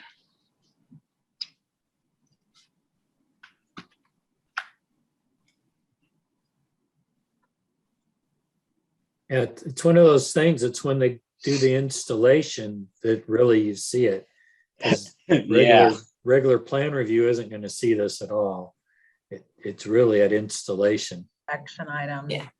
It's been nice on some of my more recent projects on new construction, where it's like a large school or something, and they'll have their little dashed zone saying solar equipment zone in the electrical room, and it's like, this is so fantastic. They actually planned ahead and they gave us a little spot to put stuff instead of just saying, here's our packed full electrical room. All the clearance is already, you can't go anywhere in this room because it's already all clearance space for the existing equipment. So then we're like putting it on the outside wall, even though they had this nice electrical room designed, but there's not enough room for one more dumb inverter in there. So if the design included a little footprint that was for solar, that'd be awesome. And sometimes it's the right size, sometimes it's not, but at least it gives you a starting point to work with. If you had to just take a wag at it, would a space that's 3 by 5, 3 by 10, 4 by 6, I mean, I know these systems grow and shrink depending on how big the building is, but there's some basic pieces of equipment that have to be there Mhm. regardless, right? Mhm. So is there some kind of average size that you see typically? That's really hard because, like you said, they shrink and they grow, and they're so dependent on the size of the equipment on the roof. You know, some simple systems might have nothing more than a disconnect downstairs, and other systems are going to have several inverters, inverter combiners, maybe DC combiners before the inverter, a series of disconnects depending on quirks of the jurisdiction or the utility. So I feel like it would be difficult to put numbers on this, but it would be nice to call it out and say, hey, pay attention. You should also be leaving some room for this that's appropriate for, like typical for the system size. And so if you've got some massive building, then you're going to need to leave a larger footprint than a small commercial building. And that may mean that they need to ask a solar person to help them come up with what that footprint is, or a rule of thumb or something. But it shouldn't be ignored. Don't they sometimes, Sarah, put the equipment on the roof itself, and then doesn't it depend on the type of system? I'm concerned here that we'd be getting into allotting space that may not be necessary or appropriate for the installation. And then I also am a little bit concerned that we're navigating into electrical board purview here. Sometimes equipment is up on the roof, but your bigger commercial systems, it's going to be usually down on the ground or on the wall. And it's expensive to run big wire, big conduit, especially in the commercial systems. So it'd be nice if there was a space that was already conveniently co-located with the equipment that it's supposed to interconnect with. And I don't know if we should just say like a 3x5 space and, live with it no matter how big that commercial facility is, or, some formula based on roof size, or formula based on solar zone square footage, or all these sound like terrible math, and I don't want to have to come up with an answer right now. I was like, this is the dimension that would be perfect. Well, but if you had a solar system that was 1,000 square feet of panels, you could probably come up with the equipment that needed. If you had a 10,000 square foot system, and kind of scale it, because making it a percentage of the solar roof area might actually be a really simple way to define it, right? Because you're going to know the roof area that we're going to have panels on that we're dedicating to it. So as a designer, that's a really easy thing for me to work out. If I'm trying to space plan a building, if I know how big that roof area is and you tell me I need a space 5% or 10% of that. And I would think that's something that a plan checker could easily look at as well. Because it's a prescriptive requirement. It really needs to be something specific for a plan checker to be able to look at.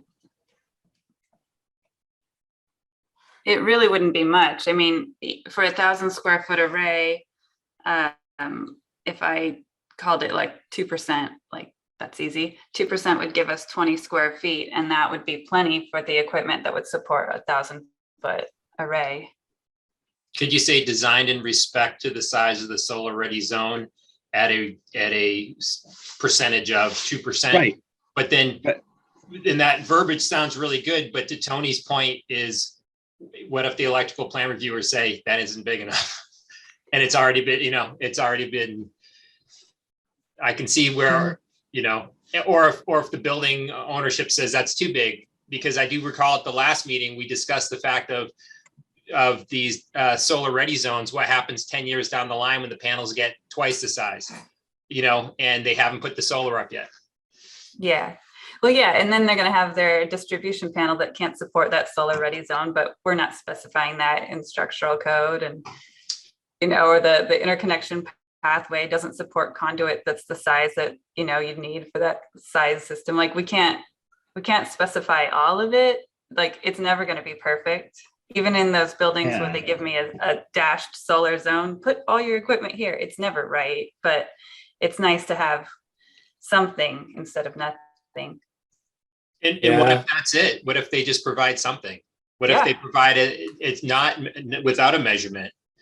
This is the, the code could say designed in respect to the solar ready zone, but does it have to have a number? Well, but how, as a Leave it up to the designer, as a designer, how do I know what to put in there? And as a plans examiner, how does Terry know or Elizabeth know how to look at is it big enough? I mean, but that's what the point I was making, because I could be looking at that too. But I could be looking at it 5 years later when they actually put the panels up, and it's not big enough, or it's way too big because the equipment that goes with the panels is a lot smaller now. Yeah, so I'm going to sprinkle in some reality from my inspectors. These are all like prescriptive panels. We're getting tons of them, but they go out to inspect them and they're bigger. Their attachments are different. They kind of get out of this prescriptive path in general. And the whole point of having that prescriptive path, we have it as a flat fee. I'm assuming other districts do, right? Is that right, Terry? Do you guys have it as a flat fee or? So it's supposed to be kind of a quick, easy review and a quick, easy inspection, right? And now they're getting more complicated. And I've heard you, Sarah, and I'm kind of like, okay, I should probably talk to you offline. But apparently these panels are getting bigger, right? So then they get into the encroachment of the pathway that wasn't on the original plans. Now it's a revision. Now it's got to go back to the plans examiner. So we would like to revisit our prescriptive flat fee here, permit on these things, because they're not prescriptive anymore. So I'm wondering if what you're talking about has a lot to do with why we're seeing problems in the installation in the field. Yeah, I mean, the equipment is getting bigger, and the racking companies are trying to find ways to be more efficient with materials. Like, hey, we've done new calcs and it's still safe, but you don't need to use as much physical metal to accomplish the same, goal. But yeah, there's so many changes all the time with the equipment. And so it's got to be hard to check plans with equipment we're just learning about. It's got an engineering letter and they've got nice calcs, but. Yeah, I mean, and obviously inspectors are doing this from the ground, and they have to walk far away to get the perspective on it and count the panels and then the attachments. And it's getting pretty creative to make it work when they're actually out there. So I know that's a bigger conversation, but I just wanted to bring it up.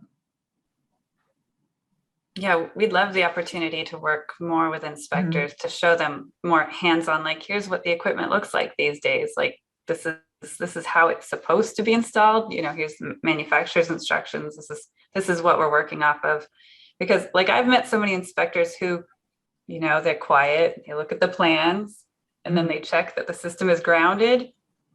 They look quietly at the plans some more and then say, well, seems okay, because that's all they're familiar with is grounding. Yeah, well, the issue is that it's not matching. It's not matching the plans that were submitted, these prescriptive kind of cookie cutter plans. And it just causes more time, obviously, for it to pass. And then, it has to get in line for revision, and it just it's sort of out of the intention of that flat fee. Hey, this is a prescriptive path, because we want people to go solar. Well, guess what? Everyone's going solar. I think we met that intention. So now we need to revisit it a little bit more.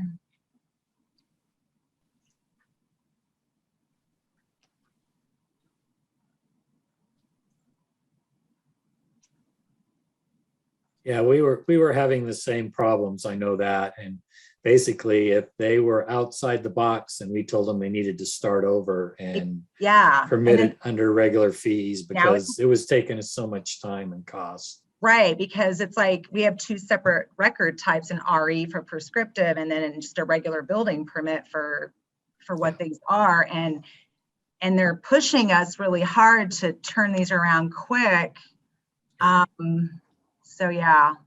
Yeah, it's once you know, if you can't check all the boxes on the prescriptive checklist, then it becomes engineered. And Right. that's where, and what you're describing is when they checked all the boxes, but, Yes. but it didn't really work that way. Correct. And the nightmare for Sarah is that they checked all the boxes, they went and put it up, and then your inspectors went out there and it wasn't right. And then what do?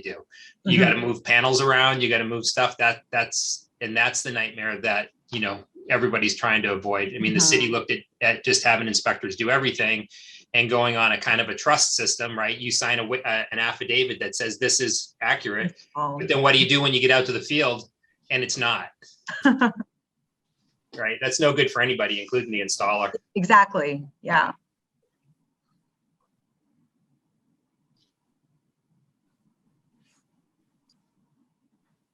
So it sounds like a need for maybe ongoing discussion. Elizabeth, I think you're referencing the associated rule and the single fee, single permit, that kind of thing.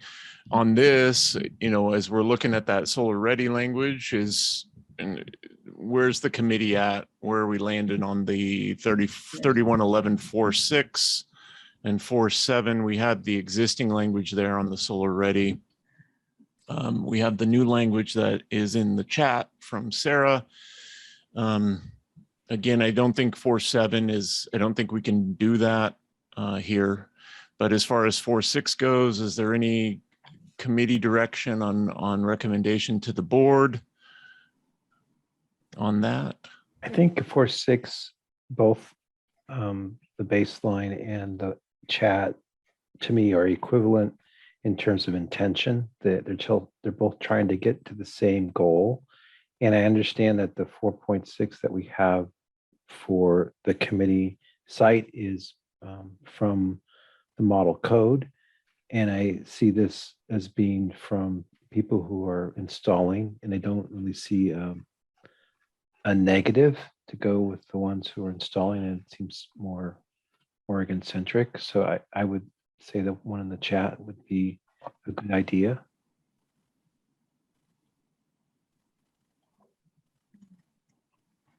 Anything else from the committee on that? Replacing the 311146?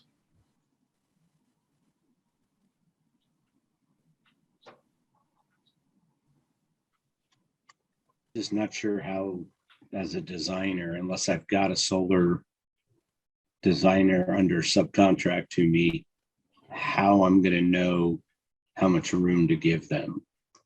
Right, but we had the same thing on the one that's from the model code. It doesn't help us get there either. And you're right, it doesn't get you to the end result. Yeah, neither one of them does. No, neither of them do.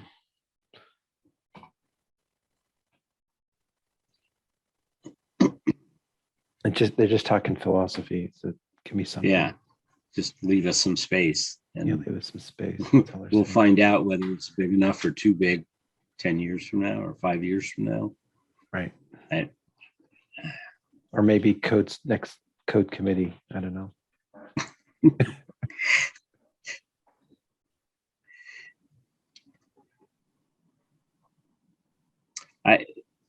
I'm fine either way. My concern still is that I don't know what I'm supposed to design to with either of these. Better than not saying anything, maybe. The helpful thing is just knowing that there is some piece of wall with the 3-foot clearance in front of it, that it's not like, well, you get this corner and you're going to run into another box if you try to have clearance in front of it. You know, like here's a designated stretch of wall and it, you know, maybe you're only giving 24 inches because your room is tight, but you've designed it to kind of squeeze the other things, like minimize, you know, go for the minimum required clearances. And then you squeezed out a few inches over here that you were able to say, hey, I found some solar space for you.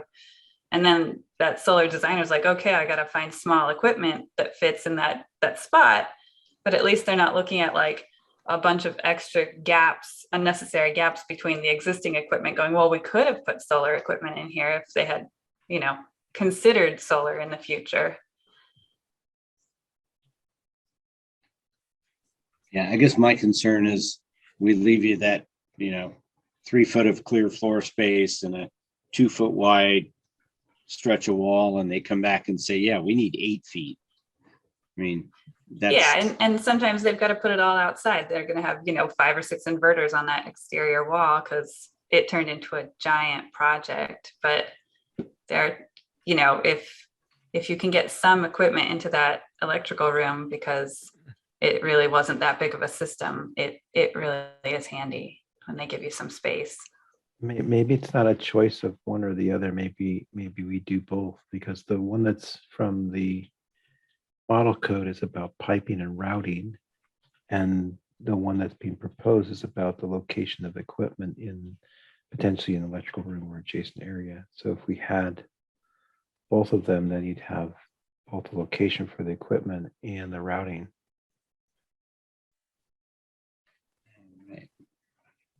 Yeah, and that's true. This does include or other adjacent area, which would be like a wall right next to the electrical room and, somewhere near convenient to that distribution panel, instead of giving all that space to other equipment that may be more easily located somewhere else. Or it's a sidewalk, you've got people parking right there. Maybe that's where you put the plants and the inverters. But asking that it be considered as part of the design process, since the other sections of the solar system are supposed to be considered in the solar ready design process.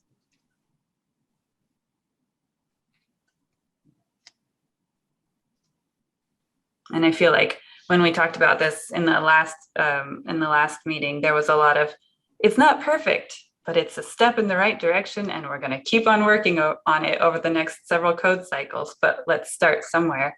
And so this feels like it's a start somewhere. It's some language saying we intend to have a footprint for solar equipment.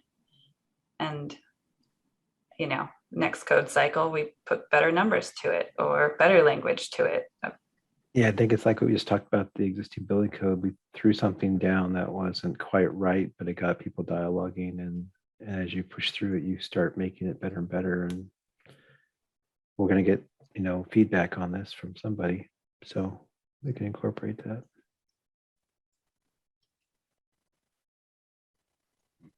So a couple of things here real quick. I see 311146. I see that as possibly being a subsection to our 311147, actually, not 46, 47, regarding the electrical service reserved space.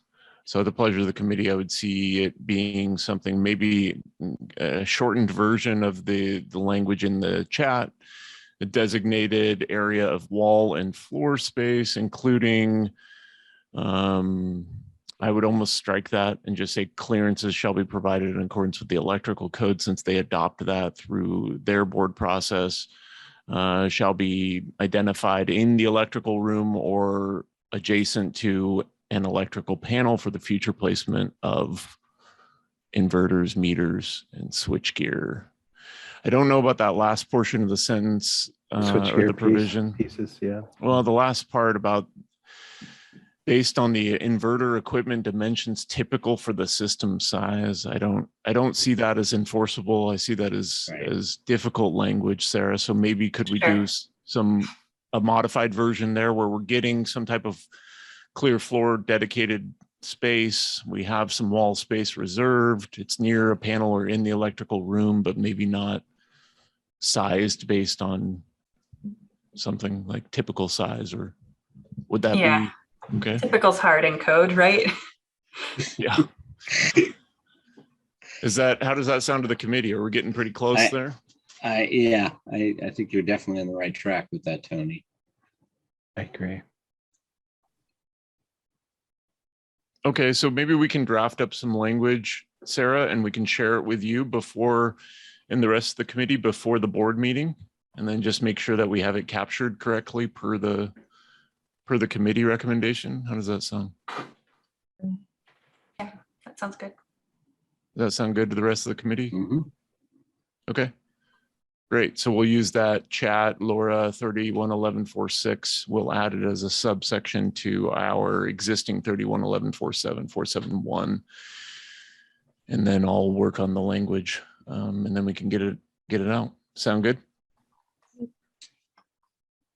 Great.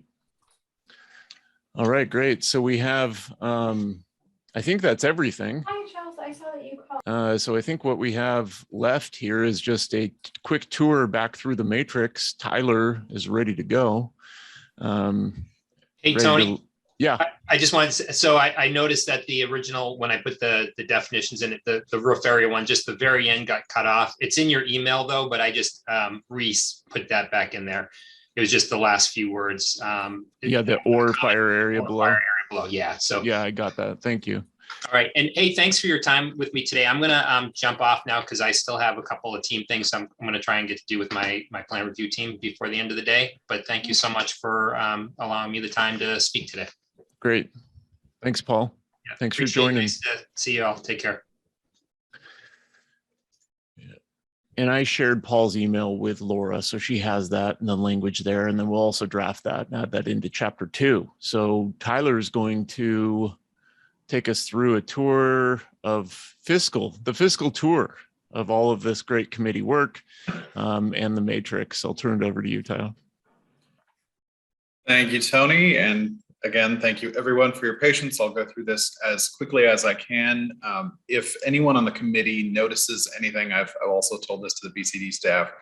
If anyone notices anything that I've missed or anything that when they're looking over it, they think might have a fiscal impact that we didn't mention previously, please feel free to speak up.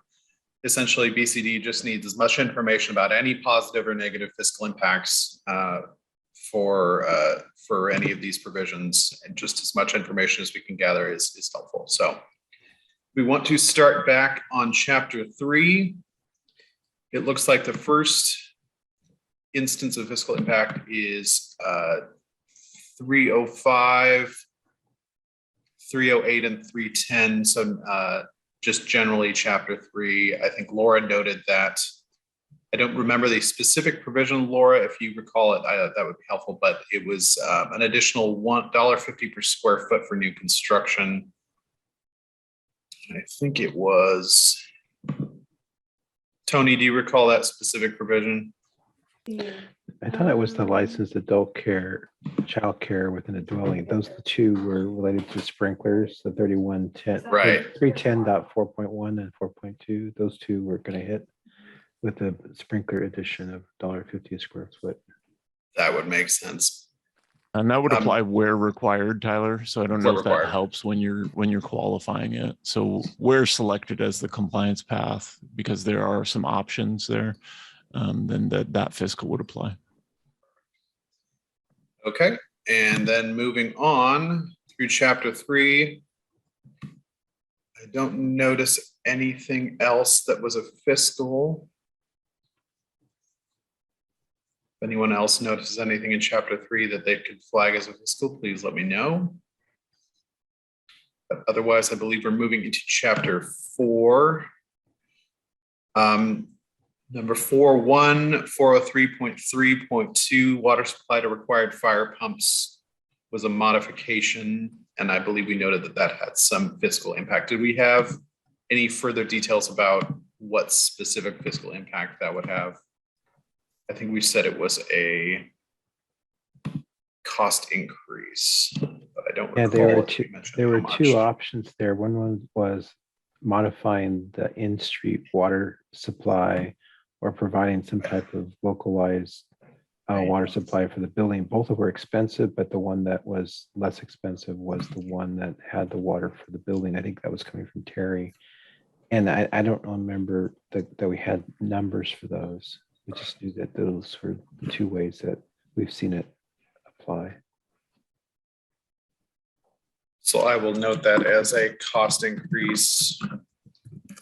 It's difficult to specify.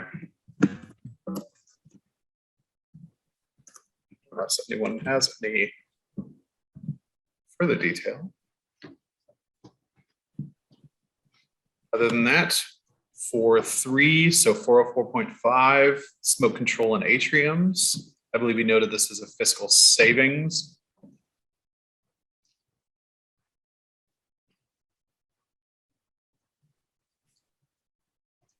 Yeah, that's right.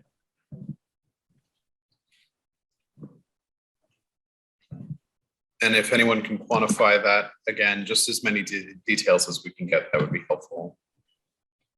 But if not, I mean, we can just list this as a general savings or general cost increase for the others. I don't know of a cost. It's perfectly acceptable. Eric Bressman might have a better The clue. only thing I was going to say is you're creating it as a shaft, so it would be the difference in the cost of the shaft enclosure versus smoke removal, and smoke removal is far more expensive. But it really would depend on the size of the building. I can note that it depends on the size of the building. That's helpful. Okay. Next up is 4.4. So 404.6, I believe we also, the horizontal assemblies and atriums, I believe we also noted this as a fiscal savings as well.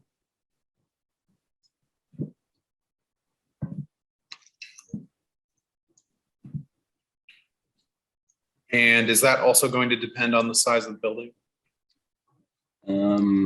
Vertical height, I think, is what. Yeah. That was the issue. Yeah.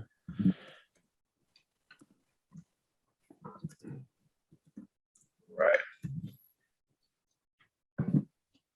And then next is 4.5, 406.2.4 floor surfaces and parking garages. I believe this was a negligible cost increase, but Yeah, it's just a different way of designing it. I didn't see it construction wise. Forms are sloped slightly. still important to note.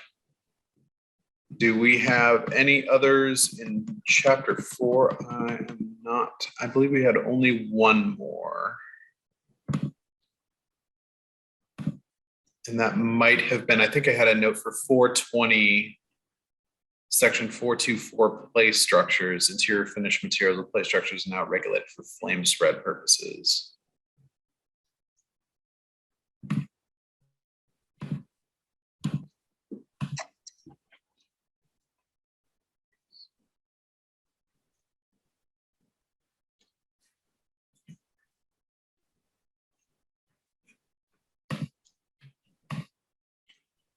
I think it was just entering into the code. And that's why it was like maybe not regulated before. Now we're regulated. So it has some attributes to it, but.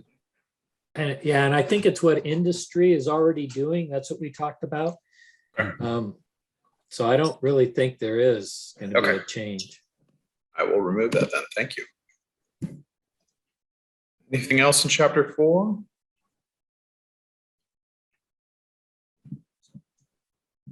All right, moving along.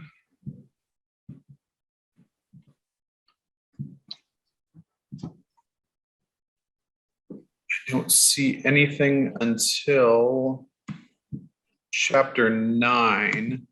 And Laura, if I miss anything, please let me know. I believe the next item that had a fiscal impact was chapter 9. So 910, which is 903.2.10 sprinklers and parking garages.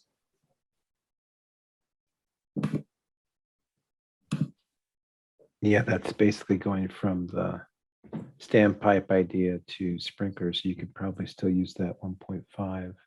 Maybe Kenton might know a different price for ordinary hazard group 2.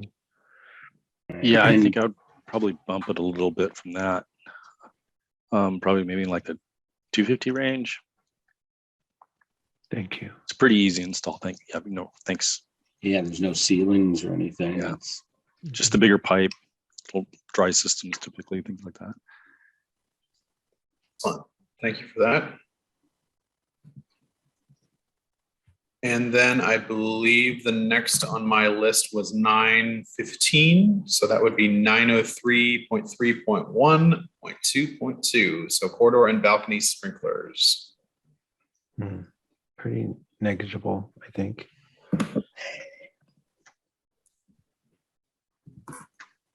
What are your thoughts, Kent, and then Eric Pressman? The sprinklers, corridors and balconies.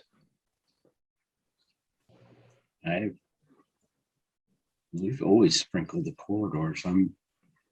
You guys did this chapter when I was gone, unfortunately, but this is new to me. Sprinkler protection must now be extended into corridors.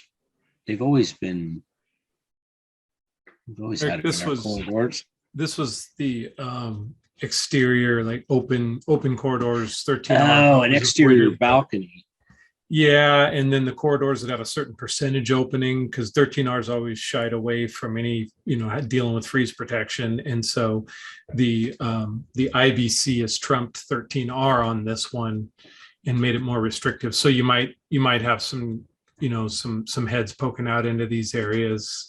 They could be dry heads off a wet system, or so depending upon the size of it, a few head addition. Seems like it'd have to be based on like a linear foot kind of approach.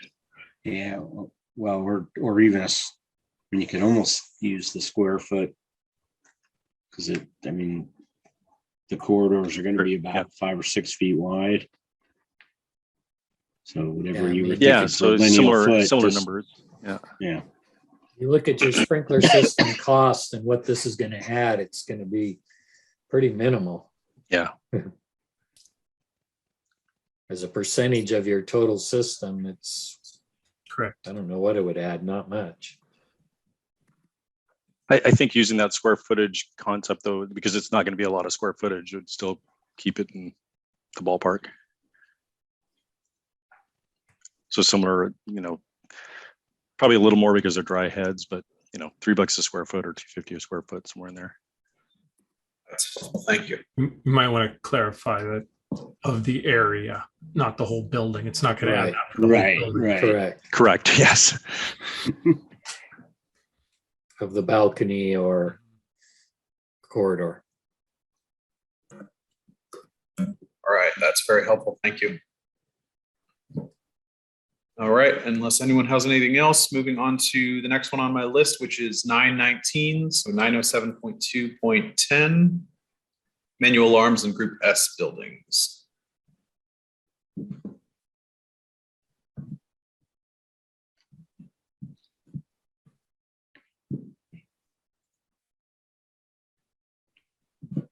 So these are for self-storage facilities, 3 stories or more in height with interior corridors. Where do they have to put them? Just at the exit doors?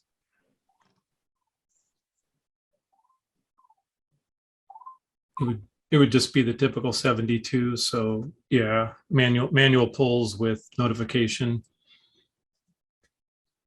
Yeah, so at the exits and then notification throughout. So probably $1.50 to $2 a square foot. Pretty simple system. That's for the whole facility, I assume.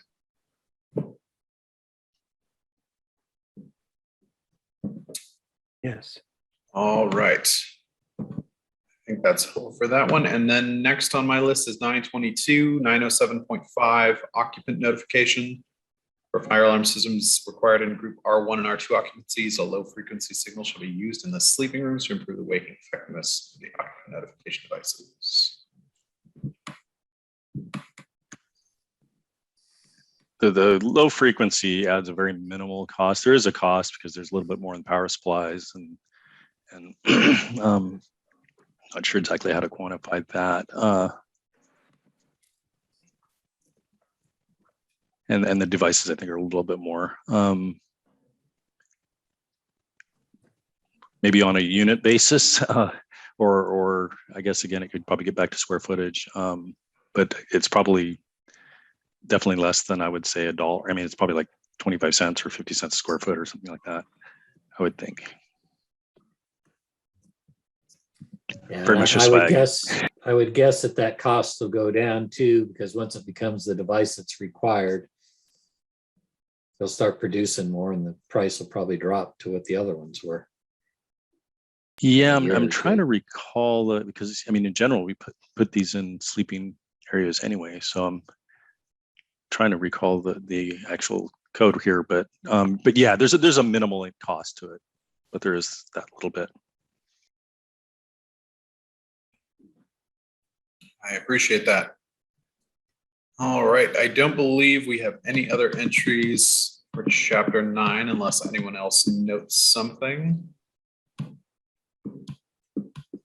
So on to chapter 10. The note I have next is for 1018. So that's 1011.12.2. So 1011.12.2 roof access. And I think we noted there was a $300 difference. Yeah, there was a lot of discussion about how simple this idea was, and it didn't. It was less expensive to do it than to do it wrong and not to replace it. So it was maybe no cost. But we've decided 300, maybe. And I think that my only clarification is $300 per hatch. Per hatch. Okay. Yeah. Yeah, which usually you have one or two. Large building, you might have a couple more, but yeah, it's not much. That's very helpful.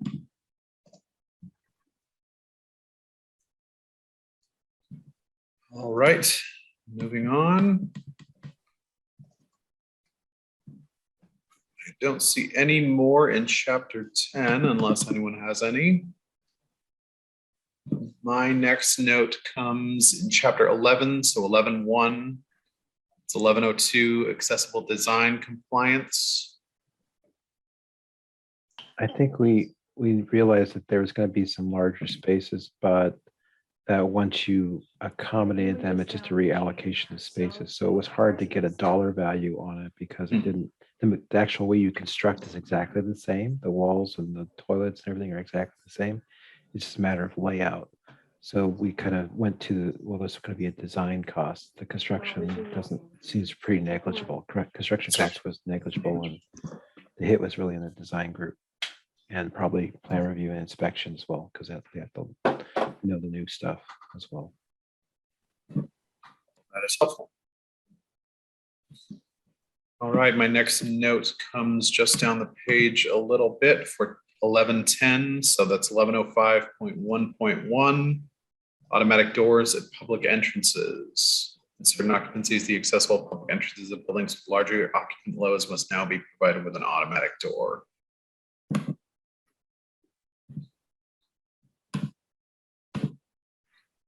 Yeah, I don't know. Maybe $1,000 per door. What's your thought, Eric Bressman?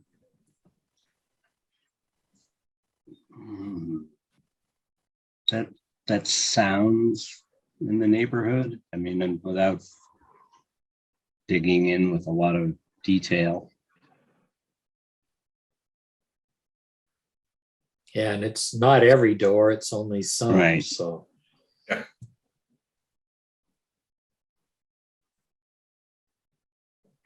I will note that down. That's helpful. Thanks. Yes, it's just that. All right, so moving back through, I think the next came no longer in chapter 11, unless anyone notes anything else with chapter 11. I think the next one I have is 12.1. So that's 1202.1 ventilation general. And I think this is one we noted as a significant fiscal impact.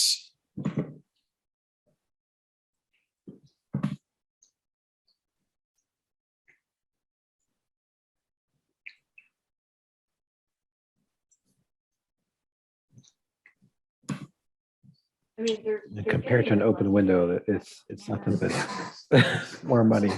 I don't know.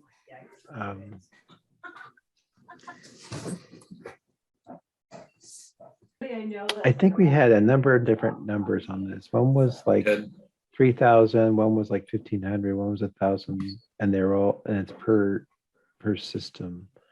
And I think the internal workshop Oh, right. had to I do know. with Here's the other 1,000, and there were some people on the street that said it was higher. Wasn't this also one we had to get alignment with the mechanical board? Yeah, it's kind of Kenton. Do you have an idea on this one? Yeah, this is. I believe the mechanical committee is discussing this. I want to say tomorrow, and Laura can correct me if I'm wrong, and then it will be in front of the mechanical board as well. So still a lot of moving parts here. I think what we looked at was around 2,500 to 3,000 per unit. So that would be the supply, the exhaust, as well as ERV.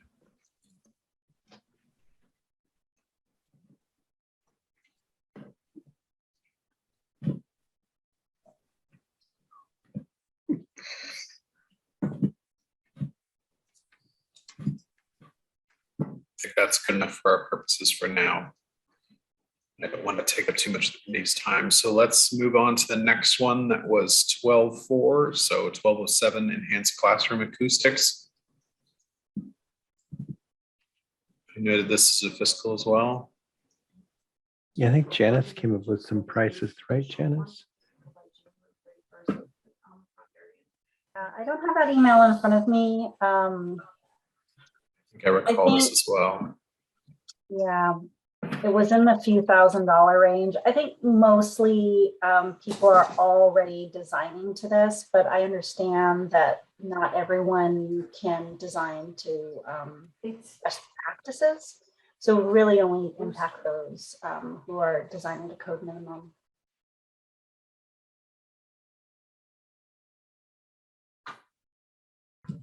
But it looks like there's the email that kind of gave the price range.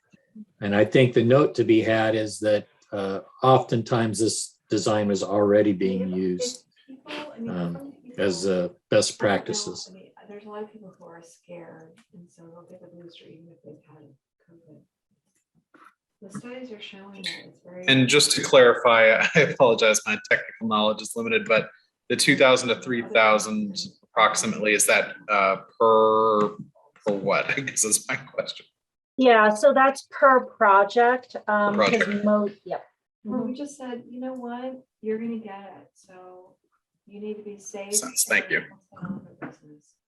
You need to All right. talk about early prevention. And then I think the next entry we had, that does it for chapter 12. So next was 14.1. I believe we noted for the vapor retarders that it was a minimal fiscal impact. Yes.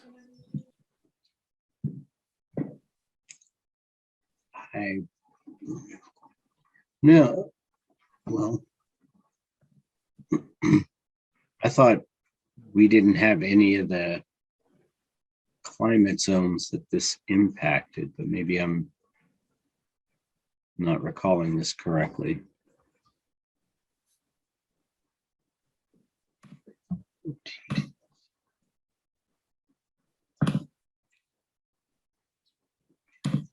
Eric Bressman, is that the note on the bottom that says new amendments? Yeah, I see climate that. zones, they're not applicable. Okay. I'm just looking at the actual language. In accordance with tables 1404.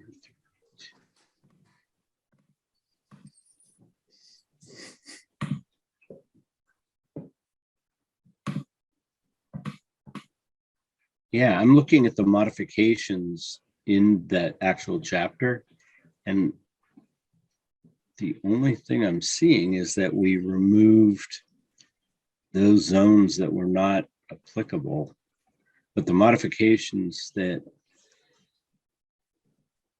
to the model code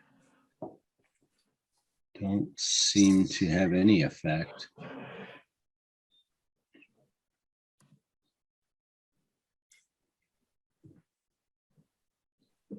Well, that works for me. Yeah, I'm not seeing anything that would have a cost impact in there.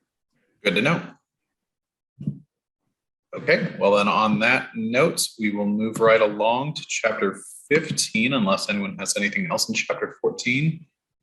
First note I had was a very slight fiscal for 15.1, that's 1503.3 parapet walls, which now require moisture resistance.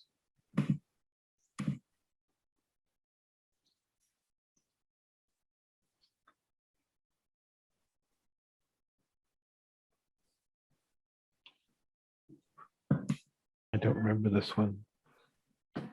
Yeah, I don't know why there would be, I mean, standard design practice is that you have a weather barrier on all three sides of a parapet wall. So I'm not sure that this really changes anything.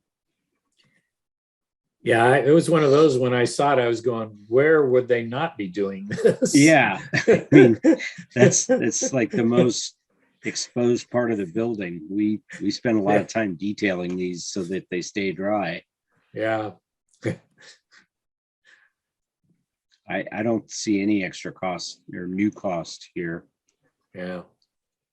Capturing industry practice, yeah. Standard practice already. Okay, that makes sense.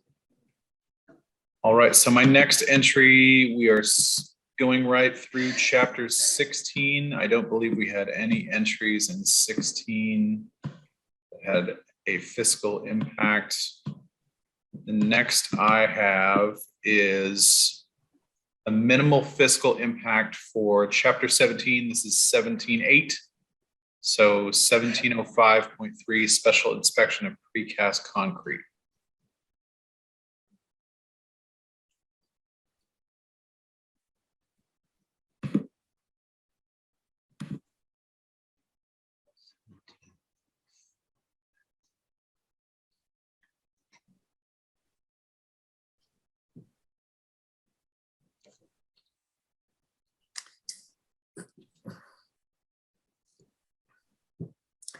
Truth is, you typically have a special inspection agency that's throughout these types of projects. So I can't imagine that this is going to add much, if any, cost, because they're already on site. It's just one additional thing they're looking at. But thank you, guys. Yeah, I mean, it just doesn't feel like like you said, it could be done during a normal site inspection anyway, or maybe they have to make one additional site visit. So a couple of $100, if that.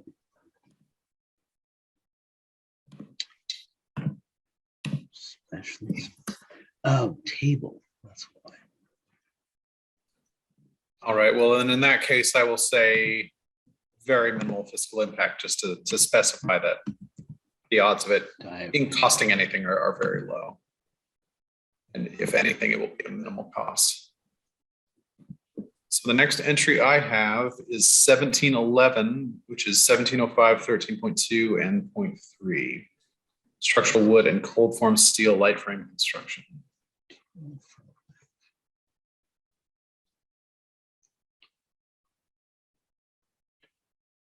I believe that was a minimal cost increase, at least that's what my notes say.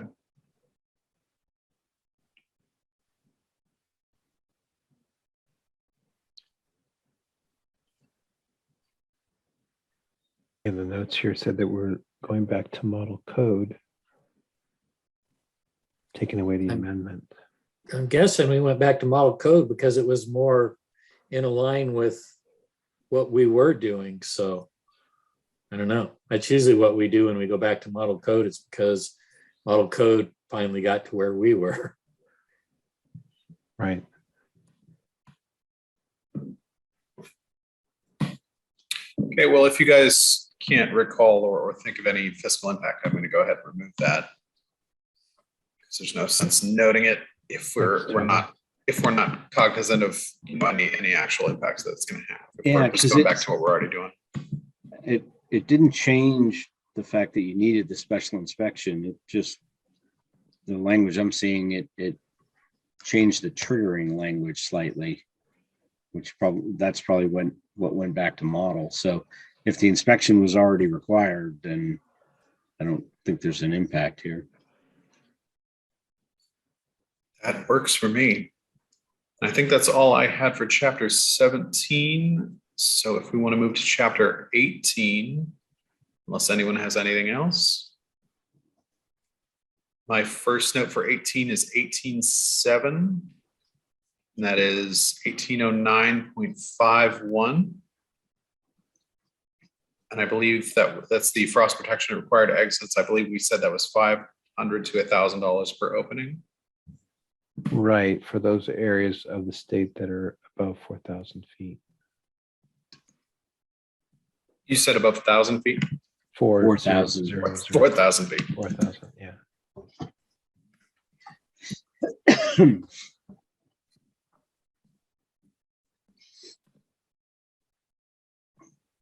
All right, perfect.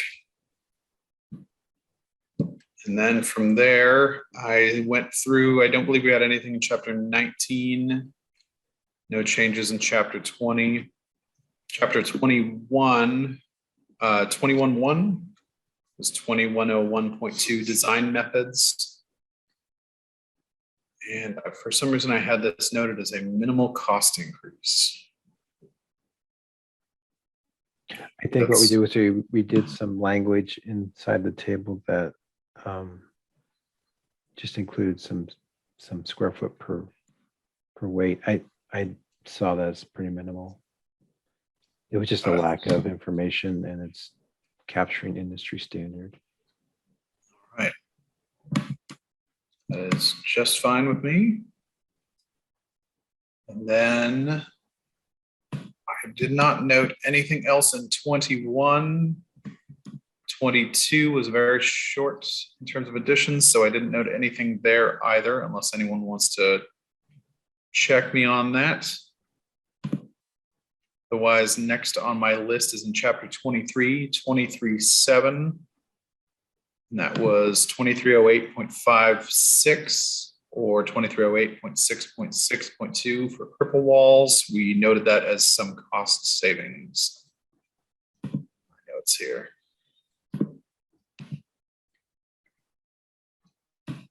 Yeah, minimal cost savings. It just captured some wall heights that didn't require solid blocking or sheeting. So pretty short stuff, 18 inches, I think. I can't remember exactly. All right, chapter 25 was very short. Next on my list was chapter 29, I believe. 2902.1, minimum number of required plumbing fixtures. Mr. Freshman, I believe you noted this was a fiscal on my notes. There was savings, and I believe I submitted a breakdown on that. I'd have to dig up the email, and I'm not logged into my work computer, but I can find that and resend it if I need to. No, I think I have it here, but I will track it down regardless. Okay. So we can keep moving.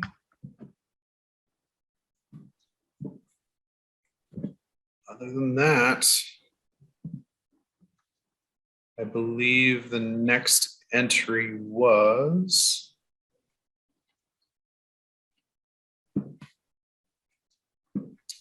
so I think the next entry was on the stuff we just reviewed today. So 31.5, 3404.1.2. I think that was where the damage was over 50%. Did I have that right? Right. And then it went into a natural way of doing those repairs. So there probably is some increase, but it also gave direction on how to do the repairs.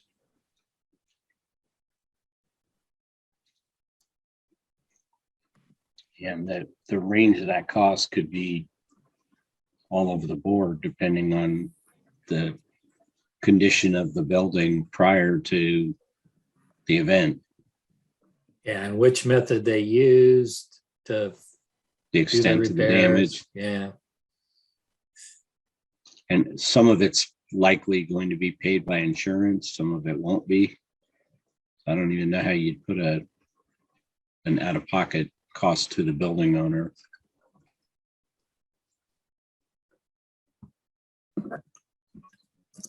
Yeah, Tyler, that one will vary greatly depending on all of those things, and then even the occupancy. So I don't know, maybe we need to capture that with some specific language in the report.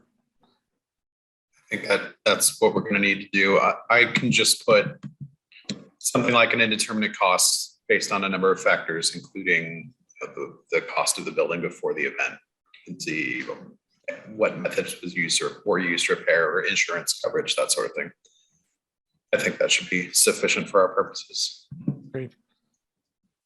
And I think we made the same notes also in chapter 34, or excuse me, yeah, 3114. I have that right. Yeah, the historic buildings went back and did the same thing, right? Push them through the same loophole or the same design method, same code application.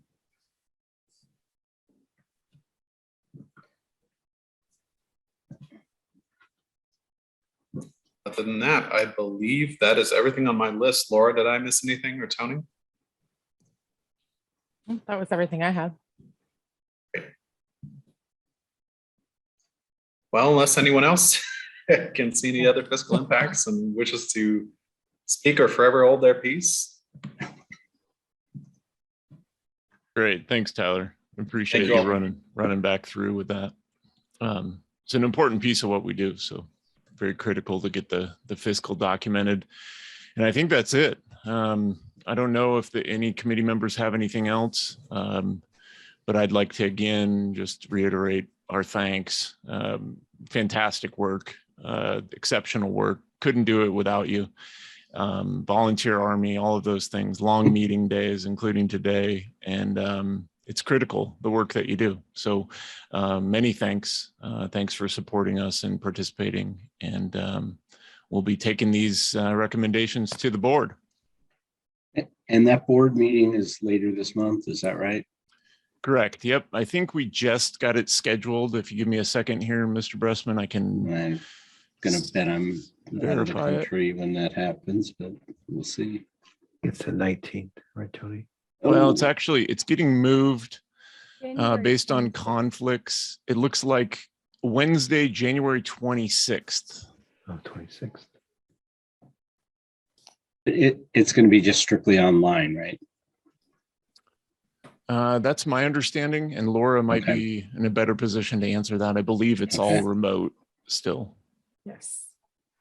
We're still remote. Good. Yep. So that'll be it. Hey. And it'll probably be multiple meetings, just to give you a heads up. Like I said before, a lot of stuff to cover, going through all of your work here at the committee level. Yeah, thank you, Tony, and the crew there at Building Codes Division. You guys put a lot of work into getting this together for Yeah. us, and really appreciate it. And I would encourage as many of this committee that can make the board's code hearing to try and be there.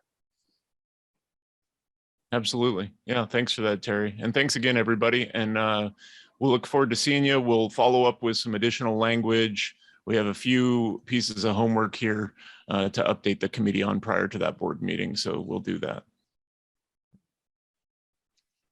Great. All right. Thanks again for Thank you so letting us much. participate in this. It's great to, as a designer, to get to have input on the process.